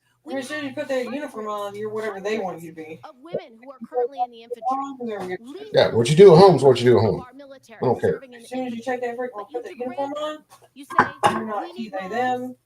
And the military definitely shouldn't be paying for fucking transgender So surgeries. specific to Senator Cotton's question, because Senator Cotton was giving you I don't know. The Australian military pays for blue different jobs. types of combat, and specifically As secretary, would you Okay, take any I action am pro boob to job. the I just don't think the military should be paying for it, female service unless the members, chick gets a tit knowing blown full well off you have and then hundreds of they women doing that reconstruct job it. right now? And the standards, your 2 mile run, Tom, is about the Army Combat Fitness Test. It is not the requirements to have an MOS 11 Bravo, which is I'm pretty sure you could get smothered by a woman with double D's, but a woman with double A's would kick your ass on general purposes. very difficult to meet. They have not been reduced in any way, and our combat units, our infantry is lethal. So please explain specifically. You will be in charge of 3 million personnel. It is a big job. Yes. And when you make these public statements, and I get you were not secretary. Does she even count as double A? I get you were on TV. I She get like you A were helping minus. veterans. I get it was a different job. But most recently, you said this in November of 2024, knowing full well you might have been named as Secretary of Defense. So please explain. Kind of like the battery. The more So they are A's, smaller, the yeah. smaller they are. And they're mean. And they disrespect men and women who are willing to die for this country. Senator, I appreciate your comments.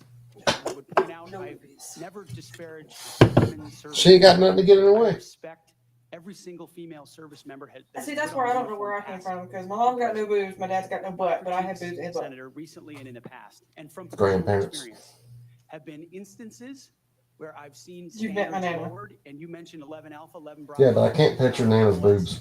Places in units. Itty bitty. And the book that has been referenced. Her and my mom have the same multiple times, shape. The War on Warriors. I spent months talking to active duty service Oh, members, hippie. men and women, low ranks, high ranks, combat arms and not combat arms, and what each and every one of them told me. I'd have to see photographic evidence from both the same age, side to side comparison. Indirect, overt, and subtle standards. Have Part of been yours is that changed Hungarian blood, I'm inside just saying. Infantry training units, Ranger School, Really infantry seeing good pictures battalions of to ensure my that mama, these so. standards meet No. Give me an example. I get Oma. It's probably been Oma.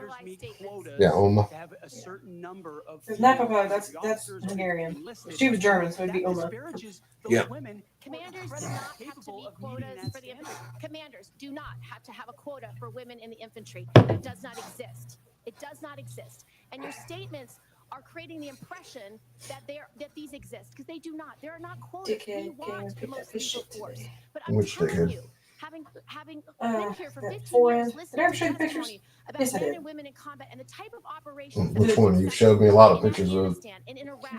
Women Recent, were like the essential for forend was many of pushed those units. forward When because Ranger the screws were units too were small able to and find where the terrorists hiding they in pulled out. Afghanistan or in Iraq. If they had a I don't know whether woman you showed me in the that one, unit, baby. they could go in, talk to the women Had all in that a bedding village, compound say in it. where are the terrorists hiding, I where don't are the know whether you showed me that and picture. get crucial information to make sure that we can win that battle. Jackass. So just you cannot You denigrate think? women in general, and your statements do that. Because Pat was going to try to give him a deal on it, Especially Mhm. in and combat. then What a terrible statement. I don't know how he Please, was with Pat, do not deny that you've made those statements. You have. but he wanted to talk about like what was done to it, Very and seriously. I was the one We that will worked on work it. with you. I'm So equally Pat distressed. called me up You did front, not meet with me before this hearing. and I was trying to We covered explain all of this before you came here, so I could get to the like 15 the other stock was questions cracked, that I want to get or the to. forend was cracked. He's like, no, it wasn't. I'm like, well, there was a crack in it. Members of the LGBTQ community. Like, well, I Did you sent know that when this Joe gun Hotel off was in place, we lost to have so them many fix crucial the personnel, crack, and they just put a new thousands of forend on there. critical Like, areas. well, We they lost didn't, 10% of because that all crack our was still forces, there. speakers, because of a political policy. I said, well, that's You not why I said brought it in. your I brought it in statement, because you the don't want little politics latch, in the DOD. it's one of the ones that you pull Everything down, not like said the in these lever one. public statements Yeah. is politics. I don't want Because that women, I wasn't don't want moms. What's wrong with working. a mom, by I the was way? like, Once yeah, you have because the babies, you forend was therefore pushed no longer forward. be It able wasn't to letting that lethal, button go and you're down. basically saying women after they It was have binding. children can't ever serve in the military in a combat Because role. whoever It's repaired it it's a used silly thing to say. two small It's a silly thing to screws, say. Beneath the so position the that threads you pulled are out. aspiring to. To denigrate And I LGBTQ trying to explain that, he kept cutting me off, is a cutting me off, and mistake. cutting me off, You and telling are me, a no, that's not what sharpshooter. happened. Your No, statement, that's not. regardless of what No, your they said information they is, put a whole new regardless of forend who on you it. are. So please, Well, they lied to your you. statement. I said they So you lied. say That's what I said. They that lied it's a to you. political thing. They You fixed say, it poorly it and sent it undermined back. us, social engineering. I don't And know he kept why interrupting me, so I sort of having said, someone never having to mind. And I publicly walked in the say, office and stood next to but Pat. not publicly say who they love is And then social engineering. I think Pat started talking to him, and that guy was like, "Oh, well, I had it fixed here." That is not what you said 5 minutes ago. Yeah. in the military if they meet the standards. Well, they had to go to a dealer. We're not a dealer. Let's face it, douchebags and dumbasses are what keeps gunsmiths in business. Yeah, well, douchebags and dumbasses need to leave me the fuck alone. Can't serve LGBTQ. And then last, can't serve if you're a leftist. The statements you said about people who Pat can see it on my face. I'm just like, never mind. Like, never mind. I'm not talking to you. Oh, at a certain point, dealing with a customer, yeah, you're definitely going to get to that point where it's like, no, I'm done talking to you. Yeah, so Pat was thinking about giving him a deal, and then after that, you're like, nah. Volunteered to deploy to Afghanistan. Argumentative. Democrat You're being a President twat. Barack Obama. I also volunteered to guard the inauguration of Joe Biden, but was denied the opportunity to serve because I Pat's was pretty identified patient. as an If people are extremist kind of rude and by snippy to my him, own he unit does for not Christian tolerate it to his employees. Period. Thank you very much. No, you get the asshole tax. You and refer to it during your questioning. Would you like Well, that's that not why I entered brought it into in the here. record? No, that's not why you brought it in here. You brought it in here because that button wasn't working. Well, guess why that button wasn't working? Without objection. The shit was cracked and the screws they used were too small. At the point of your question. That's why I was asking you when you dropped it off what was done to it. Well, that's talking. The only thing that was cracked, his brain was cracked. Colonel Melissa Cunningham. He was probably smoking crack. Hegseth, and mentions his warrior ethos, combat effectiveness, and maintaining military training standards. So without objection, both of those will be admitted, and I now recognize Senator Rounds. Thank you, Mr. Chairman. First of all, good morning. I'd like to thank you for your... Yeah, Sam, I'd be for women in uniform as long as they can pass the same exact test that men can. Your willingness to enter into this maelstrom of public service. And the fact is, 95% of the time, they can't. To support you speaks volumes. I'd say there's a caveat to that. Family service and sacrifice. What's the caveat? You know as well as anyone that it's not just the man that enters the Are arena, women but allowed it's the in like entire full family who combat also situations? works Like their as way far through this forward as men process can go as in well. combat? They are at this point. Do I think they should be? No. With you and with your Why should they wife pass the Jennifer same this last month. stuff if they can't I do the thought same we had an stuff? excellent conversation, and I appreciate your Explain it better. and your Talking answers about to your major fellow frontline roles. Now, she's going to be working in admin, or she's going to be a drone pilot, or she's going to be doing something medical that's not out frontline the troops. appreciate my friend and Then colleague yeah, Senator she shouldn't have to pass. Gillibrand and some of her questions, and I know that Yeah. she had a number of them in there. Yeah, it would definitely depend on the mode of service. Were there any Definitely. other responses that you would like to make or clarifications You know, that you would like to make? if she's before I the move on? badass hot shot freaking pilot, she should have to pass whatever the men pilots go through. She's the badass drone pilot, which have shown a great deal of success on the battlefield. then she should have to pass a lower physical standard than say your frontline troop. Been in If she's a nurse, she should have to. where Huh? the language and gender barrier. Yeah, drone hey, pilot. yeah, you're right. And the men would be the same way. I think it needs to be the standard depending on what you're doing. A massive But that's the thing is, front line in the that really. I also dirt troop, recognize that female a engagement. high standard. Everybody should have to pass the same exam. As far as politics, Senator, What were you saying, G? You kind of my So- connection kind of went in. so they don't have just like an MOS standard. You know, it's not based on whatever MOS you are. Most of those are based on you're going to, you know, if you're male, this is here. If you want to be active duty, you have to be able to do this standard. Period. Now, if you're a cook, if you're the tank commander, if you're, you know, a fucking, you know, ranks monkey who's out there turning wrenches on the Jeep and whatever, you're still passing the same physical standard as the ground pounders, as your infantry guys. Now, The armed forces could definitely go to a standard, and I realize they want everybody to pass to be the trigger puller, but they could definitely go to a standard where each MOS has a high standard that you have to meet, and if you don't meet that standard, you can't go to that MOS. has a But fair fight. And this Fluffy, is always Fluffy has was been. asking, have you ever Those worked are the on an types of questions 870 I'd like to trigger get group? into right now. And I want to start by talking about something that sometimes gets a little bit into the weeds, but I think She says yes, Fluffy, because I know she has. Mr. Hegseth, from what I've heard from 24 So if you got a senior question about an officials 870 hearings trigger group, over the yeah, last she 2 can years, including the Secretary of Defense, answer it to the best of the ability over the internet, probably. combatant commanders, Yes. is You the know chair yourself of answering anything about a portion of the spectrum, and this is in the weeds, firearm we're gonna have to get it on the malfunction record. The issue, 3.1 to 3.5 having it in your frequency hand is the best would way to have go. extremely serious consequences. So And live very life, costly that's the thing is if they want that equality and everything else and they want to be able to go be on front line, then they should be forced to be signed up in selective service just like men. You can't have your cake and eat it too. It's Your one or the wife other. asked like a little D-looking pin. What will you do to make sure that the Immediately when I read that, she went like a little D-looking pin. and Clip, be able to clip, maneuver within clip, the electromagnetic spectrum at No. home and abroad? Never mind. I Would won't make you that be joke. willing to literally go to the mat It's not a full with circle. the It's flat on one interagency side to and it protect curves the around, but warfighter it doesn't requirements for the use of the spectrum? Looks like a D.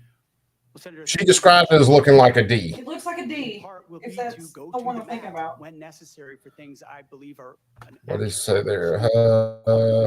for the Does a Department of trigger Defense pin have a and men and clip women. on both There's no sides? doubt about that. On this He Drawing says yes, shows D. one cut on both As I've sides. said before, It's just one, getting a but they're full kind of class just because this issue has She come up said multiple normally times. there's just one. It's critically Yeah, important. he said yes, D, right, as the next comment. Yeah, yeah. I'm gonna And get then a classified he asked briefing whether with there the were committee about two. what that The would, wife how said it would no, work in normally the there's just spectrum, one. if it were to allow other companies or other it to be Rest auctioned assured, off. China Have would to know. China would love to have our things ability to bust off, use you that part of the spin around. district. They would And love that. absolutely right. And so I But would there's go probably in with some eyes models only that towards require ensuring we have two, the capabilities we need and they no just use the disruption when same I take pin. that break. Thank you. Yeah, you could be right about that. There's some models that will require two clips, but some models don't. Russia, Iran, So they and just North cut the Korea same pin for undermine and U.S. use it for all infrastructure models. There's globally. plenty of stuff like that out there. Aggression by one or by any one actor would be an Yeah. opportunity.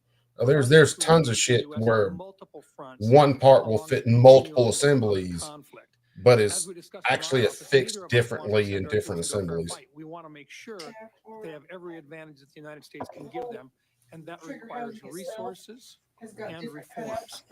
Given the growing potential Yeah. of a multi-theater conflict Yeah, involving because they use multiple trigger housings in different models. steps would you take to prepare the Department of Defense to simultaneously execute and sustain And she said, yeah, it's retained by the receiver anyway, so while maintaining readiness one clip works. globally? And I just have to make note, and I want to make it clear. We have language in this Is year's that the fiscal same? year 2025. Was it an 870 that Trey brought over that time? The department's operational plan. It was sticking. It was his dad's. Just hadn't been shot in forever. We pulled it out. It's And that we will have, if we have worked it a couple times, popped back in, and worked fine. that we're going to have two battles or two different Which one is Benelli? He had a hydro dip? No. Senator, which is why I This believe wasn't hydro dip or anything. incredibly fortunate to have a new commander in chief in Donald Trump, who through the strategic approach he has I was taken amazed there was so much with allies plastic in and that damn against trigger group. foes, has prevented wars and is determined to do the same. That's our chief job, is deter and prevent wars. My job, should I be confirmed at the Secretary of Defense, is to ensure we have the right prioritization of assets. Yep. And strategy, It's like a date. and then That's the only way I know how to tools in the track it. toolbox It's a little D clip. necessary. The pointiest possible. The fact the trigger pin's cut on both sides concern me. It's probably because that same pin works on multiple guns, Fluff. President Trump at the helm, I think, will go a long way. It's just the right diameter and had the right There's a new sheriff in town. distance for the cut. And they were like, it'll work there.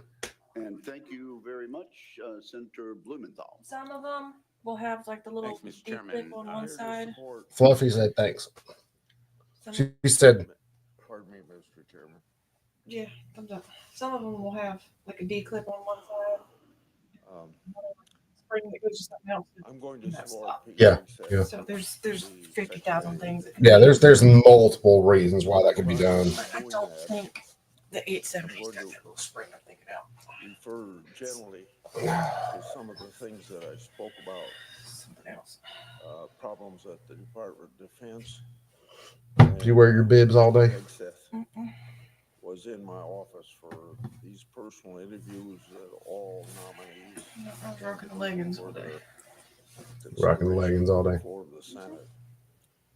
One of those subjects was my oversight work of the Leggings, Department of Defense. kitty blanket, my I've bat been blanket. conducting rigorous oversight of the Defense stayed in my Department, chair. along with other federal. I didn't go far today. You didn't go far today, huh? Congress. Is it cold down there? It got a tidbit nipply. It was when me and the kids left the house at what a little after 8 this morning. It was 21 degrees when we left the house. It was a tidbit nipply for us. It was 31 here. Yeah, it was 21 degrees when we left the house. Y'all got snow? We got some snow. What, a couple days ago? What, Tuesday? When I met with Mr. Hegseth, Tuesday and Wednesday when we got the snow? Yeah, it's like Tuesday and the Wednesday when we got the snow. We got a couple inches. And they like shut the entire state down. That's because y'all back east don't know what the hell snow is. No, they have no idea what snow is down here, man. At all. Like literally when I lived in South Carolina in 2012, they got a skiff. I mean a fucking skiff of snow. You could still see the ground, but just because there was little white flakes on top of it, like they shut down everything. And I got in my little 300ZX Turbo, and I was driving, and man, everyone's fucking jaw was like dropping. Like, wait a minute, this motherfucker's out here in a sports car. Oh man, it's been years ago when it snowed, man. I drove around, which hell, the last few times it snowed down here where we got some snow to stick. I was riding around the whole damn time, watching people run over each other constantly. Yeah, when I was there, everyone was off the road. Like they shut down the entire damn area. And my boss called me and said, would you want to drive a semi truck and a trailer and go pick up people so we can get them to work? Oh, it was quite funny. I was like, yeah, I guess. A couple of years ago when we got some snow, I was up in LJ, Georgia, doing some classes. We got some snow. When I came back through Atlanta, there was not a guardrail, a road cone, anything those bastards had not run into already. And if there was, they were trying desperately to run into it. Oh, is that the clip? Yeah, it does look like a D. It does look like a D, I'm telling you. Do I know the name of it? No, but it looks. It's a D clip. It's a D clip. They got E clips and C clips. General Government Accountability Office to check on Just somebody saying that they need some D. That's just all it is. Somebody for the 870 said, you know what, it's a Friday and I need some D. That's what they said when they made that. A couple speeches on the floor of the United States Senate about 8 years ago. To admit, Fluffy said he lived in Knoxville. If they called for snow, they shut everything down. Yeah, pretty much. This is pretty much the way it is down here. Yeah, these jokers can't drive in the rain. If you add rain and freezing temperatures, they definitely can't drive. Yeah, we had a freezing rain down in, and yeah, again, it shut everybody down, and it was. Oh, the freezing rain was only, I swear, we got it overnight. By 9 o'clock in the morning, it had already thawed out, and by noon, it was almost 60 degrees. Yeah, it doesn't take anything down here. If there's any road condition, they'll shut everything down. We spoke about that issue because for every nominee that comes to my office, front trigger plate, pin, detent spring. Yeah, that thing, the D clip. Yeah, she said, yeah, it's that thing. It's the D clip. A department of a few hundred or a few thousand or a few 10,000, and there's some departments around here of a few 100,000 people. It's funny when you look at some of these schematics, especially from even from sometimes different manufacturers, the number of pins that will work for different assemblies, even if they may have a little bit different cut on one piece or another, because they're all made by third parties in a lot of cases. They just want the government to do what the government's supposed to do. So Remington's got pin D47-3, but they use it in 13 different assemblies, and it's got different ways it fits into each assembly. Like my wife said, it might have a detaining piece on one side of the spring, but it's got or one side of the pin, but it's got a spring that attaches on the other side of the pin for this gun, but it doesn't have a spring on the other gun, so it's got that cut in it. It's I understand, because it's all about cost of manufacturing. 90% of them come and not having to manufacture that specific pin for each separate assembly. You don't know what's going on. You ought to listen to whistleblowers. And it isn't just a case of the nominee listening to a whistleblower. It's a case of the nominee having a culture within the defense, within their department that will. Good God, if they don't hold this vote soon, damn Chuck Grassley's going to die of old age, and so will I. And that's particularly a problem in the Defense Department, where we find too many whistleblowers ruin themselves. Yeah, it'll definitely catch your eye in some cases when you see stuff like that, Fluff. I've looked at a bunch of stuff in some guns and been like, is that what? Hold on.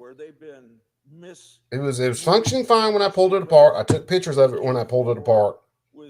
I took pictures of it, all the parts when I pulled them out. But it seems like there should be something here, but there's not. And it's because it works in multiple assemblies. If it wasn't functioning right when I took it apart, I'd be like, there's something that's supposed to go there. That's why it's not functioning right. Conversation, you, my colleagues. I gotta go buy a new punch. I expect I snapped my 1/16.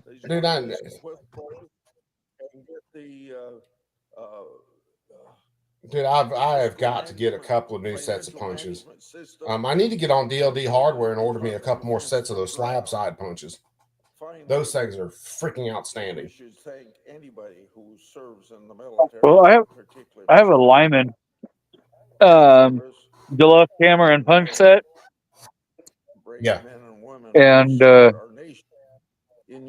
forget what I was doing, but I snapped my fucking punch like a twig. Now I told you. Oh, and that always sucks. Like it didn't snap like halfway up the punch, nothing. No, it snapped all the way back where that little piece meets the rod at the back where you're gonna hold it. Yeah, where you hold it and where you hammer on it. Yeah, that's where it snapped. Like right when those two meet, so you can't even like do anything with it. No, and I'll never throw away any of my busted punches. I can always reshape them for other purposes, but I do need to sit down and order a bunch of new punches in God knows how many different sizes. Of the Department of Defense over a period of 5 years get away with $106 million. Right at the nuts. Yeah, it broke right there. 106, 112. What difference does it make? It makes a difference because $1 is stolen from the taxpayer. Anyway, if she had stolen $5 million, she probably would still be a free person. But what's wrong with the financial management system of the Defense Department? They can't keep track of $106 million being stolen. What is wrong with the financial mismanagement in the Defense Department? Their funding comes from Congress. That the Inspector General at the Department of Defense ought to be. And half these assholes in Congress are making serious money off defense contractors. What we call in Washington. Hold on, G. Hold that up there.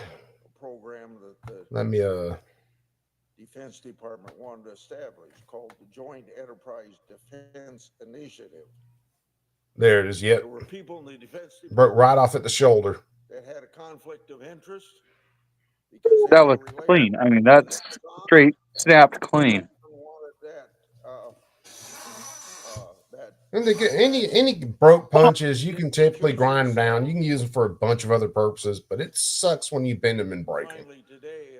And if you're going to bend and break them at some point. That started probably 5 years ago. It's short, like if you break one, maybe I got it. And it's short and stubby. It's Yeah. really good for starter punches. Because you can whack the fuck out of them. Oh yeah, the short and stubbies for starter punches are great.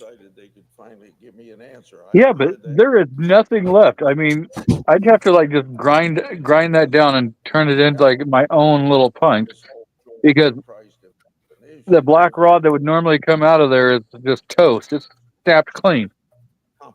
Dude, there's a couple different things you could do. You could drill it.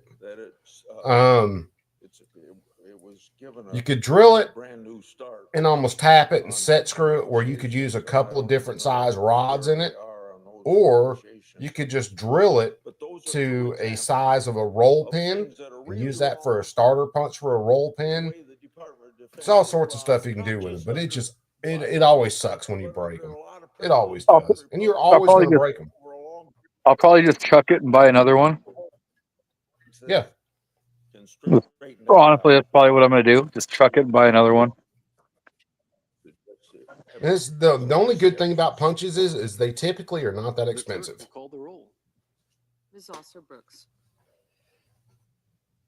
Yeah, except when you buy name brand like Lyman.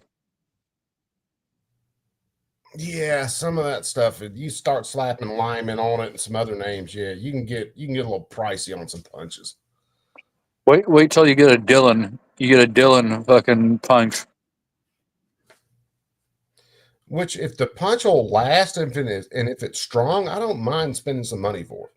Versus Harbor Freight, 40 pounds of punches for $3, but they all break in the first, 2 seconds of using them.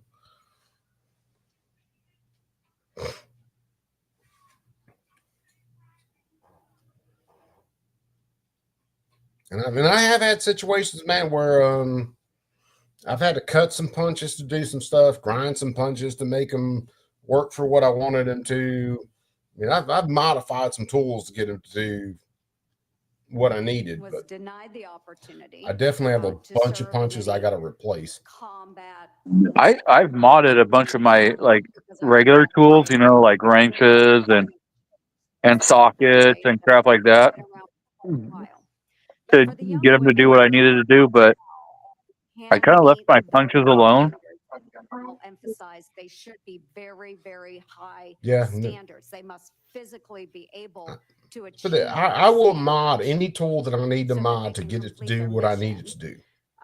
But I want to know again. It sounds funny because a bunch of stuff is purpose built, but like slab siding a punch. Will you support women? Will I buy slab sided punches? Yeah, but if I don't have a slab sided punch at the time, I'll grind the shit out of a punch to slab side it to get it to do what I need it as to we do. discussed extensively as well. It's my privilege.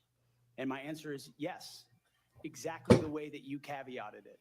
Yes, women will have access to ground combat roles, combat rows, given the standards remain high, and we'll have a review to ensure the standards have not been eroded in any one of these cases. That'll be part of one of the first things we do at the Pentagon, is reviewing that in a gender neutral way, the standards, ensuring Gender neutral. readiness, and meritocracy is front and center. But absolutely, it would be the privilege of a lifetime to, if confirmed, to be the Secretary of Defense for all men and women in uniform who fight so heroic. They have so many other options. They decide to put their right hand up for our country, and it would be an honor to have a chance to lead them. Thank you. And just very briefly, we only have less than a minute left, but we have also discussed this in my office. A priority of mine has been combating sexual assault in the military and making sure that all of our service members are treated with dignity and respect. This has been so important. Senator Gillibrand and I have worked on this, and we were able to get changes made to the Uniform Code of Military Justice to make sure that we have improvements and on how we address the tragic and life-altering issues Let me look at something. of rape, sexual assault. It will demand time and attention from the Pentagon under your Actually, let's show this real fast, because this is what ADX sent earlier.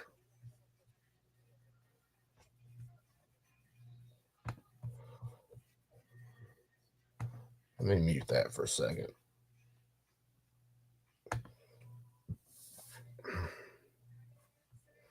This is what ADX sent earlier. Unmute it, dummy.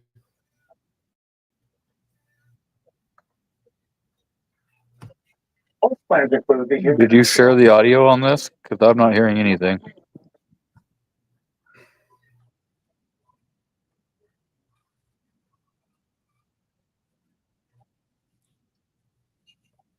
And it's what's happening right now. Listen to that again. I don't think you shared the audio. Because I'm not hearing anything. Is the audio not coming through? Hold on, browser has lost connection to screenshot. Hold on. Let me stop that. Let me share it again. See if this comes through. I don't know why it would have lost connection to that audio. All right, see if this comes through. It's called the wrap-up smear. You smear somebody. Okay. Now we hear that. 5 by 5. And then you merchandise it. And then you write it. And if they see it's reported in the press that this, and this, so they have that validation that the press reported the smear, and then it's called the wrap-up smear. Now I'm going to merchandise the press's report on the smear that we made. And it's a tactic, and it's self-evident. But I think I'm worth the trouble. It's called the wrap-up listen smear. to that again. You smear somebody with falsehoods and all the rest, and then you merchandise it.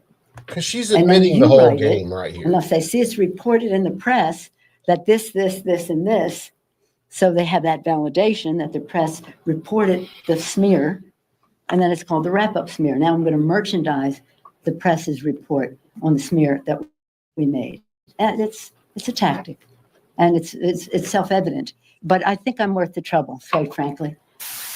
And what happens is when the press prints their retraction on a lot of this stuff, it's days, weeks later, and no one ever sees the retraction.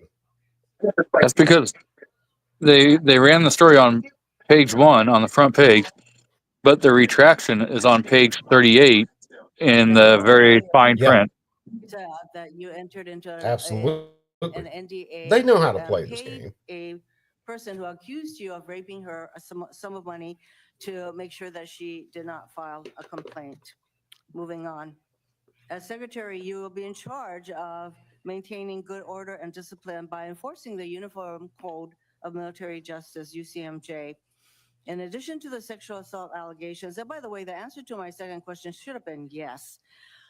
I have read multiple reports of your regularly being drunk at work, including by people who worked with you at Fox. Maisie Rono, Do you another know that brain being drunk surgeon. at work is prohibited for service members under the UCMJ? Senator, those Yes are or no? multiple false anonymous reports peddled by NBC Do you News know that run directly drinking on the job contradictory to the is dozens of men and women at Fox News contemplated Channel on it? who I work with I'm who not came hearing on the the answer to my record question. and said In they've your never opening seen statement, that. Mr. Hegseth, you commit to holding leaders accountable at all levels. That includes you, of course. And frankly, as secretary, you will be on the job 24/7. You recently promised some of my Republican colleagues that you stopped drinking and won't drink if confirmed, correct? Absolutely. Will you resign as Secretary of Defense if you drink on the job, which is a 24/7 position? I've made this commitment on behalf of Will the you men and women I'm resign as serving. Secretary of Defense I've if made this you commitment drink on the behalf job? of the men and women I'm serving I'm not because it's the hearing, most important deployment I'm not of my hearing an life. answer to my question, so I'm going to move on. While you have made that commitment, you will not commit to resigning if you drink on the job. As Secretary of Defense, you will swear an oath to the Constitution and not an oath to any man, woman, or president, correct? Senator, on multiple occasions, including as a young second lieutenant, I have sworn an oath to the Answer is Constitution, yes. and I'm proud to do so. Yes, ma'am. In June of 2020, then President Trump directed former Secretary of Defense Mark Esper to shoot protesters in the legs in downtown DC, an order Secretary Esper refused to comply with. Would you carry out such an order from President Trump? Senator, I was in the Washington, D.C. National Guard unit that was in Lafayette Square during those Would you events, carry holding out a an riot order to shield on shoot behalf of my protesters country. in the legs? I saw as 50 Secret directed Service agents to get injured Secretary by Esper? rioters trying to jump over the fence, set Again, the church on fire, and destroy You know a what? That sounds statue. to me that you will Chaos. comply with such an order. You will shoot protesters in the leg. Moving on. President-elect has attacked our allies in recent weeks, refusing to rule out using military force to take over Greenland and the Panama Canal, and threatening to make Canada the 51st state. Would you carry out an order from President Trump to seize Greenland? This is the chick that thought we were going to build a train to Hawaii.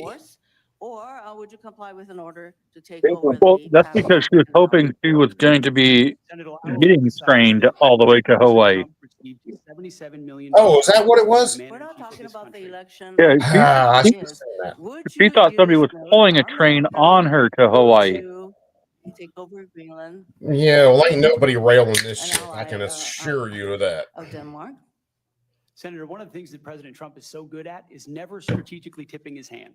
And so I would never in this public forum give one way or another direct what orders the president would give me in any context. That sounds to me that you would contemplate carrying out such an order to basically invade Greenland and take over the Panama Canal.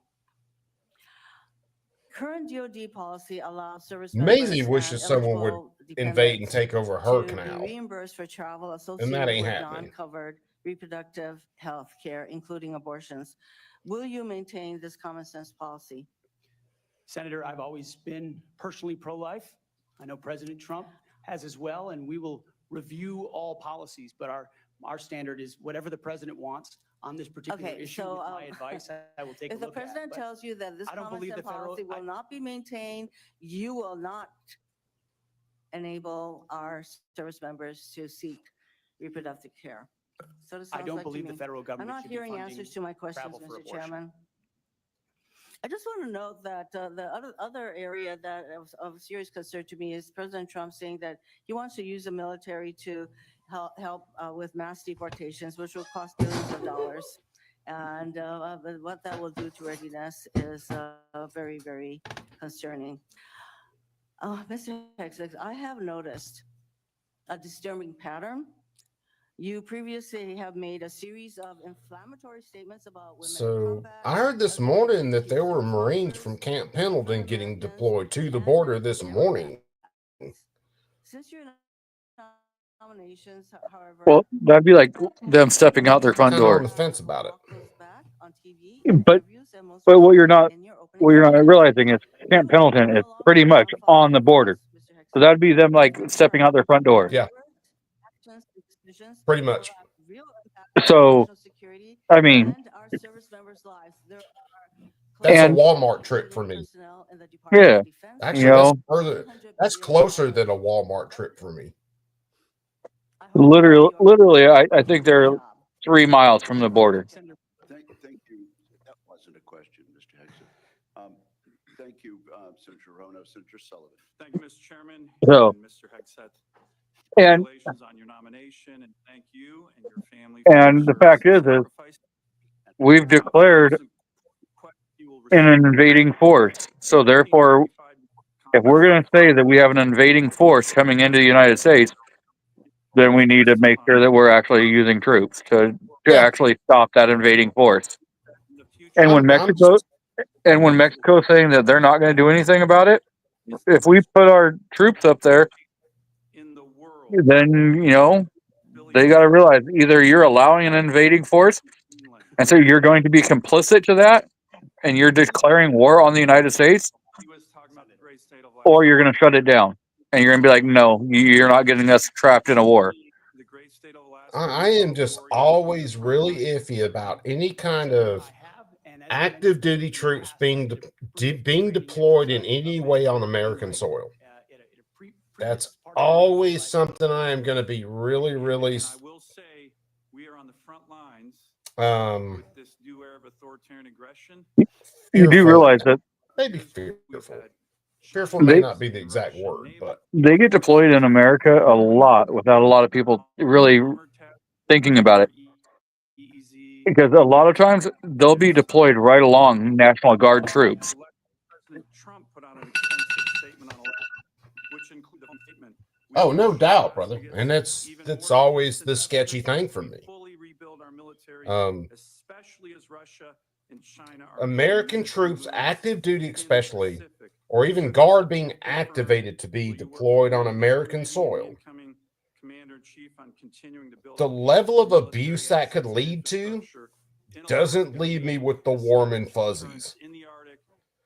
Them down on the border, and I've talked about it before. I think that is a good use for American troops versus sending them over to Afghanistan and Africa and a bunch of other countries.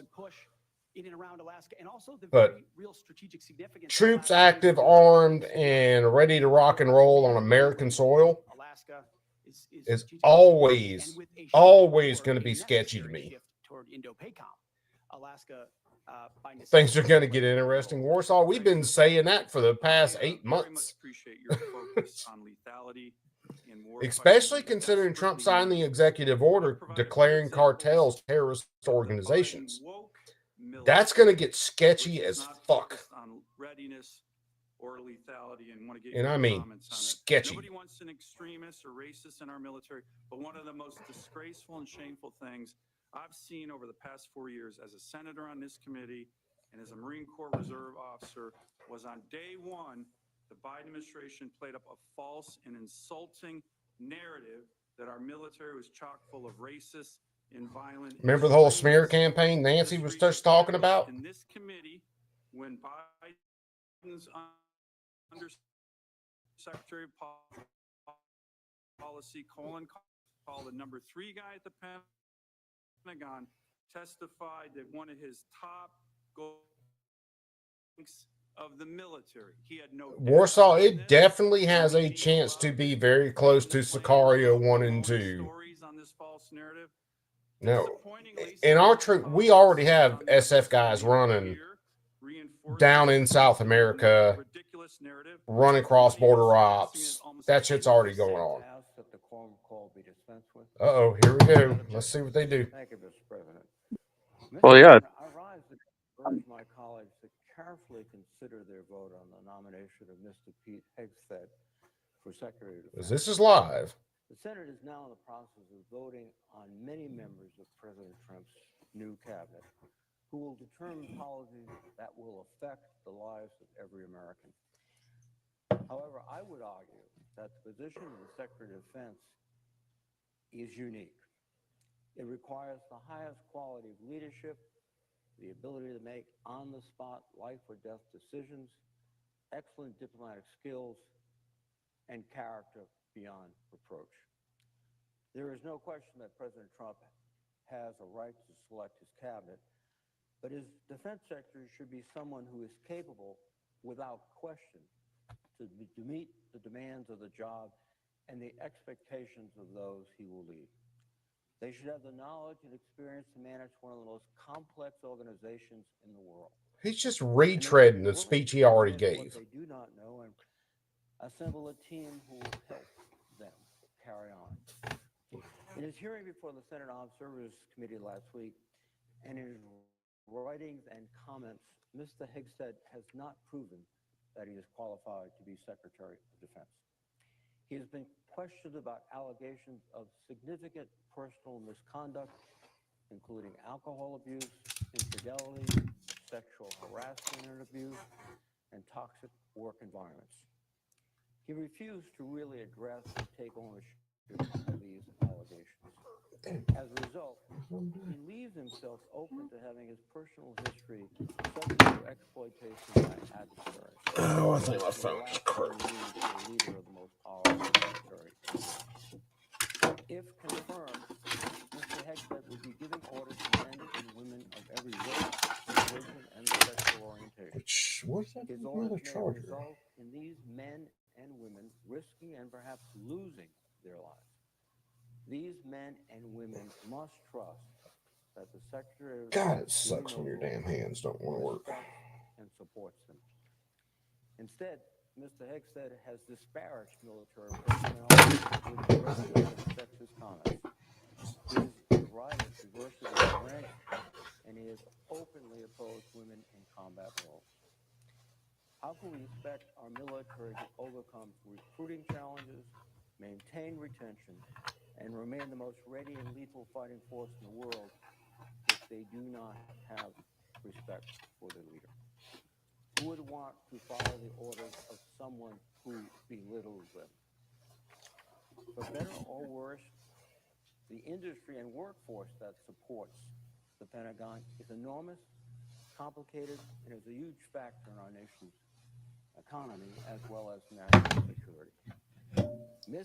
It's only belittling to say that women should meet the same standard as men if you believe in the everybody gets a trophy just for showing up breathing kind of deal. Management experience was running two small veterans organizations, both of which he drove to the verge of bankruptcy and had to be relieved from his leadership roles. He has refused to acknowledge this, and he does not seem that he has learned from the experience. Another keystone of the United States military is highly professional. The United States military is held in such high esteem around the world because we follow the rule of law and the Geneva Conventions. Our military is not like those of Russia, Iran, or North Korea, whose soldiers terrorize and kill civilians, pillage villages, and torture captives. When the U.S. military arrives, I know our military has done every one of those things, dumbass. be relieved because we hold our service members to the highest standards. But it is writing, Mr. Hegseth, he wants the U.S. to, quote, fight by our own rules. But do we want the U.S. military to fight like the Russian military that is destroying Ukraine, or the Chinese or Houthis who show no regard? 150 years of honorable service by the men and women of our U.S. forces. Like it or love it, when you're fighting someone in a war, you fight like they do. If they don't respect these rules, you don't either. To avoid Period. I don't think it has a place in that mission. You think the Geneva Convention existed in the War on Terror? Where they were cutting people's heads off and throwing people in cages and setting them on fire? To strengthen and support our military. Whoever they may be, I hope they comport themselves with wisdom, composure, and character. I like it. What year is that shotgun? 77. 77 crew. What model was it? It's Featherlight.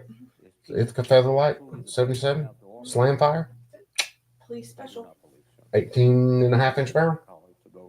No, it's longer than that. Is it longer than 18? Yeah. I mean, it's still short because police special. But it's not like. Maybe 20. Yeah. Okay.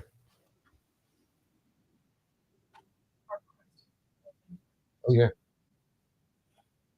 Yeah, a lot of those police guns are parked. They're not blue. And to be honest, do you really want to just nicely blue a shotgun that's going to sit inside a squad car and get all hell on that? No. cut off for the sick, right cut off, but it did keep it around for police precincts, whatever they call it. Especially Yeah. He didn't know for sure if it was slam fire when he bought it. I think they have a good slam fire gun.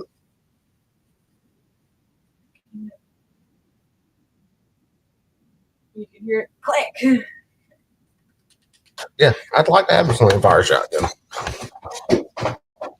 especially in Ithaca. I take all of them. Ithaca, man, as much as I love Dad's Ithaca Featherlight, it's a Featherlight might slam fire. I was wondering about that because that's got to be older than 76. Oh yeah, he got that gun when he got back from Vietnam. And Mr. President. That gun was a couple years old when he got it. So I'm damn near. Next time we're at the house, remind me. We'll pull that safe. This is something We're gonna bring home. We gotta, do some. Yeah, we got to do some. We still got to work on that damn gun. I got to figure out what the action on it's acting so damn gummy. It's dirty. Take it all apart, clean it. Those are kind of pain to take apart. Well, yeah, I hadn't thought about it. I'm willing to bet that 37 will slam fire, as old as it is. For change, not only domestically, which we're seeing being fulfilled even in the first week of this term, but also on the international scene. Am I gonna watch a the United movie? States needs to return to a position of strength, and through that strength and through that military, There's a can of chicken and stars in there that I think might be called my name. So I think one of the things that over 70 million, Americans that we see There's freaking ramen and stuff in there too if you want something like that. in government today. Oh, it's something that's not gonna be. Oh, I have to pull out of my nose when I puke. Feel that. I was taking crush it up. President Donald Trump Crush it up. in the Department of Defense. Yeah, I might have some. It's the president's choice, and we owe it to this commander-in-chief to put him in this position unless he's not qualified for the office. He's a major. Yeah, these naming cartels terrorist organizations in executive order opens up a whole lot of shit. Multiple combat tours of duty, and then I will say this: there's better ways to go about that. and he's had some struggles. So, do we get the vote in 3 minutes, or do we think that they're going to keep filibustering this thing? I have no idea. Knowing the Democrats, they're going to run this out But he's overcome those. as long as they can run it out. So Well, we'll see. this is a Republican here, so Yeah, I know, but I ain't seen them call for the vote yet. So that's supposed to be at 6 p.m. Pacific, 9 Eastern. yeah, it's 8:57 here right now. It's fixing to be 8:58. Yeah, so they'll bring him back out. They're supposed to bring him out at 9 for the vote. I agree with my friend. We should look carefully. But once we look carefully, I think we will decide that this president Chess. is entitled to this remarkable young man as his Secretary of Defense.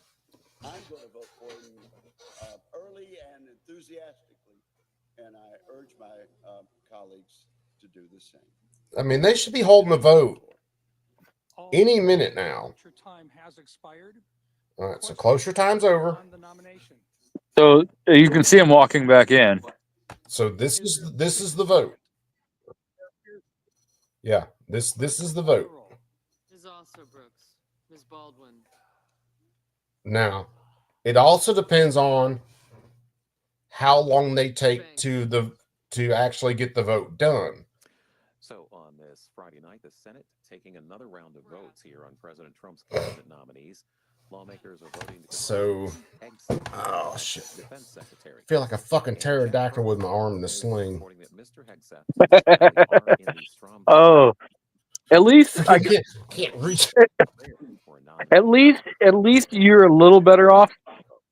I had to have my wife wipe my ass for the first like 3 days. Nothing is simple. I'm telling you, what a Christmas present. Hey, honey, I need you to wipe my ass. Dude, I've been wiping Lefty for the last since November. Tom Tillis, neither of them. Yeah, my wife would just drown me in the toilet and call it a day. Nah, I've been wiping Lefty since November. So. It was reported late this afternoon that Senator Tillis had additional questions for the nominee and that Mr. Hegseth was attempting to answer them. However, a spokesperson for the nominee disputes this, saying all additional questions have been asked and answered. This follows a bruising Senate Armed Services Committee confirmation hearing earlier this month, which you can watch in its entirety online at our website, cspan.org. Mr. Cornyn. Ms. Cortez Masto. Mr. Cotton. Mr. Kramer. Mr. Crapo. Mr. Cruz.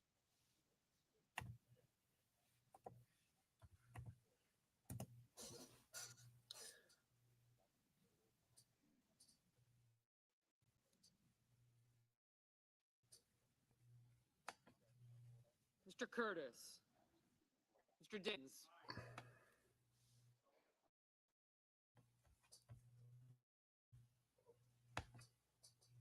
There were two Republican senators that were supposed to vote against him.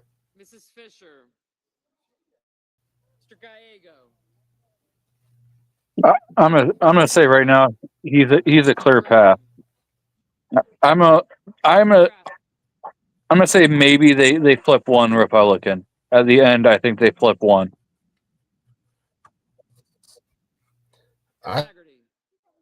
I'm seriously thinking there's going to be these two Republican chicks.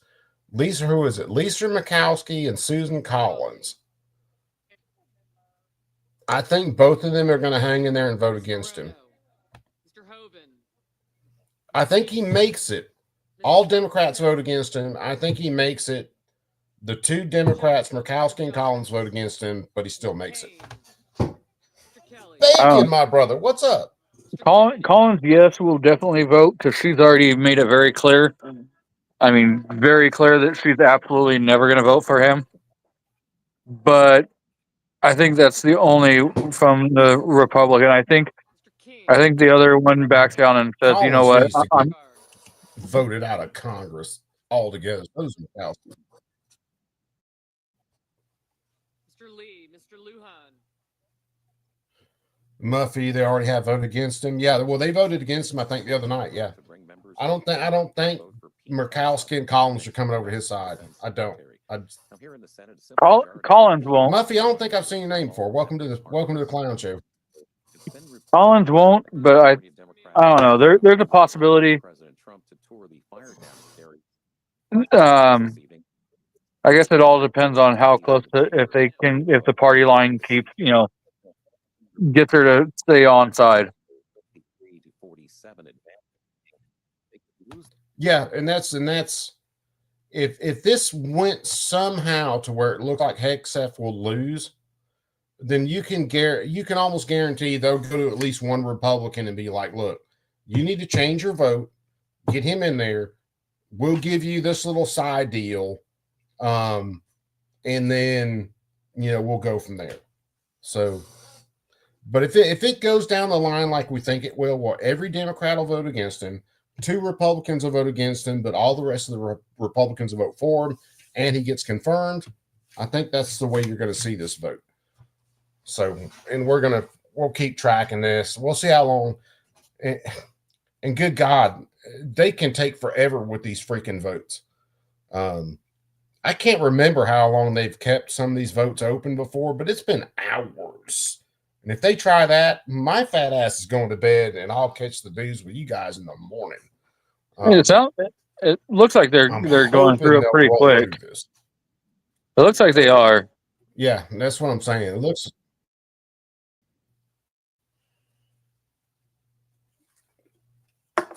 So far, it looks like they're rolling through it pretty quick.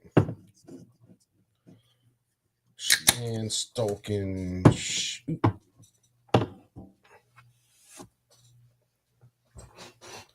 Smith Sullivan. Mr. Thune. We'll crank that back up so we can kind of hear who's saying what. Mr. Warnock. Mr. Warnock, you Ms. fucking Warren. four-eyed dumb shit. Mr. Welch. Nope, Coop, I'm up, you're up. Mr. Wicker. Nope, Fluffy. Mr. Wyden. I've done that before. Mr. Young. Okay. I have rolled out. So Fluffy, if I'm up, you're up. If you're up, Coop's up. Therefore, you all have to stay up till I'm willing to go to bed. Fisher, Graham, Haggerty, Hyde Smith, Johnson, Justice, Kennedy, Lee, Lummis, Marshall, McCormick, Moreno, Mullen, Ricketts, Rounds, Scott of Florida, Sullivan, Thune, Tuberville, Wicker, and Young. Ms. Hassan? No. Mr. Blumenthal? No. Ms. Slotkin? Senators voting in the negative. Mr. Husted? Aye. Senators voting in the negative.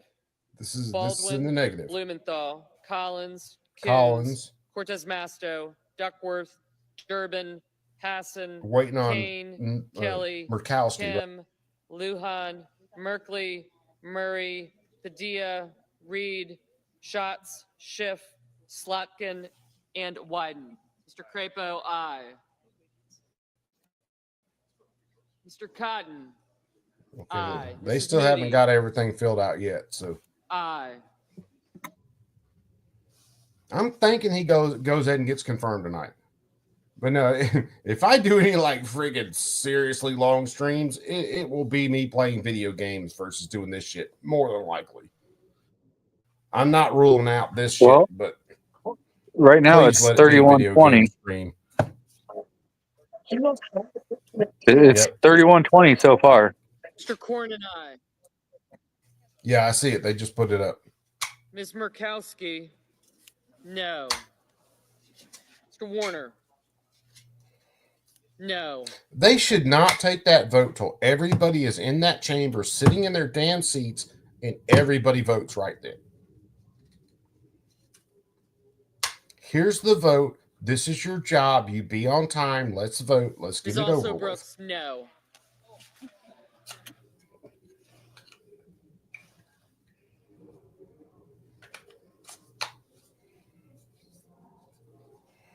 Yeah, you're freaking 3 hours behind us.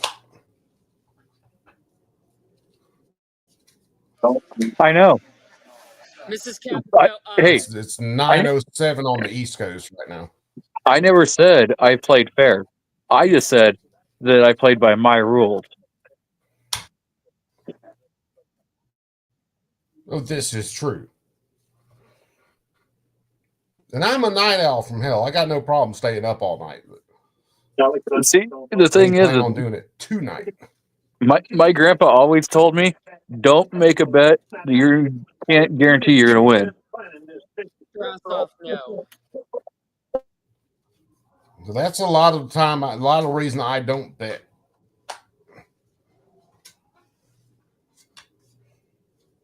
That's why I don't gamble. You're not going to catch my fat ass at the casino most of the time.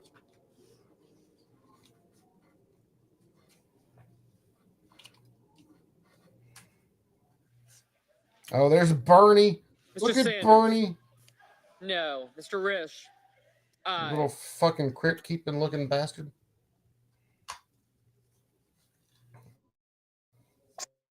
Yep. I'm always going to attempt to stack the deck in my favor.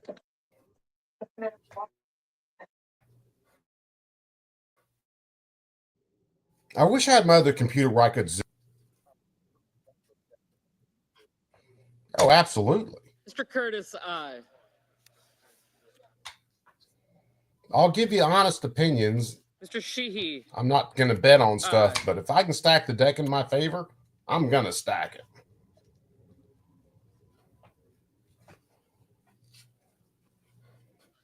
Mr. Kramer.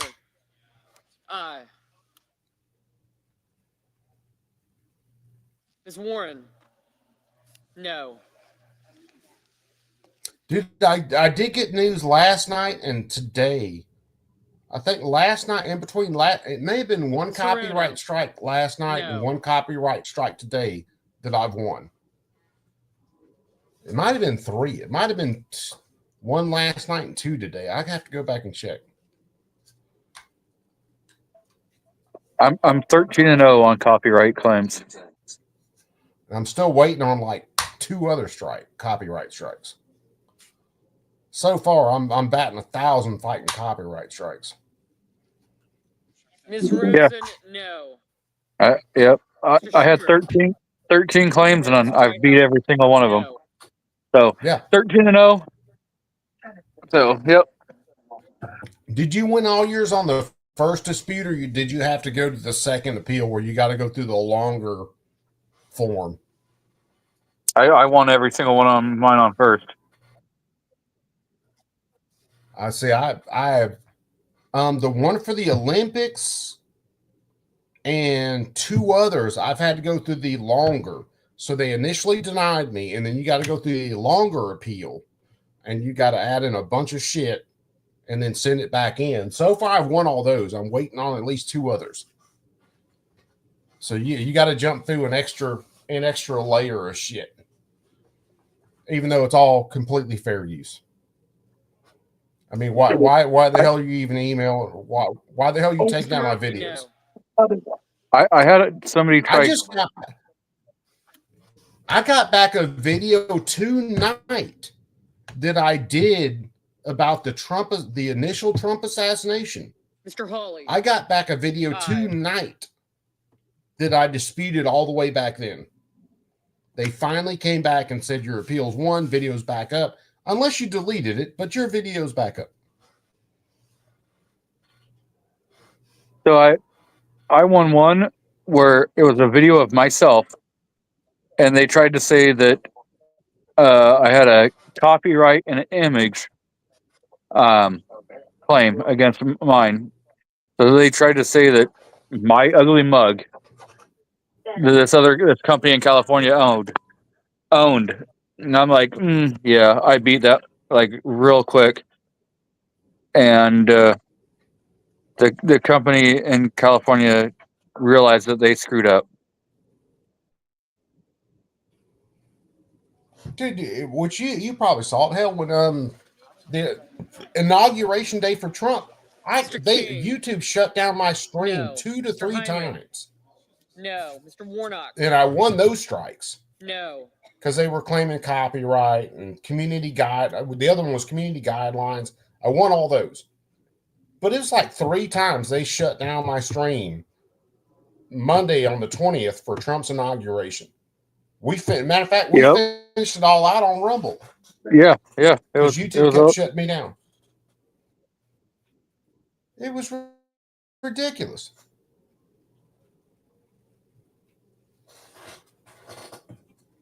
YouTube is getting absolutely retarded. And I'm not so sure whether that's going to get any better anytime soon. Oh, yeah. Yeah, it will. Because right now, they're the only one that's like standing against. And so when they realize that, hey, we don't have Facebook, agreeing with us, we don't have X agreeing with us, we don't have any of these other platforms agreeing with us, they're going to back down. And so with Facebook and Instagram already caving and starting to roll back their crap, YouTube's going to have to either figure it out or they're going to get left behind. Because there's way too many people that are leaving. And I know, I think Jared from Guns and Gags is already getting ready to jump. I hope you're right. Because he's already started a he just started a Rumble not that long ago. He's been like This is Brett. kind of not Rumble presence, but now he's over there. So he's just like how long it took him to leave the NRA. Look how long it took him to finally leave USCCA. Now it's kind of that Yeah, CCA. Yeah. Dude, anything I stream, anytime I'm streaming to YouTube, I'm streaming to Rumble at the same time. So, like the other night when YouTube shuts my stream down, we just keep going on Rumble. And there's going to be some streams coming up where I'm going to do like a lot of guys have. I'm going to shut down the video on YouTube, just have my video up on Rumble, keep the audio going, hopefully on YouTube, and if YouTube wants to act like fuck boys, they can act like it, and we'll just keep rolling on Rumble. Mr. Peters. No. Because I've been streaming to Rumble for quite a while. Mr. Markey. But YouTube thinks they're too big to Mr. Bennett. to fail. I think they think they're the only game in town. Mr. Schmidt, aye. And until they see a huge dent in their business, they're going to act that way.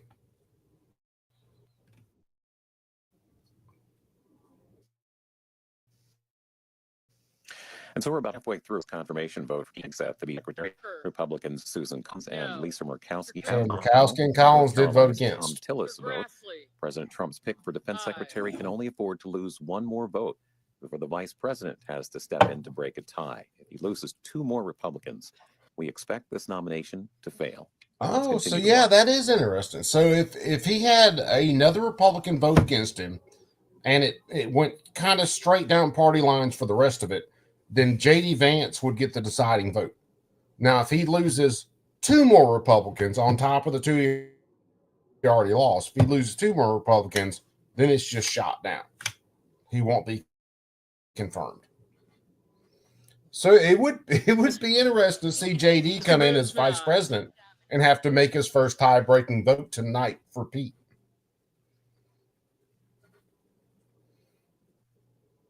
Interesting. And I know, guys, the turkeys are I haven't been watching YouTube, so I don't know. The turkeys are probably doing something. I know Dark will be doing some stuff later at his normal time. So I haven't gotten any notifications, so far nothing. Mr. Welch, no. Yeah, I know just pulled my 2A YouTube over to look at it and see. I know 2A EDU will be starting here pretty soon. Yeah, what was I was still thinking it was Thursday night, man. My week is off. So yeah, 2A will be going. The goddamn bacon will be firing up in a little while, which if you've never been on a bacon stream, bacon is an absolute hoot. Georgia's shooting connections up right now. Yeah, they're almost over.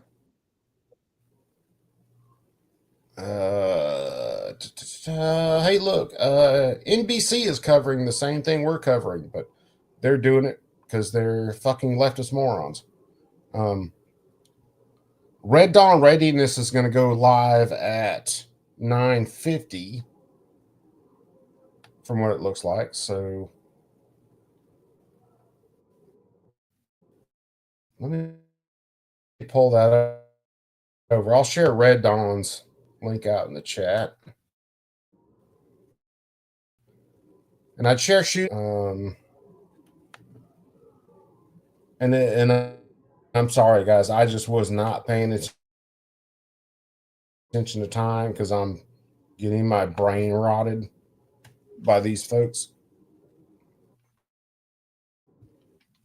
So there's Brother Red Dawn. Zainty, what's up, Brother Man? You sleep or Barton Fink? I'm sorry. I had Zany on the brain, man. Mr. Hoven, aye. Barton Fink, what's up, my brother?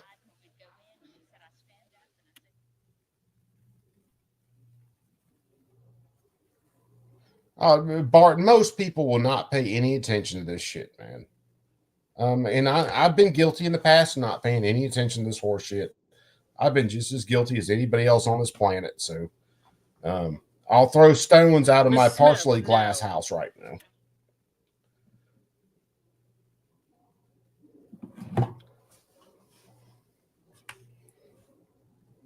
Let me see. Mr. Cassidy. Aye.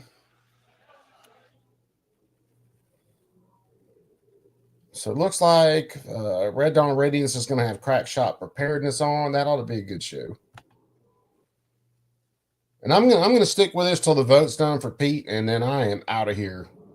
At best, I might hang out in Red's chat if this ends soon enough. And yeah, you're right. 280U ought to be going live. Nick Ricciardi gets played. Oh, fuck. Mr. Scott of South Carolina, aye. I don't see Bacon's stream popping up yet, but Capitol Bacon Hill as normally this vote goes to confirm Pete Hegseth, a little bit President later. Trump's Bacon's pick to over lead in the Defense Washington. Department is underway. Again, a simple majority needed for approval, but here tonight it could take the vote of Vice President Vance to break a potential tie and get this nomination over the finish line. We've heard at least 3 no votes now from Republicans, Lisa Murkowski and Susan Collins. Also, just voting, former Majority Leader Mitch McConnell voted no. Oh, what? Tom Tillis of North Carolina was a question, but our present Republicans hold a 53. So there's a chance Vance might have to come in and break this tie. Vance to break the tie, and that could happen here Because of Cocaine Mitch. I'm sorry, are we in an alternate universe where Cocaine Mitch thinks he's a virtuous person? Mr. Hickenlooper, no.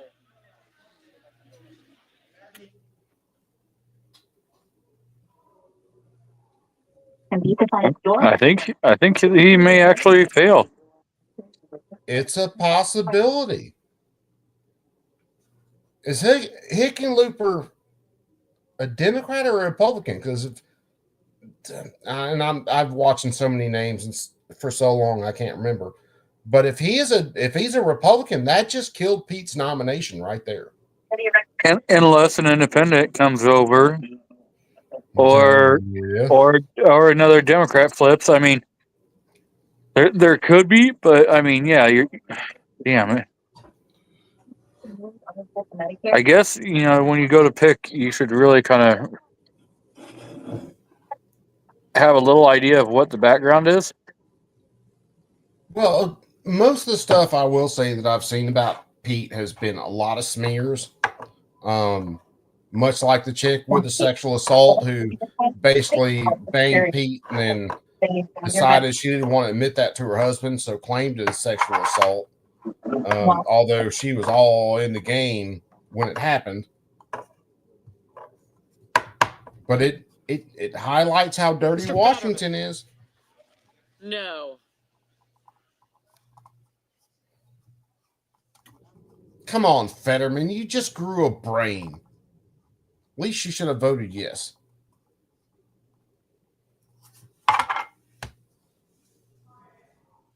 So Mr. Moran, aye.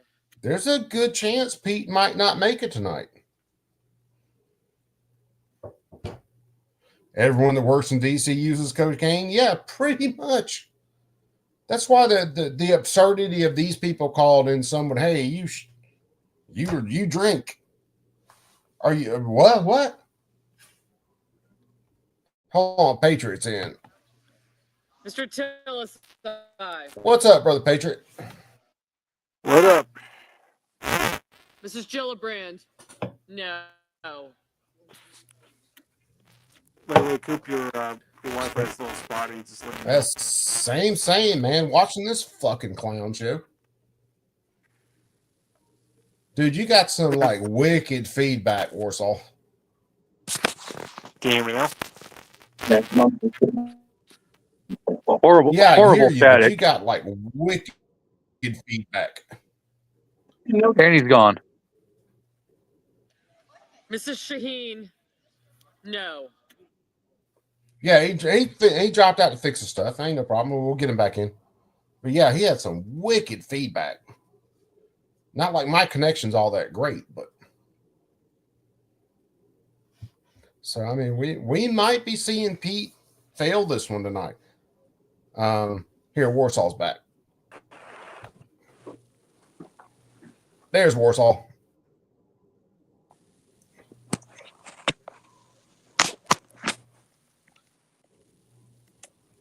Can you hear me now?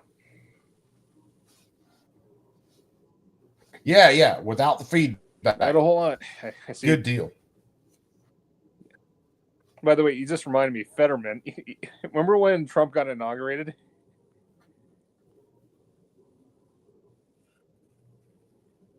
Nope. Can you hear me? Yeah.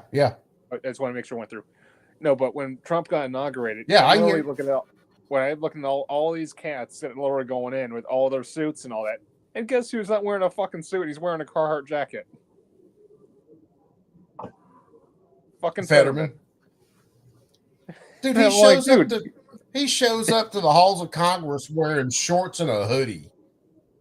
Yeah, Carhartt hoodie. I'm not saying I wouldn't. But as of right now, yeah, that's Mammy checking in. She says, as of right now, Vance has to check in and break the tie. So we'll see. Because if there's another Republican that votes against, then there's no tie to break.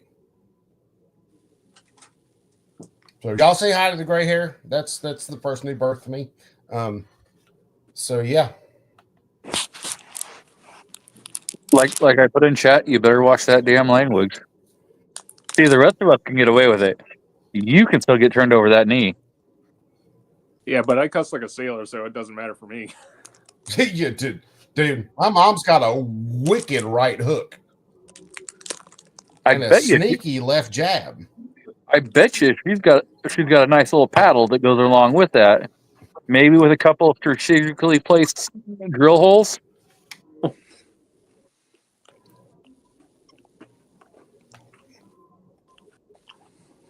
No. I don't think she ever used a paddle. Wooden spoons, belts. And I did enough to deserve a cast iron skillet. Don't ever mess up when you're fishing as a kid next to a willow tree. Pro tip. Because willow limbs suck. Did you also get the bar soap in the mouth? Oh, dude, I learned to love ivory soap, man. You hear my mouth now? I learned to love ivory soap. No, just a pointing.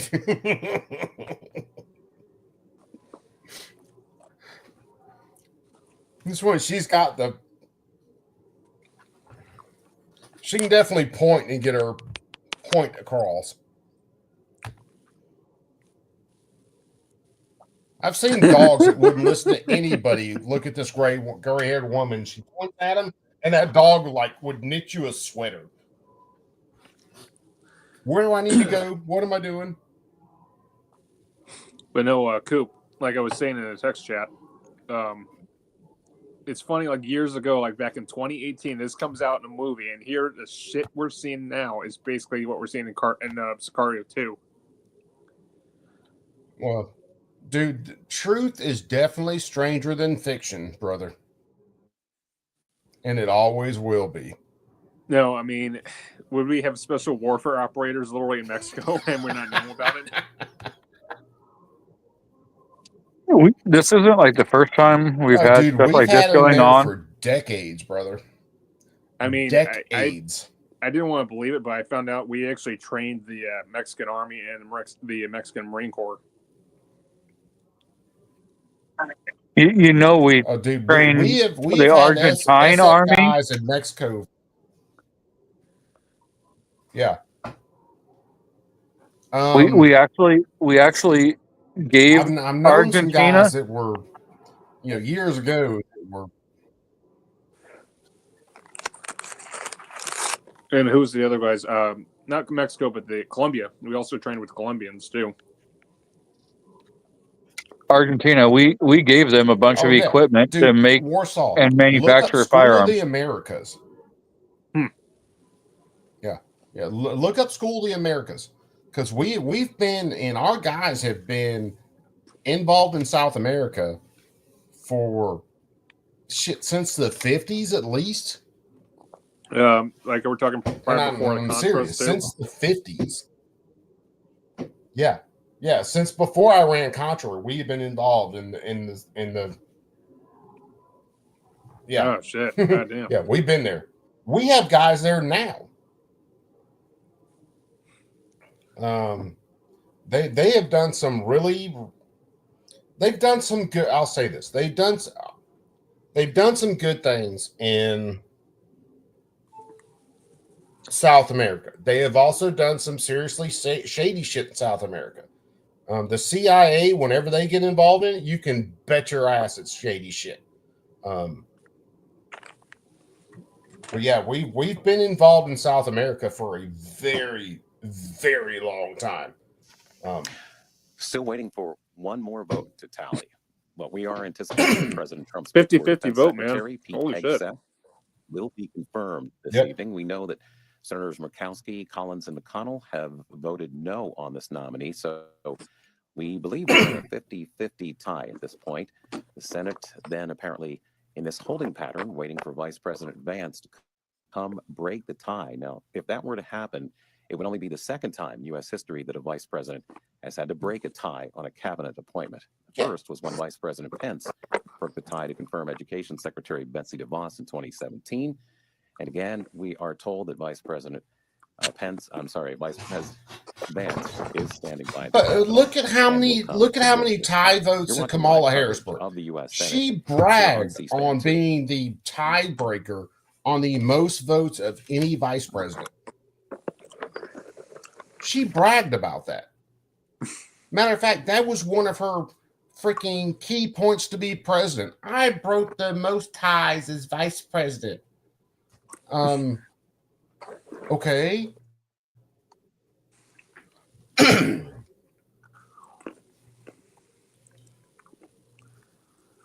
So we'll see. I did not expect this to go to a tie-breaking vote tonight.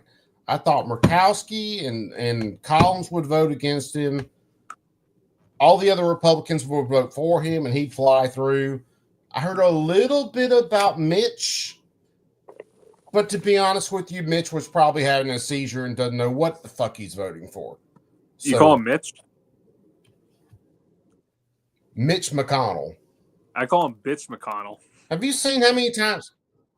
Yeah, well, have you seen how many times he is locked up in press conferences in the last couple of years, where he's just his record skips and he's just stuck? I mean, that's normally when you eject the CD, you clean it, maybe do a little polishing, you put it back in and hope it'll run. But his CD don't run. You think it's CD? I'm thinking it really VHS don't tape. run. VHS tape. Yeah. No. Is his more like a freaking cassette tape where the thing ate the cassette? You got to roll The everything 8-track? back into the wheels. No. It's more of an 8-track. No, I'm thinking VHS tape because, like, you know, the moment you're screwing up with the TV, and then here comes all the tape coming out of the thing.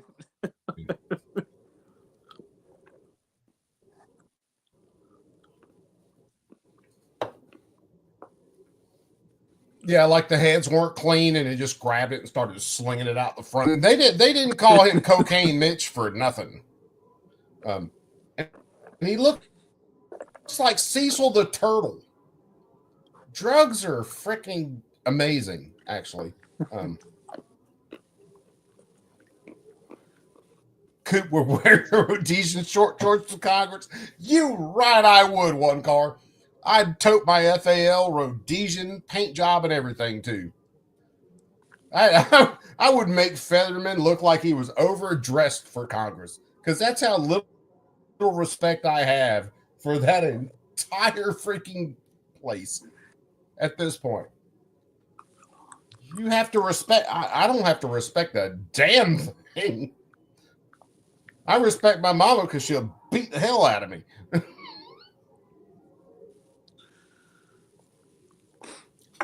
Like I said, my mom has the sneakiest left jab you will ever see in your. Well, technically, you won't see it. You will feel the left jab. You won't see it. Because I'm pretty sure I was looking at both her hands when I said that bad word, and neither one of them hands moved, and a fist hit me in the face, and it was hers. And I still ain't figured that shit out yet. Coop, what's your budget for a rifle? That's a 308. Yeah. What's your budget? Man, it depends. I think if I was going to save up something and build, I could build a pretty solid 308 semi-auto for $500. If I was going to save up for a solid bolt gun, I'm probably looking closer to $800. I wasn't even thinking. So it really depends on gun and timing. No, check where What'd I you said say? on your phone, dude. Check where I showed you on your phone. Okay, hold on. Atlantic. Dude, you're roboting like hell again, man. So are you. With like this weird robot.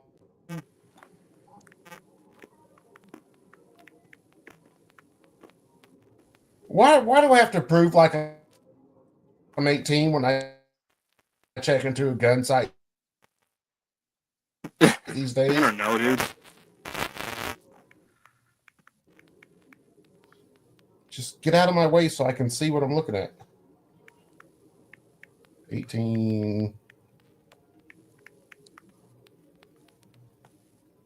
Warsaw, this thing looks like you dropped a ton of spam in my lap. Which rifle were you sending? You said Rhodesia, didn't you? Yeah, but when you send me that link for Atlantic, it just basically dropped me with a ton of social media ads and stuff. Hold on. I'll show you what I'm talking about. Oh, Hey, Warsaw, your mic is like horribly staticky. I don't know what the fix is. Yeah, you're staticky and robot again on top of being roboty. I don't know how to fix this, dude.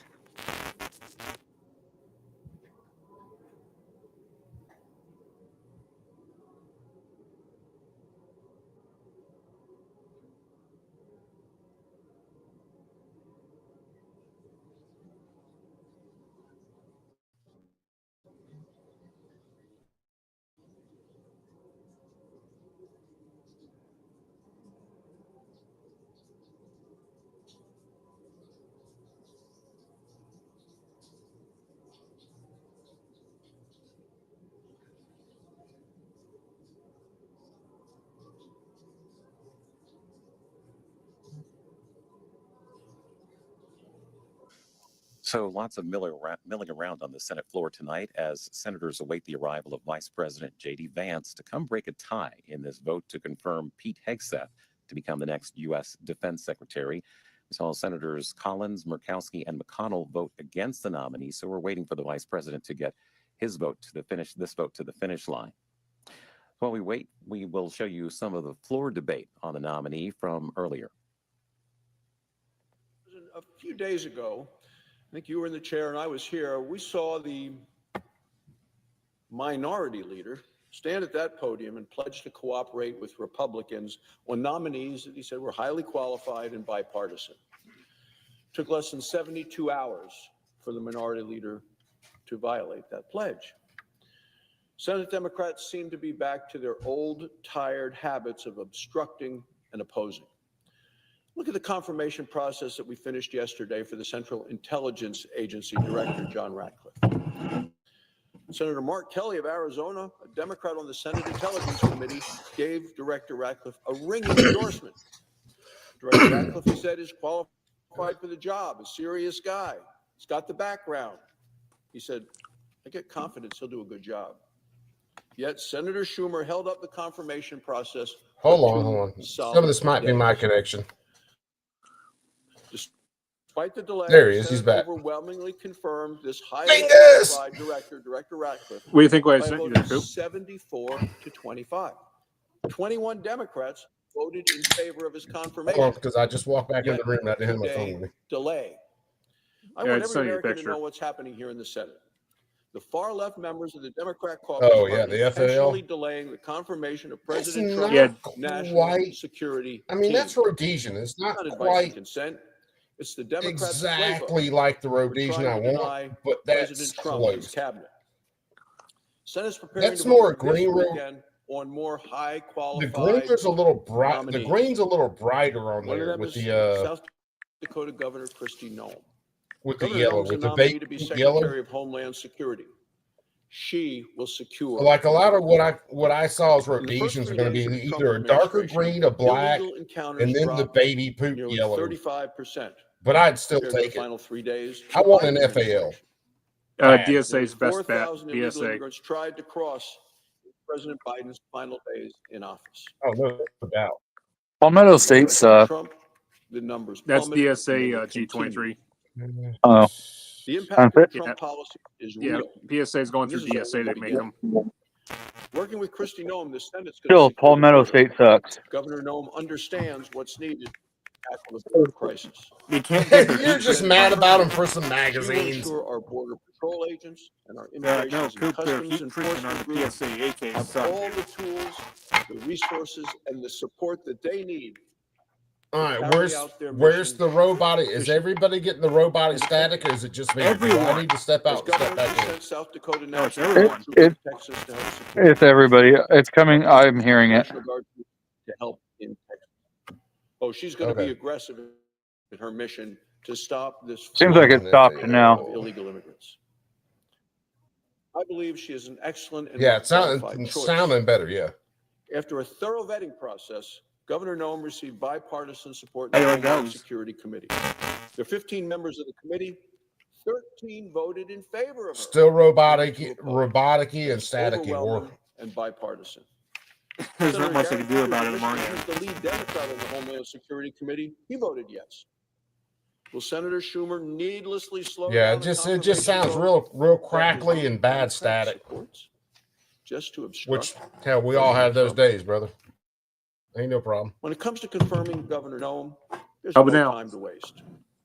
Few agencies are more important to this nation, That to our sounded safety, okay. and to our security than the Department Good, of I think I Homeland fixed Security. it. Any delay Did you take denies 3 our steps to the country's Yeah, left? because I mean, you secretary at a time when Yeah, open borders hold your hand up. endanger every American. No, in what this it is, it's country fucking today. Bluetooth.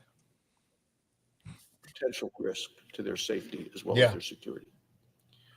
Here in the Oh, what Senate, happened to your arm, Senate man? Republicans are working around the clock to confirm qualified nominees like Kristi You know, I Noem, had the like carpal Scott tunnel Pruitt for surgery Treasury, today. like Sean Oh Duffy. shit. We will be in the Masturbation Senate surgery. voting as long as it takes. How long it takes in the Hey, look, Senate is up to the I Democrats picked up to 2 decide. strokes and I had a Our slight committees injury. are approving additional nominees on a bipartisan basis Just and saying. at a rapid clip. We need to confirm them on the Senate floor without delay. That's what Republicans intend to do. Thank you, Mr. President. So we're still waiting on JD to pop up, right? 50 to 50, waiting for VP. I rise to talk about the pending matter of the So Pete Hegseth truly- nomination Tim Kaine Secretary of again. Defense. Truly, And, Warsaw, before I what get happened into was the bulk he of saw my that I had comments, to I have wanna carpal just tunnel and state elbow my surgery. So he's like, I can't let votes for G the outdo me. I purposes got to of at least the have one service. surgery. God, he's We've muted you. heard Tim Kaine today. We've heard all these other Democrats today. We are muting this shit until we are muting Tim Kaine until Vice President shows up Vance. and busts this tiebreaker. All you guys are standing on bridges right now.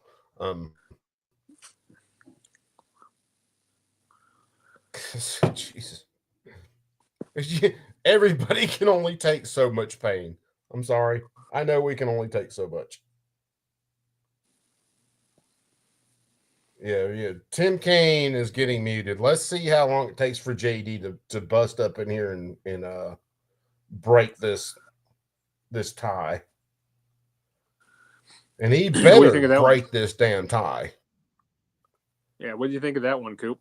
Which one? The last Rhodesian you sent me? Yeah, that's I from love Victor it. Statsville. Is that kind of what your upper alley right there? Yeah. It's the greens are darker. The baby poop some more baby poop yellow. Well, that's dude. What's been happening? What have you heard any of the latest news with Vickers? I haven't heard anything, dude. He's probably locked up in prison for all I know. No, I don't think he's locked up in prison. He pled out to some stuff. He lost his FFL. He was still fighting cancer.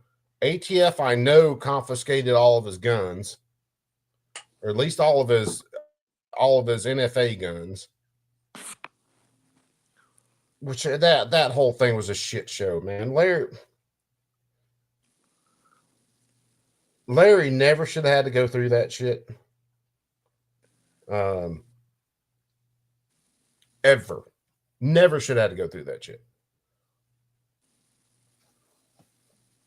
So maybe one of these days Larry will get some justice. And I will say, like freaking G was talking to some other guys, in the coming weeks, we need to flood anybody's anybody that we know that's got political connections with stuff about CRS and the other guys they've got right now that are locked up, and maybe we can see. Mama's saying Vance's motorcade is at the Capitol. Okay, so maybe it won't take long for him to jog his butt in there. But we need to spread the word about CRS's case.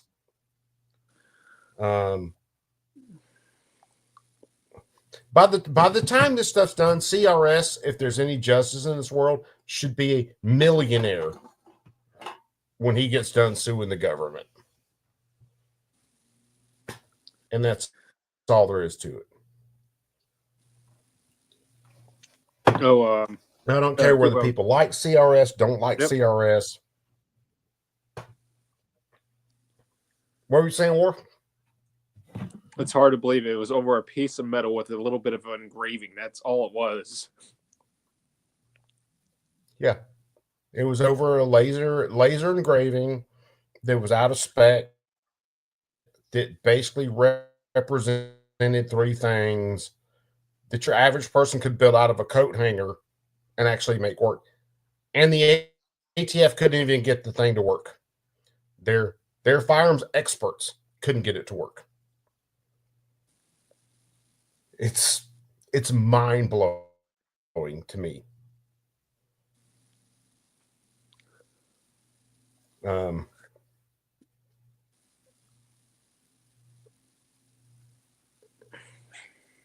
What 4 boxes just post? Hold on. Yeah, they didn't take up the Snope versus I won't Brown play case. it on stream. Let me see what 4 boxes is saying. The title for his video is. I already talked about that. Yeah, I said that earlier. So Snope and Ocean State, I'm really thinking they're going to kick it till this next term. So they're going to wait till the next term. They're probably going to wait till a justice or two decides to retire to take up a mag ban and an assault weapons ban case. I say that they take it up at the end of January. Fuck all. I say they kick it. Maybe they kick it down one more week and take it up at the beginning of February, but they'll take it up for this. This will be. They're not going to keep kicking it down the road. I think it's going to be. They'll either come in Monday and say, yeah, we're taking it, or they'll put it down to Friday conference again and then take it then.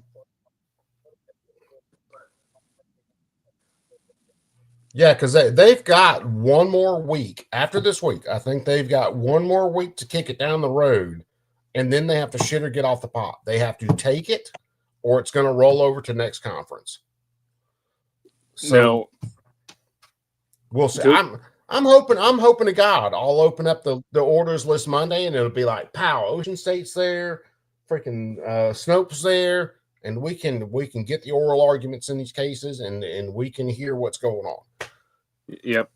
And Coop. But I'm a pessimist, kids. Y'all guys know me. I'm the one who said from the start, I see them kicking it down the road, and they've kicked it down the road.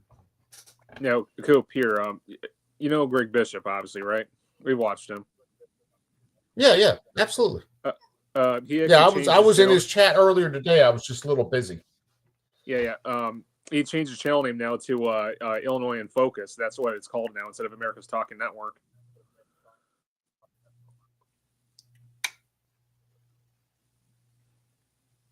Hold on, did he switch from America's Talking Network? He was trying to get, pretty much his viewership to one place, and now or is it America's Talking Network? It was formerly known as America's Talking Network. Now it's called Illinois in Focus. It looks like Vance is on the floor.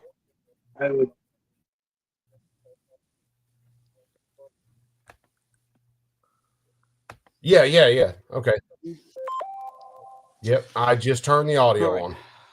Are there any senators in the chamber who wish to vote or change a vote? If not, on this vote, the yeas are 50 and the nays are 50. The Senate being equally divided, the Vice President votes in the affirmative, and the nomination is confirmed. Suck it! So Pete's confirmed. I did not think it was going to take the Vice President to come in and break that tie. I did not see Vance. Thank you. Fuck yeah, man. The majority leader? And I ask unanimous consent that with respect to the Hegseth nomination, the motion to reconsider be considered made and laid upon the table, and the president, the mandatory form call with respect to the Nome nomination be waived. Is there objection? Oh, are they going to vote on Nome tonight too? The clerk will report the motion to invoke cloture. Cloture motion. While Any we undersigned all senators, here- in accordance with the provisions of Rule 22 of the Standing Rules of the Senate, do hereby move to bring to a close debate on the nomination of Christy Nome of South Dakota to be Secretary of Homeland Security. Signed by 17 senators. By unanimous consent, the mandatory quorum call has. Correction. The question is. Correction. It's called the Center Square, not Illinois Focus. It's called Center Square. That's what he called the Secretary of Homeland Yeah, Security Center Square. shall be brought to a close. The yeas and nays are mandatory under the rule. The clerk. If I think about it before we get out here tonight, I'll post it up. Or hell, you got a wrench if you're in the chat, post it up. Hell, you know what? You know the sad thing, and I give all you guys wrenches. I haven't even given my mama a wrench. It would be really sad if somebody with a wrench accidentally timed her out. No, no, don't do that. You're gonna see me on stream with like black eyes and stuff later. No, don't do that. No, we have to fix a serious injustice here.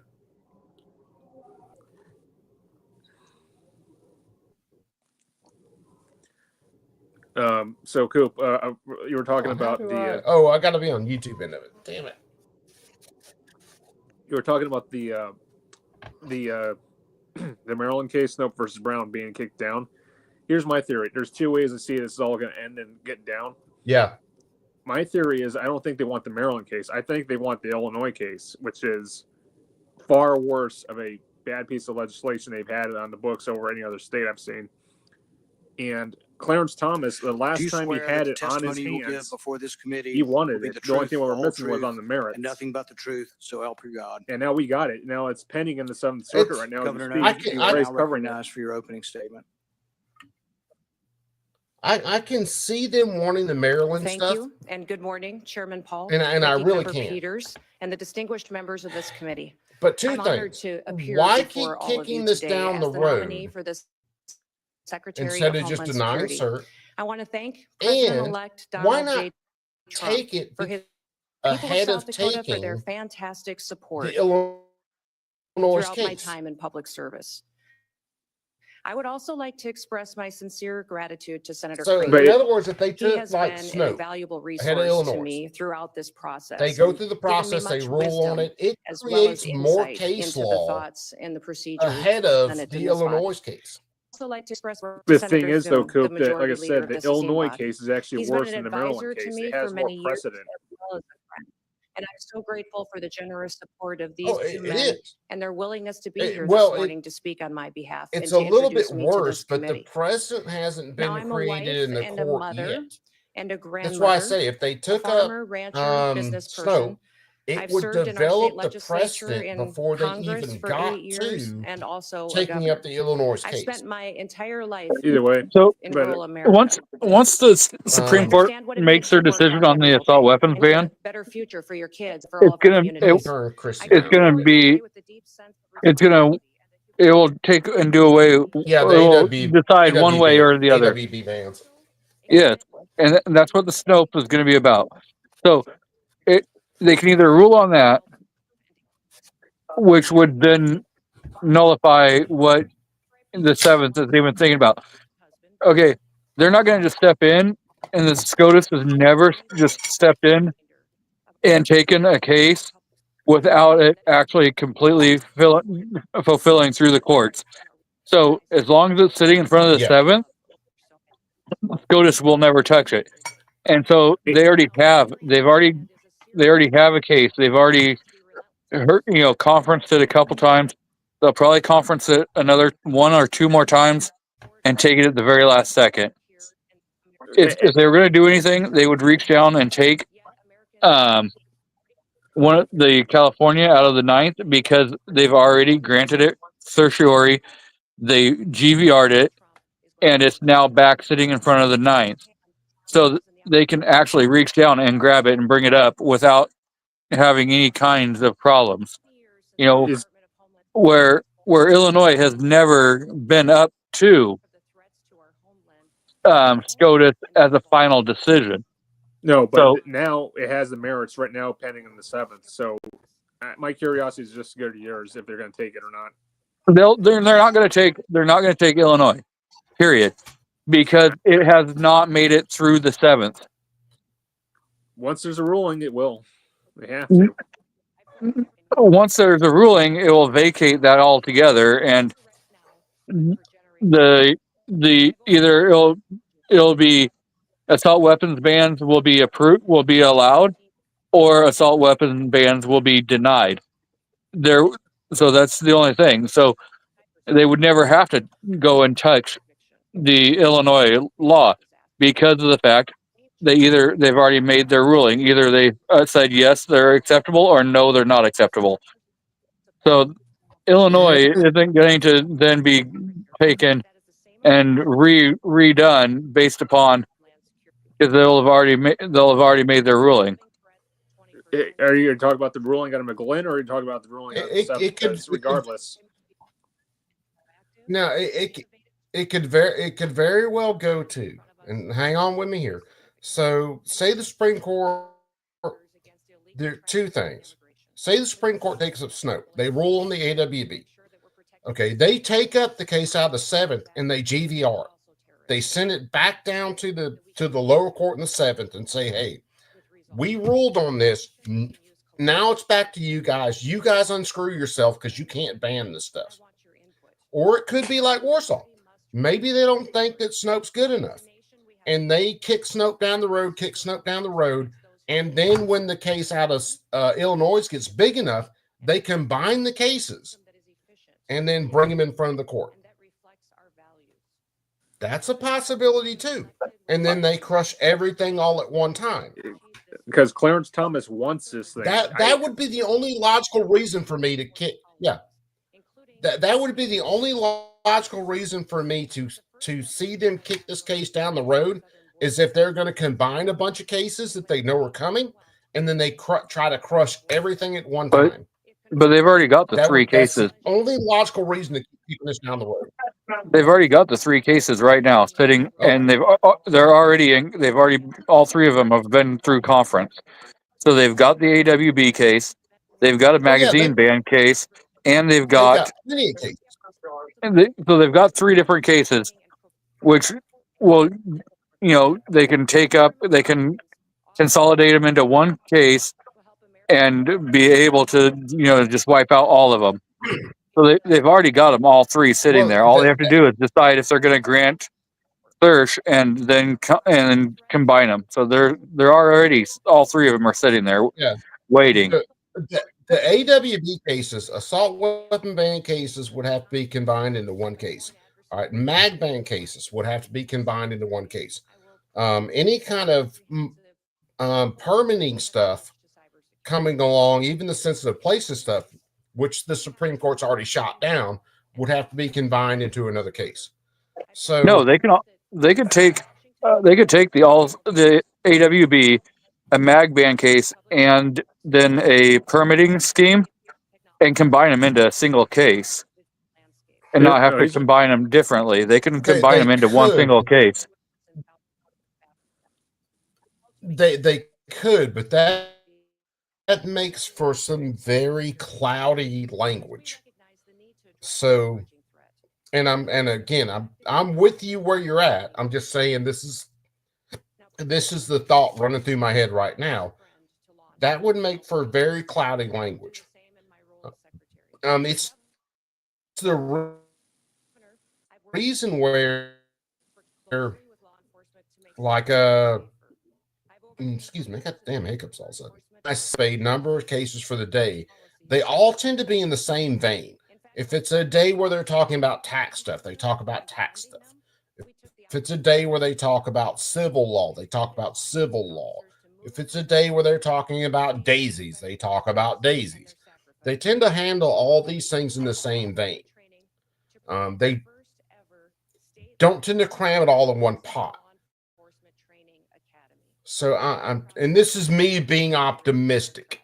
If I was the Supremes and I was going to do this, I would, and I'm waiting on Snopes, because Snopes has already developed good law. It's already right to take. The only reason I would wait on that is if I get another AWB ban that may be worse, that I can combine with Snope, and then I can crush the majority of AWB bans at one time. In other words, I can crush the single feature requirements for AWB bans at one time. You can't ban something because it has a detachable magazine and has a threaded barrel. You can't do that. That's completely against the Constitution. You can't do it, you dumbasses. Go back to home base. And then take the mag bans, because even if you said, hey, banning mags at 10 rounds is unconstitutional, what are they going to do? They're going to go, hey, you can only have 11 rounds. And then you got to go, okay, well, you can only have 11 rounds, and then have to fight that. So they tend to keep things in this same lane when they take these cases. There's two reasons I can see him not taking up Stope and not taking up Ocean State yet.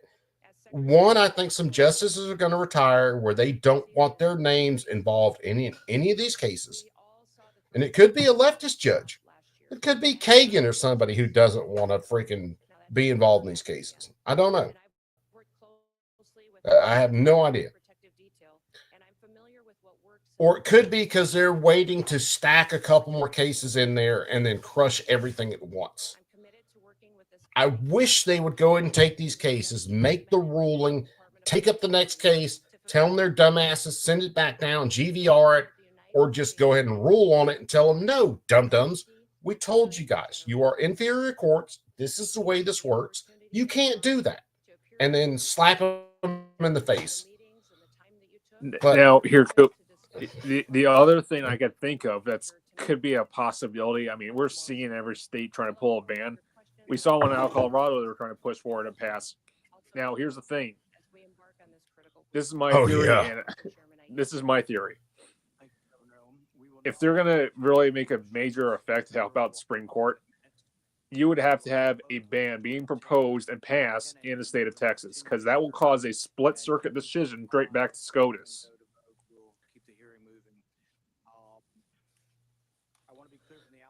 Well, we've seen splits in a couple of circuits, so we have the splits.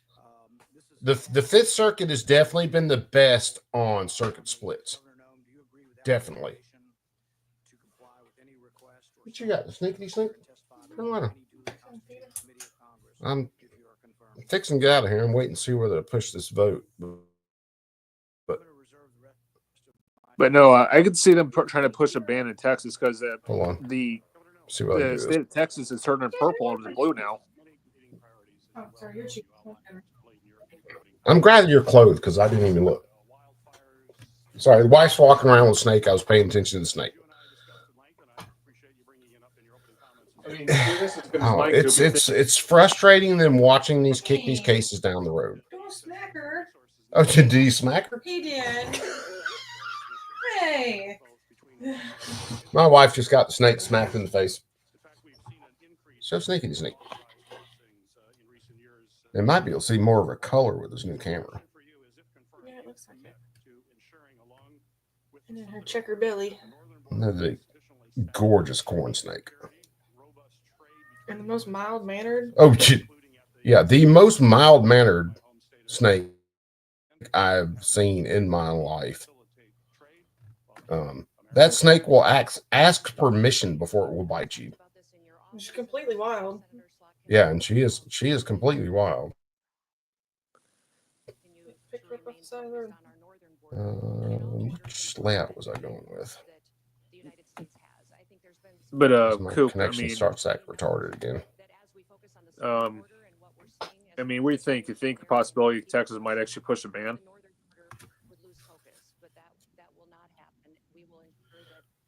Dude, you might see someplace like Austin try to push a ban. But as far as statewide, I don't see it. I mean, it's turned blue now. Like no, Fluffy, that's not the little one. She'll get the little one.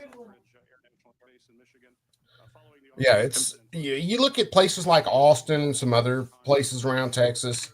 You could see some local stuff, but as far as Texas as a whole, we're years out before they'll try to push an assault weapons ban. I dare them to try it.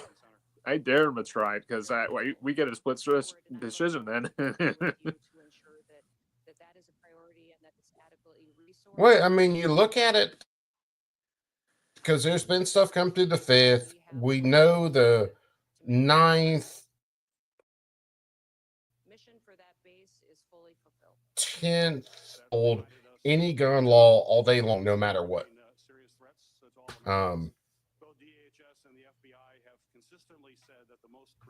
There, we got plenty of circuits that love them some gun laws. They do not give a shit about Constitution.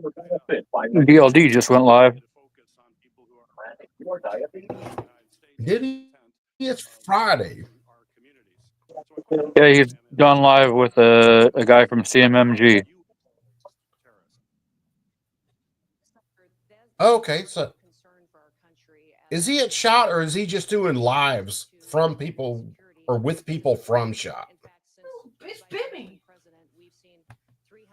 She bit you? She bit me. She was probably asleep. And I scared her. So this is the baby. Let me throw this full screen. Oh, hold on. That's the first time she's ever bit me. But Wrong button. Probably did scare her.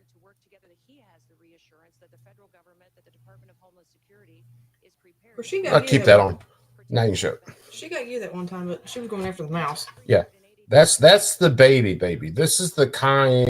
Was Cayenne Fire. Cayenne Fire that she got when this little thing looked like a pencil. She is chilly.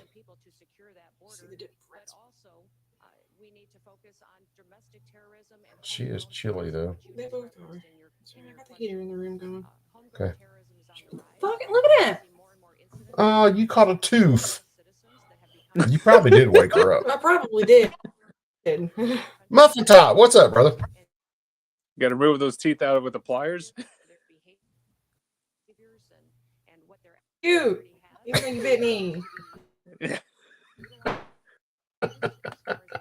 Fucking rude as shit. She has gotten what 4 times bigger, at least 5 times bigger than what she was. Shit. Yeah, you figure when Muffin Top, it's an open floor, brother. If you want to bounce in, bounce in. When I first got her, she could wrap around like my thumb. If you didn't see earlier, Pete Hegseth just got confirmed. JD Vance had to come in and break the tie. I love that checkerboard belly on these guys. Couldn't pick her up after that. I had to use the stick to get her up. It always kills me though. From a corn snake to a rat snake, how much smaller corn snakes' heads are than rat snakes' heads.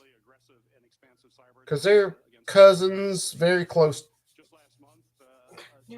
in diet and everything.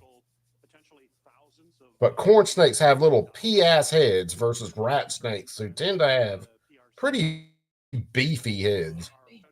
Like me, I'm a big head.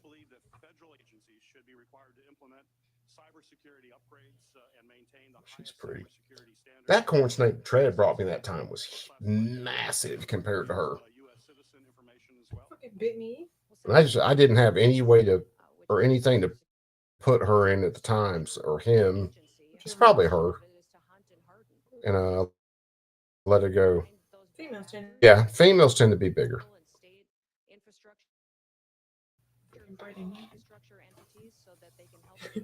You picked her up with a stick. I did. You wussy. I was not ready. You are definitely a girl. I was not ready. She didn't ask permission to bite me. Baby doesn't ask permission. Honey does. No.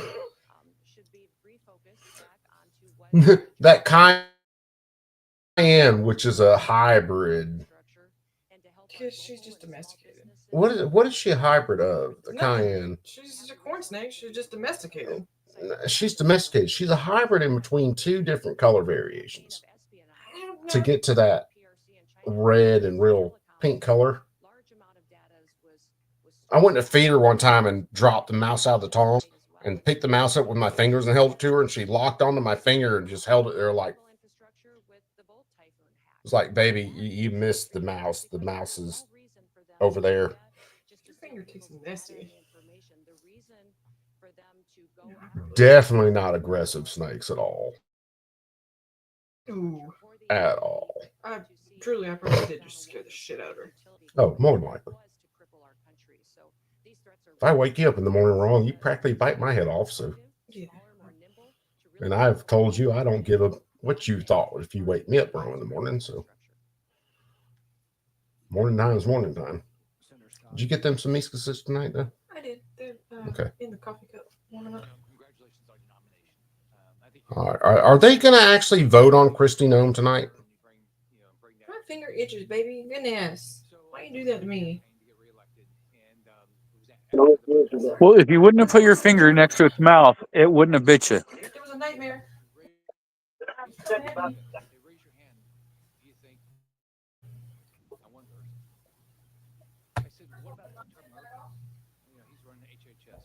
Because I was about to kill this after the Pete Hegseth vote, but then they mentioned Kristi Noem, so.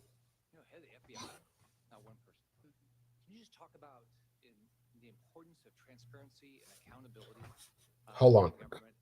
If Sam Anarchy's not still in here, we're fixing to play one of his videos. Well, even if he's in here, because we'll show off.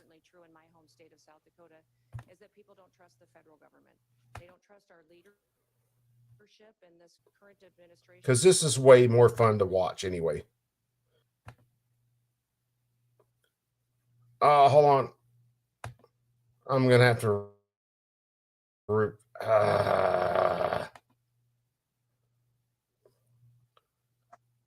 I'm gonna jump off because I'm I'm gonna gonna have to cook dinner. reshare that. So Yeah, man, cook dinner, Yep. bro. Hopefully, I'll be off here in a couple minutes, but we'll see. I'll put the chat on while I'm cooking. So this,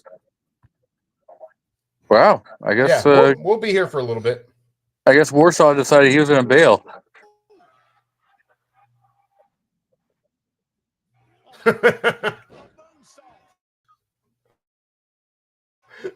It might have been connection. Who knows? Anyway, this is Sam Anarchy, guys. If you want, that's nowhere related to the normal horse shit that we get into, and he is absolutely fun to chill and watch. Same with like Chaos, anime. What's Ike's channel?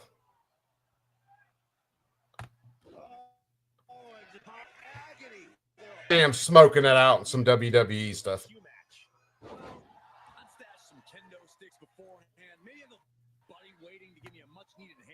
Maybe throw Saxton like a fastball special. For breaking the law in our country again. There has to be consequences because when Americans break the law, there's consequences. And why would we ever allow someone to... And Sam will play all sorts of games, man. I think Red Dead, freaking. If you wanted to know something about GTA, Sam got your back. He's in there. Just a cool dude, man. He's down with us for the cause on everything we do, but his channel's about gaming and getting away from this retarded shit, which is why I love Sam so much.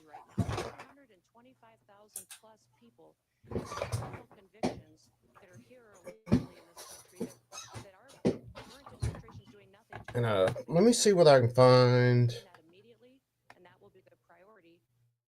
And that is one of the reasons that today the American people have lost their trust.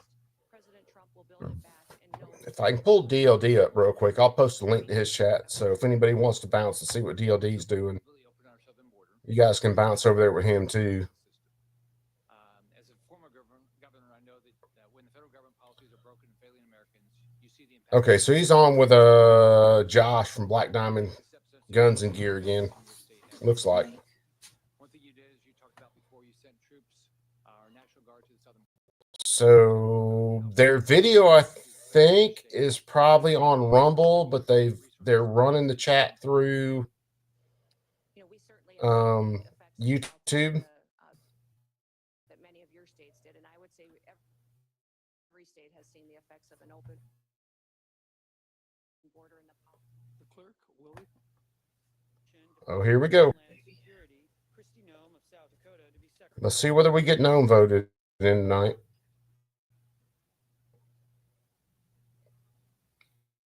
I seriously did not expect Pete's vote to go as far as it did. And from Dark, you can get to Josh's stuff from Black Diamond, who makes Fat Tack. They do a bunch of stuff. Josh is a cool dude.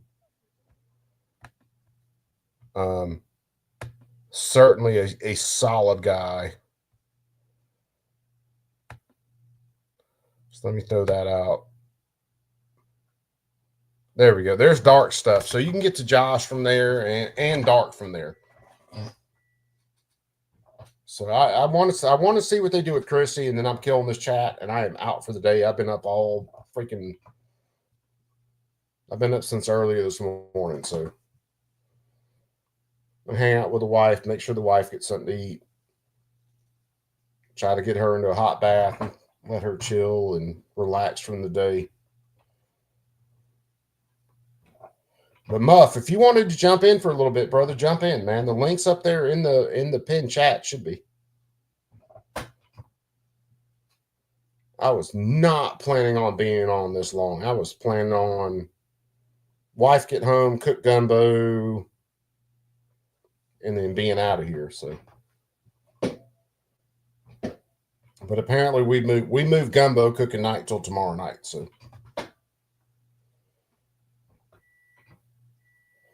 and that gumbo is some good stuff. That stuff is good. One thing that sucks is I don't think I've got any more okra from our garden in the freezer. So we might be missing the okra out of this batch of gumbo.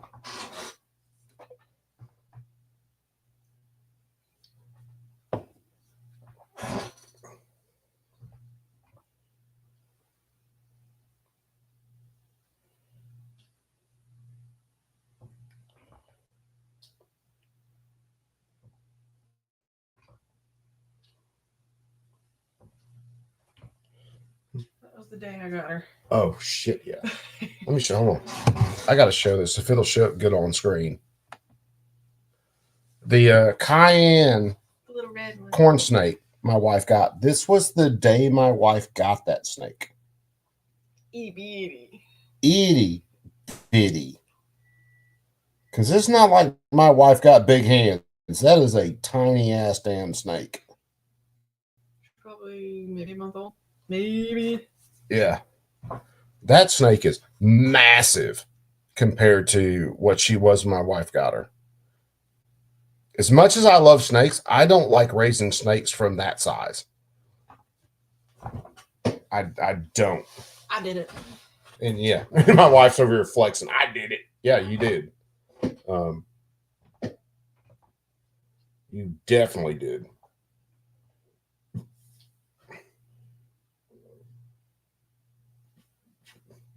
That snake was so small, it had trouble choking down a freaking pinky mouse when she got it. You had to find like a preemie mouse for that snake to choke it down. Just funny because my wife wasn't necessarily a snake person until she got with me.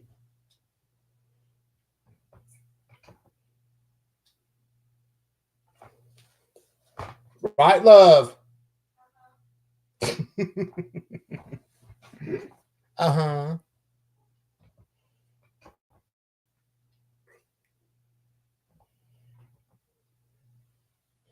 Come on, people. What are you going to do? We voting on Christie tonight or not? K-R. How do you spell it? K-R-I-S-T. I don't know. She's the one who shot the dog for damn near no reason. Doesn't make her my favorite person in the world, but doesn't make me want to piss her off either.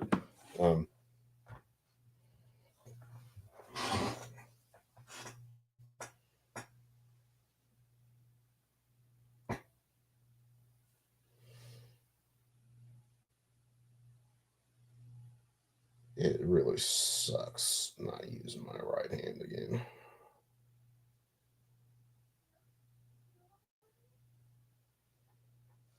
See how it feels. I still haven't got all the feeling back in it. I still got a lot of numbness in it. It'll be interesting to see how it feels tomorrow. Still got plenty of movement in it. Just a lot of numbness. It kind of my hand kind of feels like it does when I wake up some mornings and it's just numb. Oh, Padilla. Kiss my ass.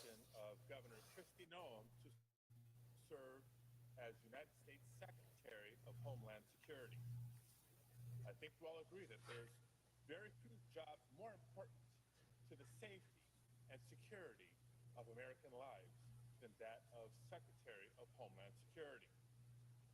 Created in 2002 in the wake of the terrorist attacks on 9/11, the DHS, the department, and the secretary. Who else thinks it's really, really creepy to have a Department of Homeland Security? Are responsible for some critical things, including our national security, working to protect us against. It'll be like that for about 3 to 4 days after surgery. Yeah, that sounds about right, G. Although I've never had surgery on it, so. But you're a couple weeks ahead of what I am right now, so. To states and territories across the country, and of course, they're responsible for cybersecurity and election security. It's a role that I believe requires complete and commitment to the safety of the American people above all else, above politics. Okay, let's clear the room a little bit. Kristi Noem is pretty hot, so of course Alex Padilla would be against a hot woman. Just saying. Because for whoever is secretary, If my wife ran in the months and years prior to Governor Noem's nomination, and certainly over the course of her nomination process, it's become clear to me that she is not fit for the job. Time and again, she has demonstrated her loyalty lies more with President Trump than it does with the American people. And it's my belief that when pressed, we cannot count on a potential Secretary Noem to make decisions that are in the best interest of the people and of the values that we hold as a nation over doing the president's bidding. So today, I'm going to take a few minutes to explain my thinking. like you've ever had an actual rational thought, you moron. She's unfit to help a department of this importance. To begin with. Oh, good Lord. More than about providing fodder for Fox News. In recent weeks, But all he does is see. how vital this department and its agencies can be. As of today, multiple wildfires across Southern California have burned over 55,000 acres. They've destroyed 16,000 structures. In a state you have completely helped mismanage resources and let burn to the ground. Even as firefighters continue to fight massive blazes like the Palisades and the Eaton fires that raged for weeks. Because Padilla is from California. Correct me if I'm wrong here. And new fires continue to ignite. Northwest of Los Angeles, for example, the Hughes fire grew to more than 10,000 acres in just 2 days. The fight still rages on. We know that in the months and years to come, Los Angeles will rebuild. But we're going to need the rest of the country to support Los Angeles. In other words, Los Angeles is going to need all of your tax dollars. Been there for the rest of the country. This is now Los Angeles' time of need. And we're going to need all of it. We're going to need federal disaster aid. And it will require a nonpartisan effort from FEMA. Whether it's wildfires in Los Angeles, The Republican Party is totally dead. Just a bunch of the Carolinas, or ice storms in Texas, Mother Nature does not distinguish. and dude, Frank, I wouldn't say you're wrong, bro. At all. And neither should our disaster response efforts. We might be looking at that from different parts of the equation unless you come in and explain your point. And the link's up in the chat. It's pinned. But yeah, I don't think you're wrong. Suggesting that states take care of their own problems. And the floor is open, kids. Anybody's more than welcome to come in. While thousands of families have lost their homes and businesses. At least as long as I get Kristi Noem vote, and then I'm out. We need a DHS secretary. Although I didn't know her vote was going to come in right now. We need a DHS. Oh, Warsaw, you're good, brother. It's always good. Don't worry. Don't worry about it. But based on her testimony before this body, I don't believe Governor Noem is capable. You're good, bro. Don't worry about it, War. You're good. So again, I know shit comes up. Southern California has a long road back to rebuilding our communities. And as I said, we're going to need all hands on deck. Immigrants in Los Angeles will no doubt be critical in the rebuilding of our communities. Over 40% of construction workers in California are immigrants. But it's not like Americans can't do those jobs, dum dum. relies on immigrants too. Let me remind us, folks, that during President Trump's first term, his administration, the Trump administration, designated workers in the healthcare, food and agriculture, Looks like Jesus. That. public works, and other sectors as essential workers during the pandemic. Hold on, G. My connection's acting a little stupid. Include millions of immigrants, both documented and undocumented. I'm trying to add you. Let's see where this goes through. Documented immigrants are and have been for a long time a critical part of our healthcare. Oh, okay. I see you with Greg's stuff. Of our tourism sector, of our transportation. Oh, let me. Yeah, I might not have this on the wrong screen. Give me just a sec, G. Let me figure out where I'm at. Think about that the next time you're in the produce section of your grocery store. There it is. There's G. If tomorrow President Trump could snap his fingers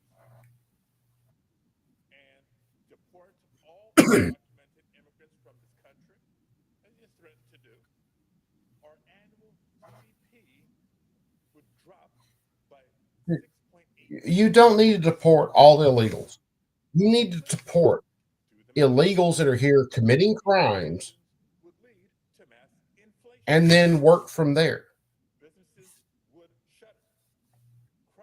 Yeah, Greg Bishop is an awesome dude for sure.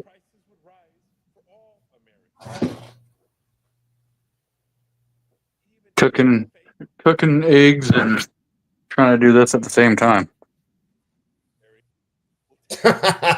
Well, don't burn your eggs, man. Those things are getting expensive these days. To tell the truth about how the vast majority of undocumented immigrants are not violent criminals, but they're critical to our economy. Instead, Depends on where you get them. Okay, so yeah. Dude, I heard something today, man. There was a place, eggs were as a little over $1 an egg right now. as security threats. She even denied the well-documented existence of family separations that occurred during the first Trump administration. We could agree or disagree on policy, but don't lie about the facts. When all you do is lie about the facts. Easily lie about a verifiable fact just to curry favor with President Trump. How can we trust him or her to tell the truth to the American people during a crisis? And between a potential Secretary No, a Deputy Chief of Staff, Stephen Miller, and a border czar, Tom Homan, all competing. Oh yeah, he's not gonna like Holman because Holman's already pushing to get criminal illegals out of the country. Department of Homeland Security will suffer. Other agencies and responsibilities within the department will falter. Roles like critical investigations into theft or into child exploitation would take a backseat to This dude is so full of shit. areas like cybersecurity and election security. Agencies like CISA, Cybersecurity and Infrastructure Security Agency, which is a critical resource in an age of misinformation and disinformation and attacks on our elections. And I speak from experience. Many of you recall that I served as California Secretary of State, the Chief Elections Officer. Yeah, how's California going these days? To hell in a handbasket. Yeah.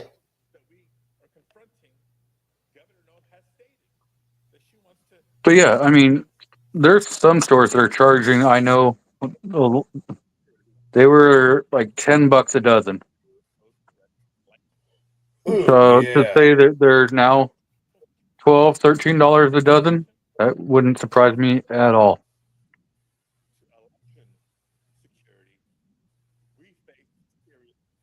No.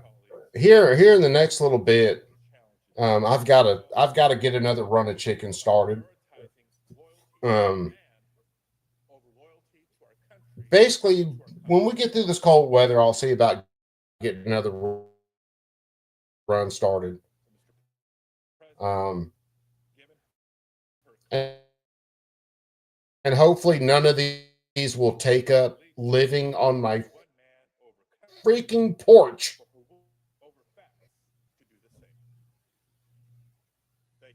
And I am going to start capping freaking possums like freaking bullets are free. Because possums killed more of my chickens than anything else. More than coyotes, more than raccoons, everything. Possums killed more of my chickens than anything else.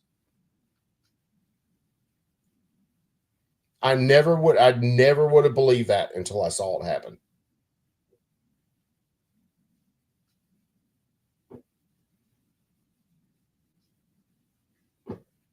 Oh yeah, possums and like fucking even your own like cats will do it. Oh, dude, it was I knew, cats will kill possums. I knew raccoons will probably kill possums. I knew, or chickens. I knew raccoons will kill them, cats will kill them, foxes will kill them. Snakes, of course, will eat the eggs. Caught a couple of massive rat snakes in my pen. But I never thought for a second that a possum would be the chicken killing machine that it is. And they are. Out of 28 chickens, I think possums killed damn near every single one of them but 2.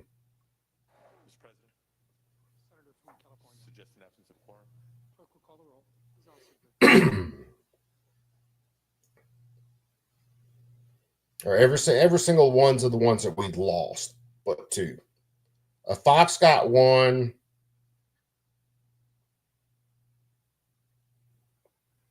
And something else got another one. I'm not sure what was raccoon or what, but I know possums killed the vast majority of them.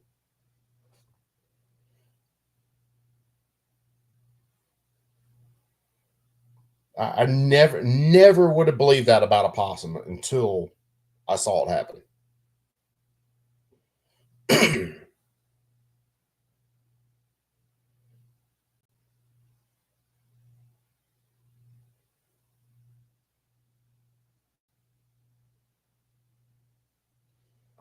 And yeah, Greg Bishop is normally 8 or 9 Eastern, 9:30ish Eastern, in the mornings, with the Center Square. And he's based out of Illinois. But he talks about a lot of stuff that affects the entire country. Great show to follow. Warsaw normally will hit me with a text in the morning whenever Greg goes live. If I don't see a text from Warsaw, I try to send Warsaw a text. This morning when Warsaw sent me the text he was going live, I was a little busy in the waiting room trying to get fixed up to get this thing operated on. So, but Greg Bishop's a sharp dude. He really is. He's a solid guy.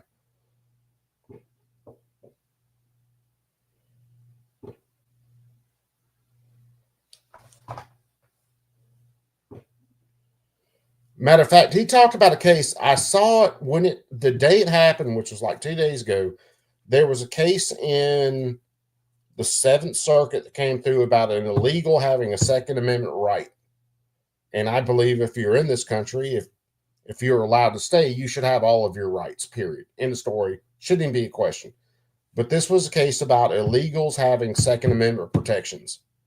I haven't read through all the court or the case documents on it yet, because it just popped up on my radar like day before yesterday. In the 7th Circuit, here's a bitch. Whoever is in charge of the 7th Circuit's YouTube, would you please take it off of kids' YouTube so we can save videos and we can do other things like hold it into the small players? And whoever runs the Second Service YouTube needs to be punched in the face.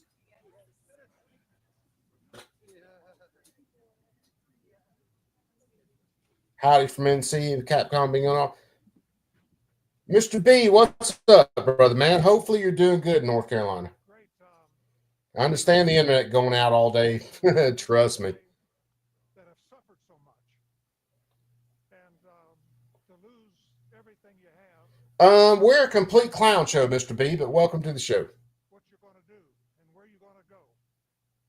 And we just thank God. And that's one of the, I want to say. And I mean a complete clown show. It always has been since I started the channel. But we do some serious stuff. We do some goof off stuff. We try to have a little bit of fun here and there, for sure. But welcome to the show, brother. I grew up, this is my backyard. I grew up about 8 miles or so. And a lot of, went to high school right down the road, about a mile down the road. And so this is home to me. But we've got a family today. So they're going to vote on Christie tonight. This is from earlier today. So apparently they're still supposed to vote on Christie tonight, which is, hell, we're at 10:40 already, and they're still rolling, which is amazing. Normally, whenever the House or the Senate keeps going this long, they're pulling some shady shit. Thank you for what you have done for Western North Carolina. Thank you for coming again to see. Thank you, your son. Did Trump and Newsom make a deal? I have no idea, Alex. I have no idea.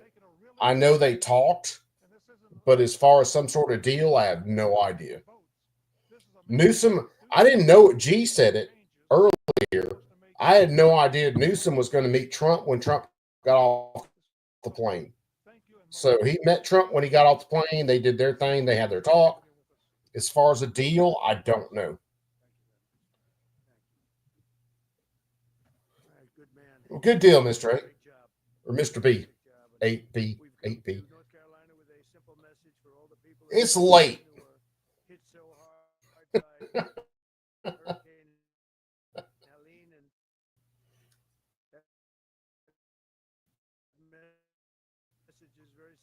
All I know is This fluffy was bunny Trump in better North Carolina be. earlier today, before he went to.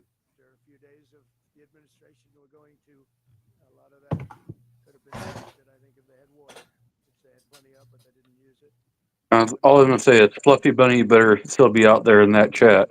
I mean, otherwise we have otherwise we have to assume that he went to sleep, and therefore he's DQ'd and he's lost. I would almost guarantee you, and if I pulled it up, Fluffy's over with Dark right now. He probably has this up on another tab, but I'll almost guarantee you he's over with Dark right now. But he said he was game to stay up. It's going to get wild. Oh, he's probably still up. I got no doubt about that. And yeah, Mr. B, you ain't wrong, dude. Stuff is, we all think stuff's fixing to get wild. For sure. I was actually expecting it to get dumber a whole lot quicker than it has already.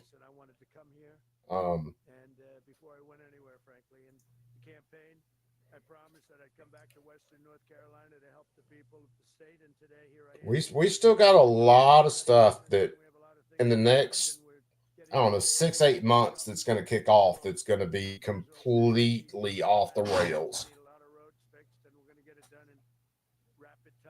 You spend way too much time on C-SPAN. I might be the channel you want to hang out with then, B, because God knows we watch enough congressional hearings and go through enough oral arguments and stuff like that. So, yeah, welcome to hell. If C-SPAN doesn't make you want to go bang your head into the nearest door jam, nothing will.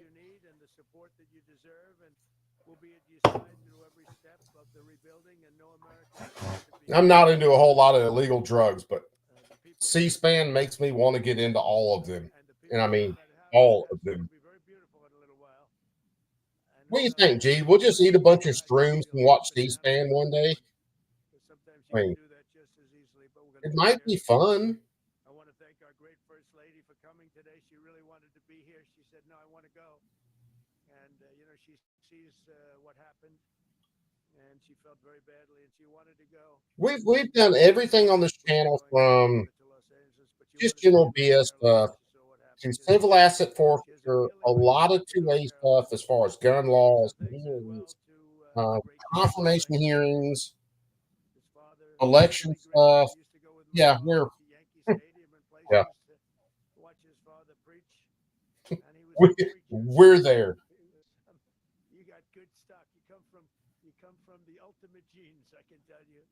But he was really something. And Franklin though has done so much, and his father's looking down on him right now. I guarantee. See, we need to do a show just going over medical one night. You know that? I know Dark was talking about doing it. We need to do one too.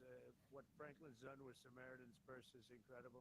They told me just yesterday that Samaritan's Purse has been great. But Like eye flats and tourniquets and bandages and stop the bleed. I need to go take a couple of good stop the bleed classes. You have great representatives here. Chuck Edwards, who's here someplace. Where's Chuck? Where's Chuck? Chuck. Tim Moore. It could be a few weeks, dude. It very well could be. But again, I was expecting stuff to get super stupid before this election. So maybe I'm kind of hedging my bet a little bit on when the rest of the shit will hit. I do know now that Biden and Harris aren't in office, everything's on the table. Because a bunch of people who would really do really bad shit were doing nothing but biding their time and banking money as long as Harris and Uncle Sniffy were in charge. Now that they're in actual danger of catching some repercussion, everything's on the table. The chairman of the party, the whole Republican. I took Michael Watley from North Carolina because he. And Mr. B, man, it's an open chat, brother. You can bounce in. All you got to do is hit the link. A lot of times when I'm doing streams like this, where there's oral arguments and stuff, the stream's open. Oh, no doubt. There's a lot more going on than what people know about. There's a lot more going on than what we can imagine. And I got a hell of an imagination. The American government is to protect its people, and that's never truer than in times of emergency. Gee, did I tell you we got one of our videos that got struck after the first Trump assassination attempt when he took a round of the ear? Did I tell you I just got that video back tonight? But our government failed the people of North Carolina in this horrible crisis. For 2 months, Asheville lacked running I water. just got that video back. Just won the copyright strike. Shower. They can't drink water. They don't know where to get it. It's delivered to them by some, or they just go out and somehow find some.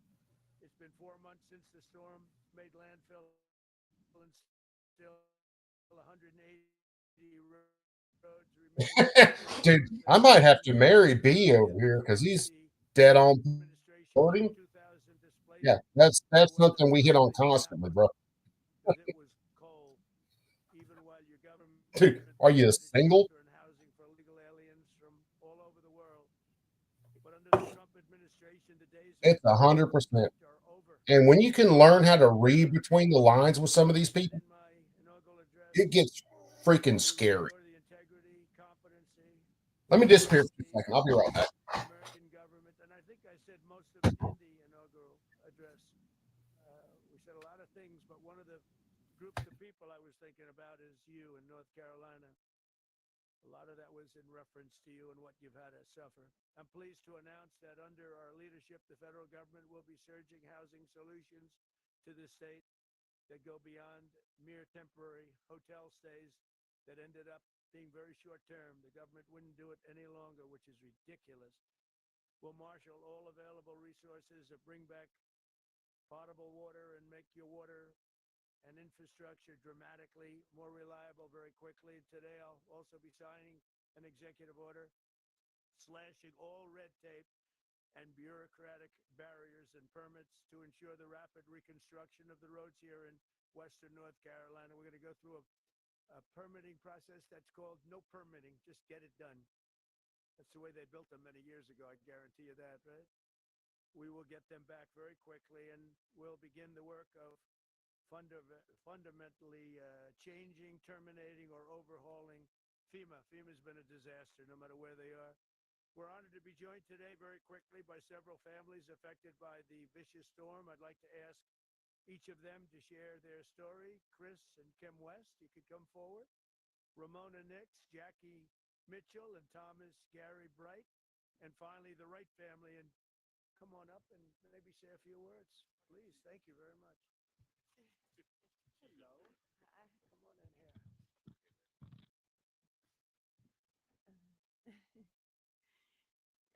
Whenever it started, we started moving our vehicles to the top of the road, and by the time we got the vehicles moved, the water had already hit our ankles in the house. And so I grabbed my purse and my little pug dog, and my husband grabbed the dog food and put it in a trash bag. And by the time we got out into the driveway, it was already waist deep. All right, we back. There was sticks and that kind of thing. I didn't think I was going to make it, but we did make it out, and we made it to the top of the road. Hold on, what were you saying, B? Kind of stuck there for hours because we couldn't get out any other ways because it was flooded all the way around.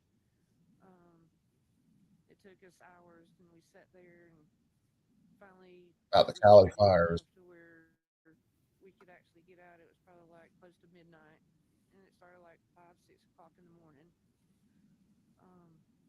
We just lost everything that we had. Yeah, power outages. California state wants everything to go electric. Put out releases saying, please don't charge your electric cars because our power grid can't support it when they're having like rolling brownouts and stuff.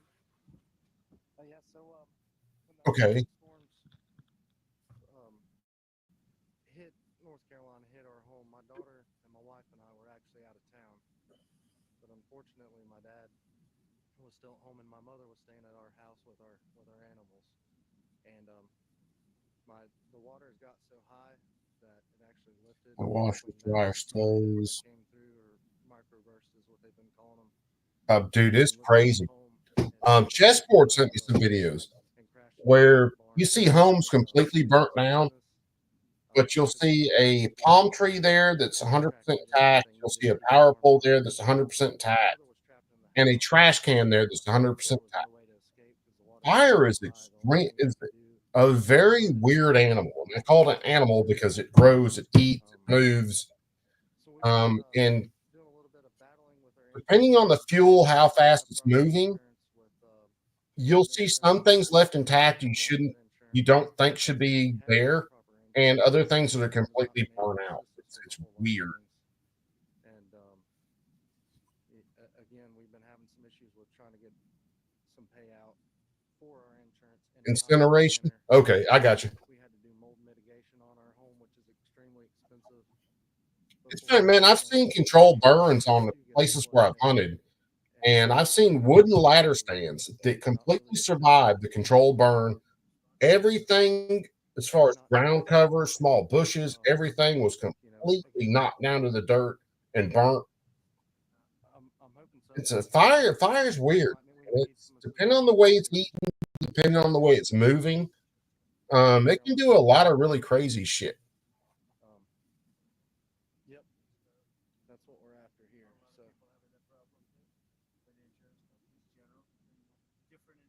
So again, they're posting Pete Hegseth confirmed 51 to 50, waiting on the senator to speak right now. That's Kristi Noem stuff.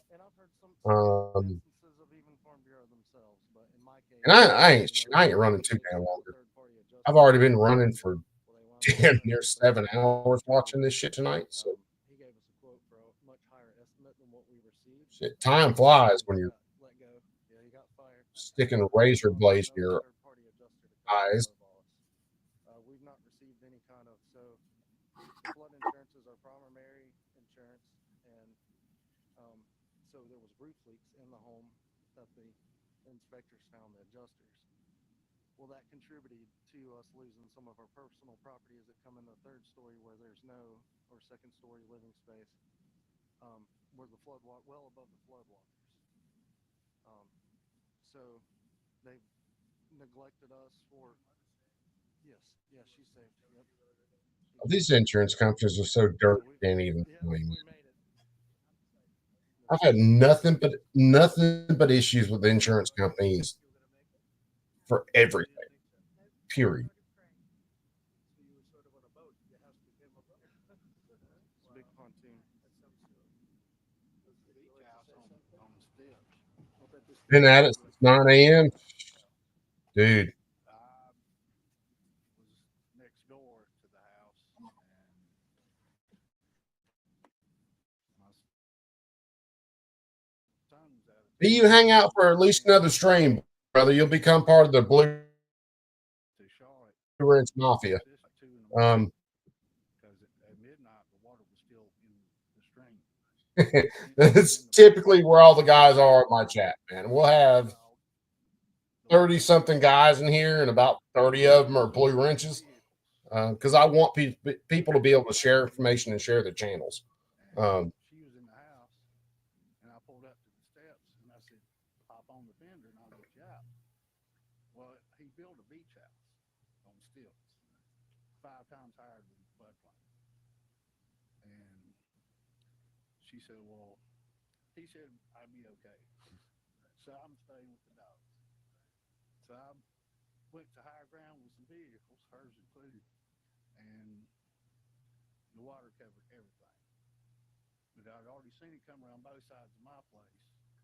So I got my blind and deaf dog and a bag of valuables and took up off the side of the hill behind my house. And then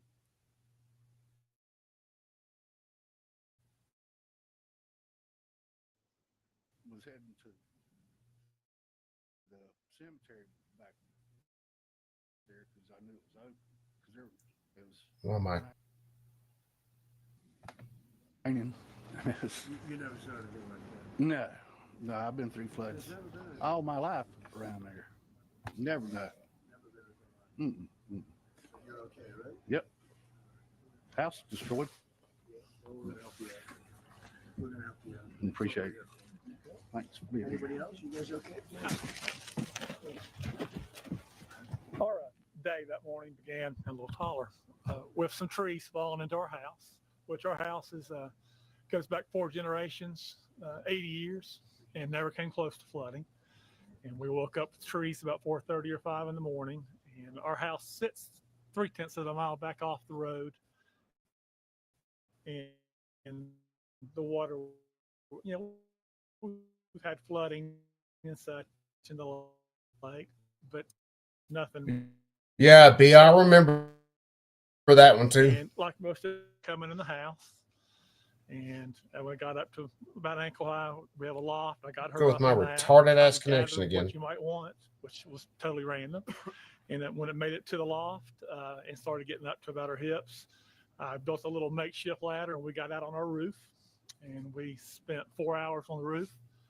I had a little baggie. I did notes on my cell phone to my 2 kids and my from 2 $35 kids. to $40 grand a pop to Something to identify 350 grand. Did you think you were going to make it? No. Yeah. We do think we're going to make it at all. I mean, our house. And who owns that land when they started rebuilding all of it? We were watching houses, trailers, bodies coming by us. And we live in the Azalea Road area in East Asheville. Yeah, we watched our garage float by. Yeah. But they watched their garage float by. About 4 feet up on the roof. We took about 3 or 4 hours for it, so we could kind of do everything in reverse, and got out in the mud to higher ground. And I got out higher ground up to the subway and got over to her daughter's house, where when she saw that I didn't have her, she lost it. I was like, she's okay, she's alive. And we tried to make our way back in there and gather things best we could. But, found the body right away. There's about 8 bodies in our area that first 2 weeks. Okay. God, and we were lucky we weren't one of them and blessed. But like other people, no insurance on flood insurance. So we had to depend on FEMA. They did what they could do. And of course, it's not enough. No, it's not enough. Yeah, that's crazy. But yeah, again, we're thankful. Thank you, Mr. President. Mr. President, I ask unanimous consent that the Senate resume legislative Where is session. All right, let's see what happens. I would ask unanimous consent the quorum call be lifted. Without objection. And then, Mr. President, I would ask unanimous consent that the Senate resume legislative session and be in a period of morning business with senators permitted to speak therein for up to 10 minutes each. Without objection. Mr. President, I ask unanimous consent the Senate proceed to the consideration of SRES 38, which is at the desk. The clerk will report. SRES 38 to Yeah. constitute the majority party's membership on certain committees for the 119th Congress or until their successors are chosen. Is there objection to proceeding to the measure? Without objection, the Senate will proceed. Mr. President, I ask unanimous consent the resolution be agreed to and that the motion be considered made and laid upon the table with no intervening action or debate. Without objection.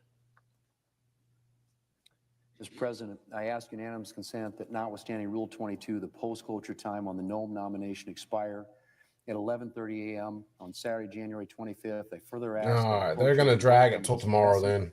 Nomination, all post-closure time be considered expired, and the Senate vote on confirmation of the Bessing nomination at 5:30 p.m. Monday, January 27th. Further, if cloture is invoked on the Duffy nomination, all post-closure time be considered expired, and the Senate vote on the confirmation of the Duffy nomination at noon on Tuesday, January 28th. Finally, that the cloture vote with respect to the motion to proceed to calendar 3, HR 23, ripen at 2:15 p.m. on Tuesday, January 28th. He'll call for the So ordered. Senate to go into recess. That when the Senate completes its business today, it stand adjourned until 9:30 a.m. on Saturday, January 25th. That following the prayer and pledge, the general proceedings be approved today. The morning hour be deemed expired. The time for the 2 leaders be reserved for their use later in the day.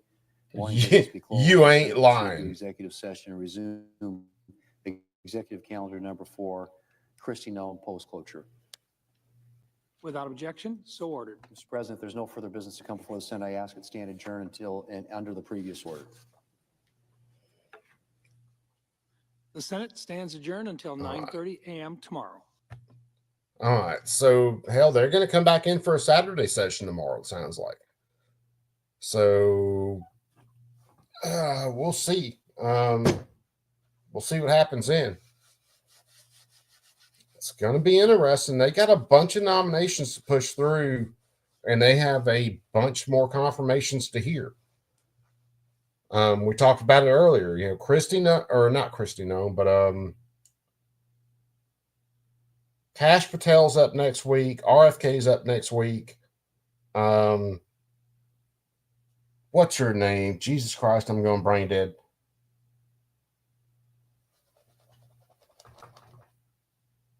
The dude with a white strip in her hair. I can't believe I can't remember her name right now. She's going up next week for confirmation hearings. So it looks like they're going to work some more this week to try to push these nominations through.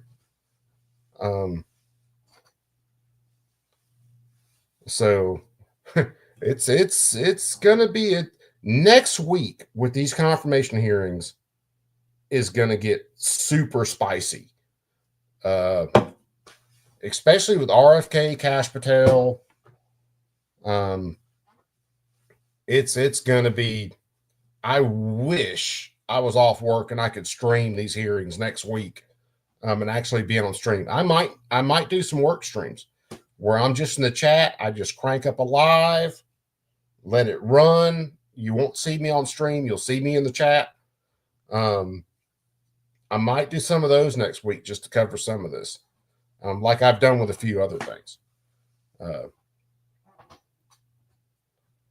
Yeah, Christie Nome. Apparently, they're going to vote on Christie tomorrow. Let me see something. And let's see whether.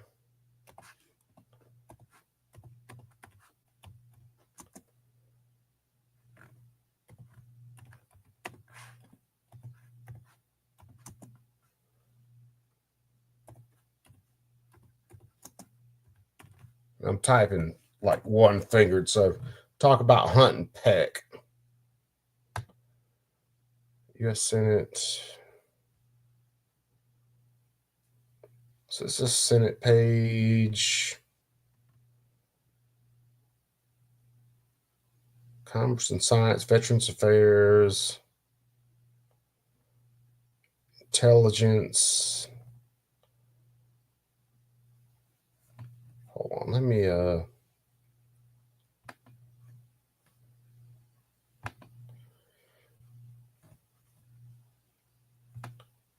see whether I can. No, that ain't showing nothing. Oh, Jesus Christ, you dumbass. I am left-hand stupid.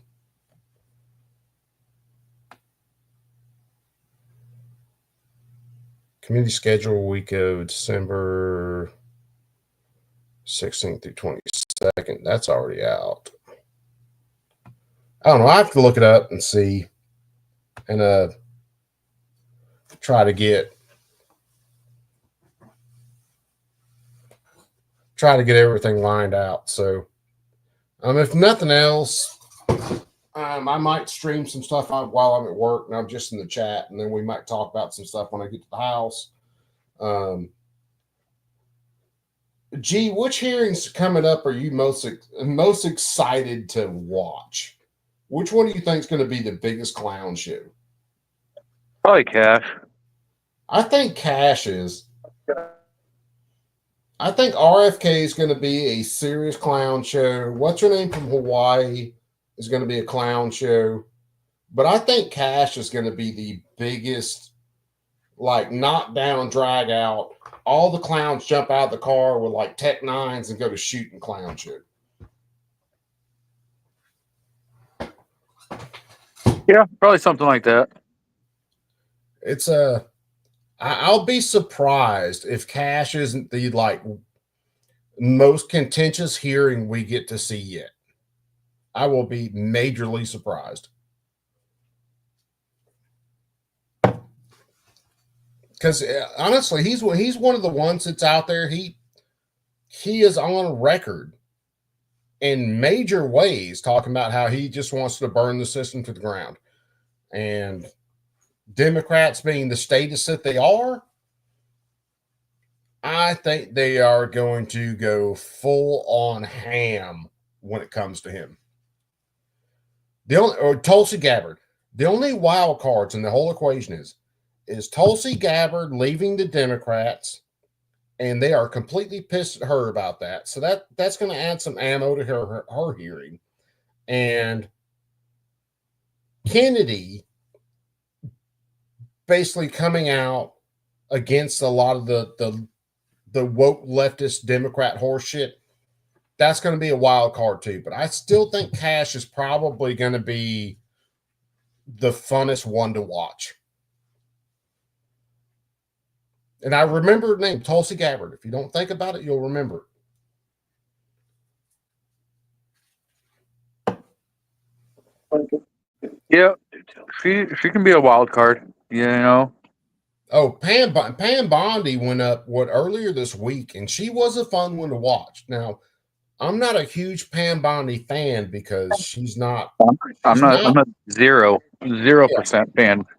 She is not big on restraints on government. She's not big on Second Amendment rights. I do like the fact that she basically beat the fucking dog shit out of Adam Schiff and Padilla from California. Matter of fact, I posted on X. Someone, as soon as she got in there and she started talking to him, I was like, look, someone called 911. I want to report a murder. I'm pretty sure Alex Padilla is dead. It was something like that. And then when it came to Adam Schiff, I was like, I think I just saw an assault because Adam Schiff just got his ass beat. So she's strong on some things, but when it comes to the Second Amendment, she's not. And that drives me up a wall. We'll see how she is when she is actually in office. She's been confirmed, I think, already, hasn't she? I think so. Yeah, I'm pretty sure she's been confirmed. I watched her confirmation hearing. I'm pretty sure she's been confirmed. The head of the CIA has been confirmed. Of course, Marco Rubio, little Marco, got confirmed. He's a swamp critter from the word go. That pick disturbs the shit out of me.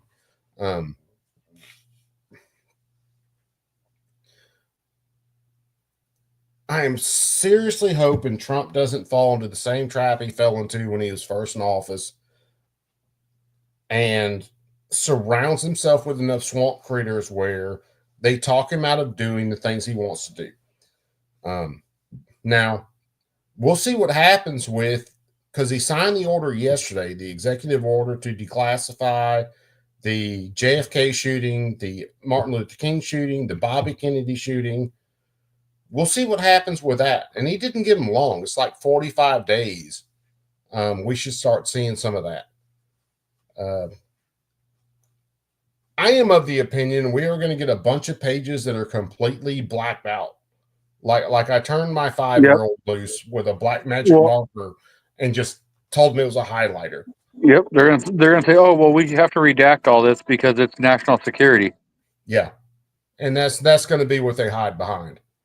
My dad thinks they're going to just let the wagon run and release all of it. So I hope he's right. I hope I'm completely wrong.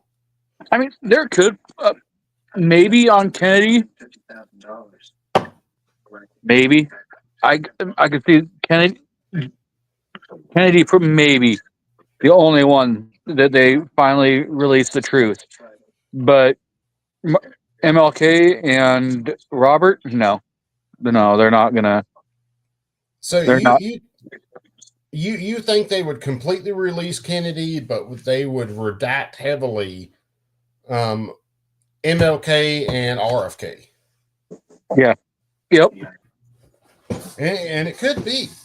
And that's something I have my bet, like I said, is they will turn a 5-year-old loose with a black magic marker, tell them it's a highlighter, and that's what we'll get.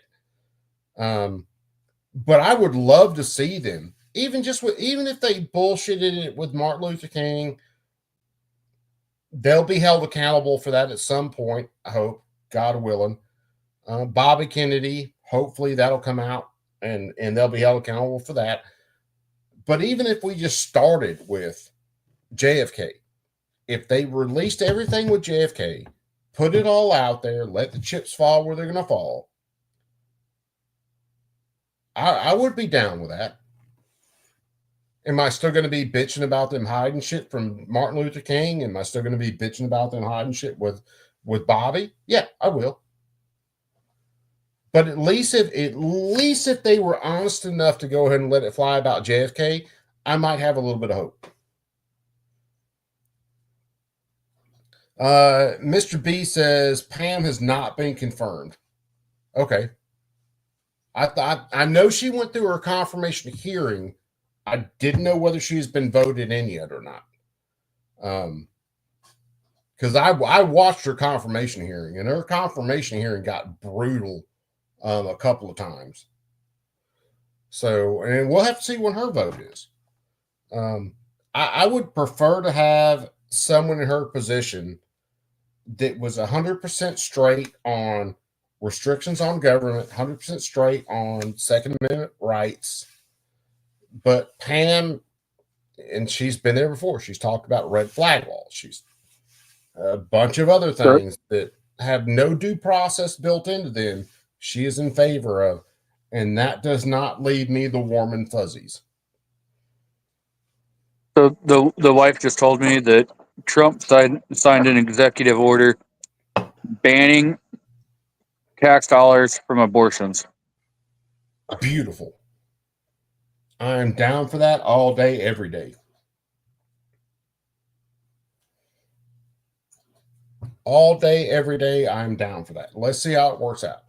So the alleged January 6th guys are supposed to be getting released because they were granted full pardons. Pardons and commutations. Now, there are some judges and some prisons that are trying to drag their feet on that shit. Well, I know there's judges that are trying to say, okay, well, we're going to release them, but if they go back to DC, if they're in this area, if they do this, blah, blah, blah, then we can rearrest them. Well, no, that's not how that full pardon works. That's not how that works. They were given the same unconditional pardon, so they can't just say, okay, well, now they can't do that. It won't. It's never going to fly. There was one uncivil law, and I'm kind of on the fence about uncivil law at this point. He's done a couple of videos on some judges.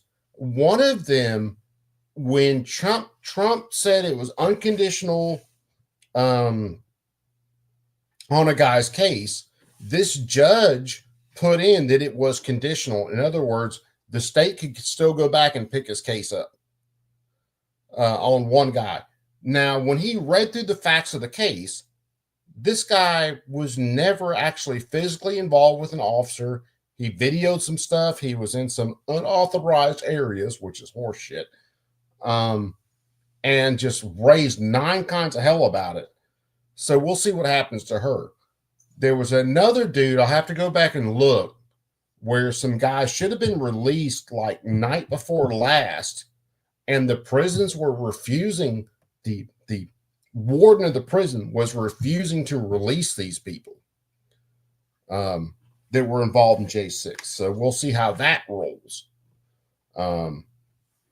There's a lot of pushback in the background over some of this stuff. And reading through the charging documents on a lot of the guys from J6, and I've done a couple of streams. I've read through a bunch of their documents off stream. It's absolute horseshit these people were ever charged in the first place, much less in prison for years, much less in solitary confinement, much less held in confinement, never allowed to see a lawyer, and in solitary for years. This whole thing is so fucking dirty, it ain't even funny. And when they press Trump over, well, what about this guy? Hold on, wait a second, buddy. The police on January 6th, I had a sitting at work, sitting at my computer, my guys were working. I had like 10 live streams up on my computer. I watched police taunt and basically rile up the crowd. I watched police shoot people in the face with rubber bullets. I watched people tear gas, or watch police tear gas people that were not a threat. And then I watched people react to that, which was completely provoked. And if you are a police officer and you do shit and you provoke the person to respond, I'm sorry, you deserve that ass kicking.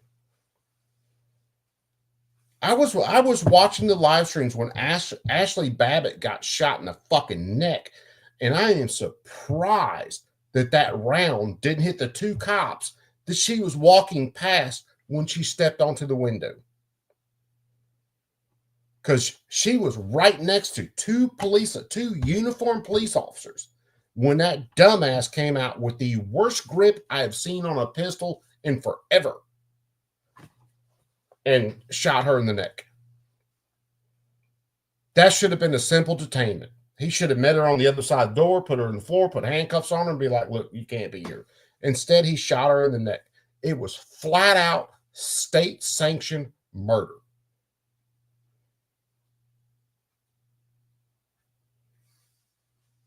And that is definitely a hill that I ain't getting off of, because I watched that happen in real time. Yep. She was murdered. And then I believe they pardoned that officer, so he can't be charged. Yeah, I do believe he would. Since he testified, I think he testified in one of the hearings, which is shady as fuck, because they wouldn't mention, I don't think they mentioned him by name and said this officer's pardoned, but he testified about it, so he was pardoned because he testified. Yeah, well, they gave him blanket immunity from prosecution. Yes. This dude, oh God, I have to find it from who was it? Oh shit, I have to find it.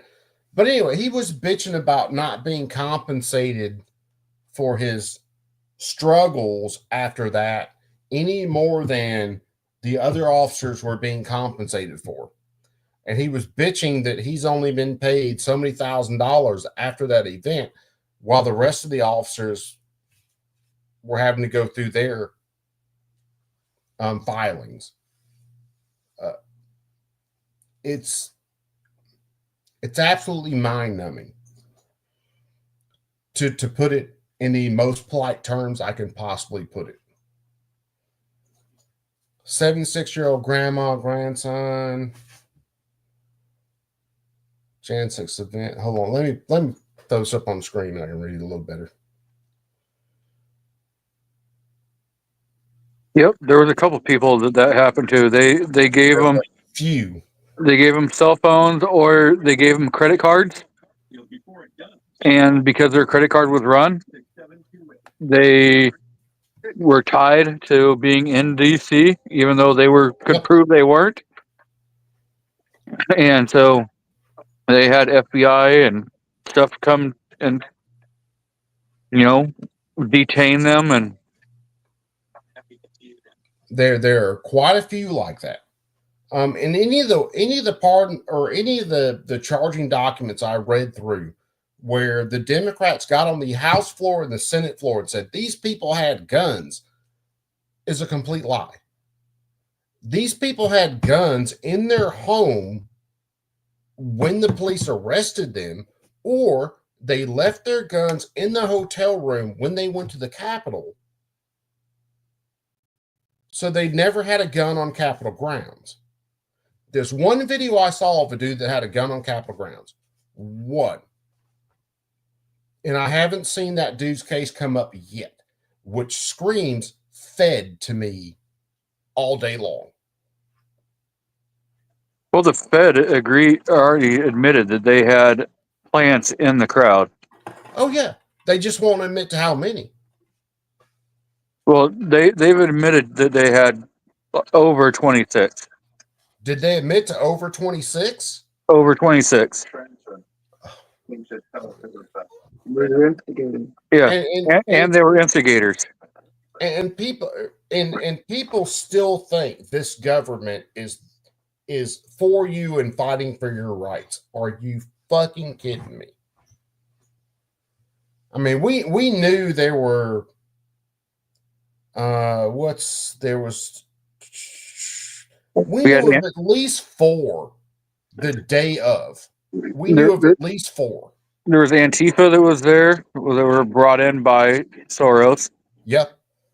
There was other groups that were brought in to, help instigate and rile stuff up. And then you had law enforcement that were out helping to rile stuff up and instigate and dude, there was a video of the DC cops rolling up on a group of people, group of guys. And why are you here? Went to question them. All of a sudden, all those guys had guns on them and they all had badges on them. And that got swept under the rug so hard.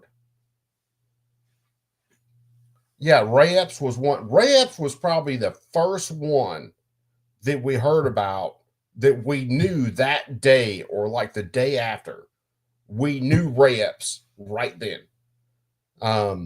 Within the first couple days, we knew about, I think, 3.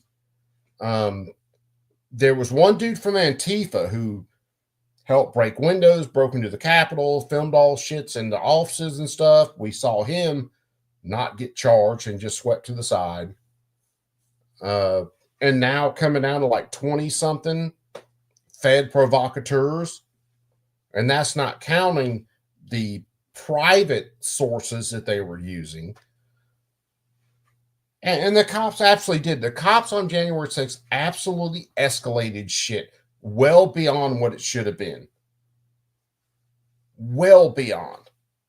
And again, I watched that in real time. I watched dudes that weren't violent.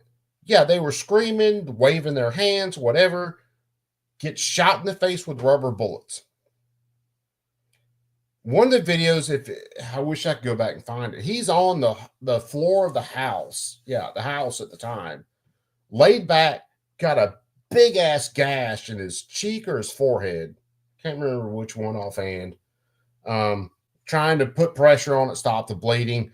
Cops were into the room and they're just checking on everybody at that point. They're like, "You okay? You okay? You okay?" They're not arresting people. They're not throwing cuffs on people. They're just, "You're okay. You're okay. Hey, what happened to you? Oh, I caught a rubber bullet." They helped this dude out. I watched it when cops opened up the barriers and let people in, and they still arrested. If you were let in, if the cops opened up the barriers and let your ass in, if they could geofence you through your credit card, through your cell phone, through social media, they arrested you. Even if you just walked in the Capitol, waved your American flag in between the velvet ropes, they arrested you. It is that fucking dirty.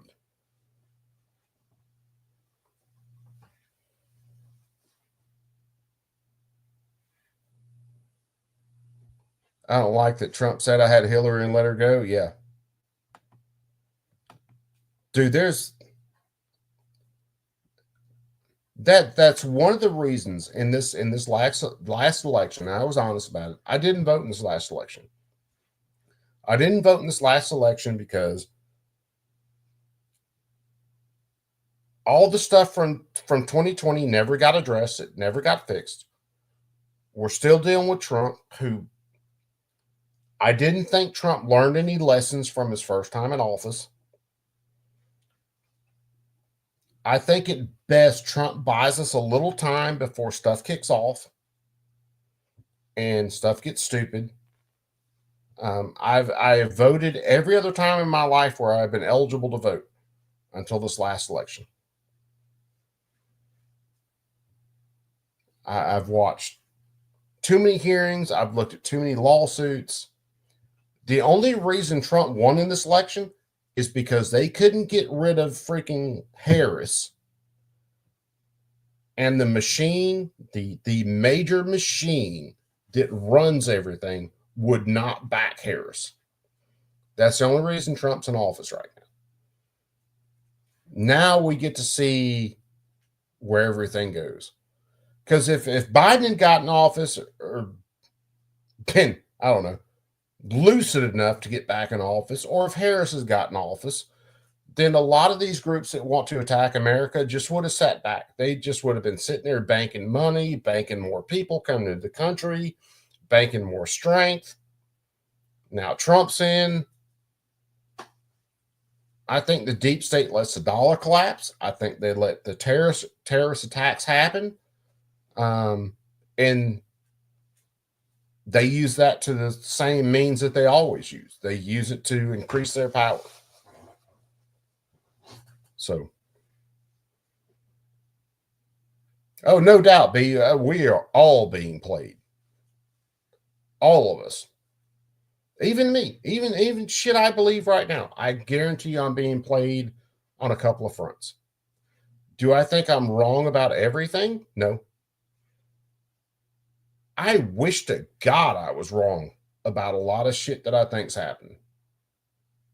I really and truly wish I was absolutely wrong. Do I think I'm wrong? No. You're dealing with people, and I'm going back to other streams. I've said it before. These people are completely willing to let this country burn down as long as they get to roll over the ashes. They do not care. They don't care about the average person. They don't care about the rich person unless the rich person's funding their ass.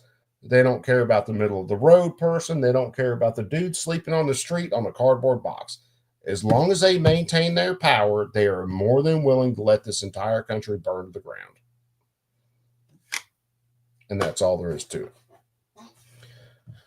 But anyway, G, I'm going to get out of here, brother.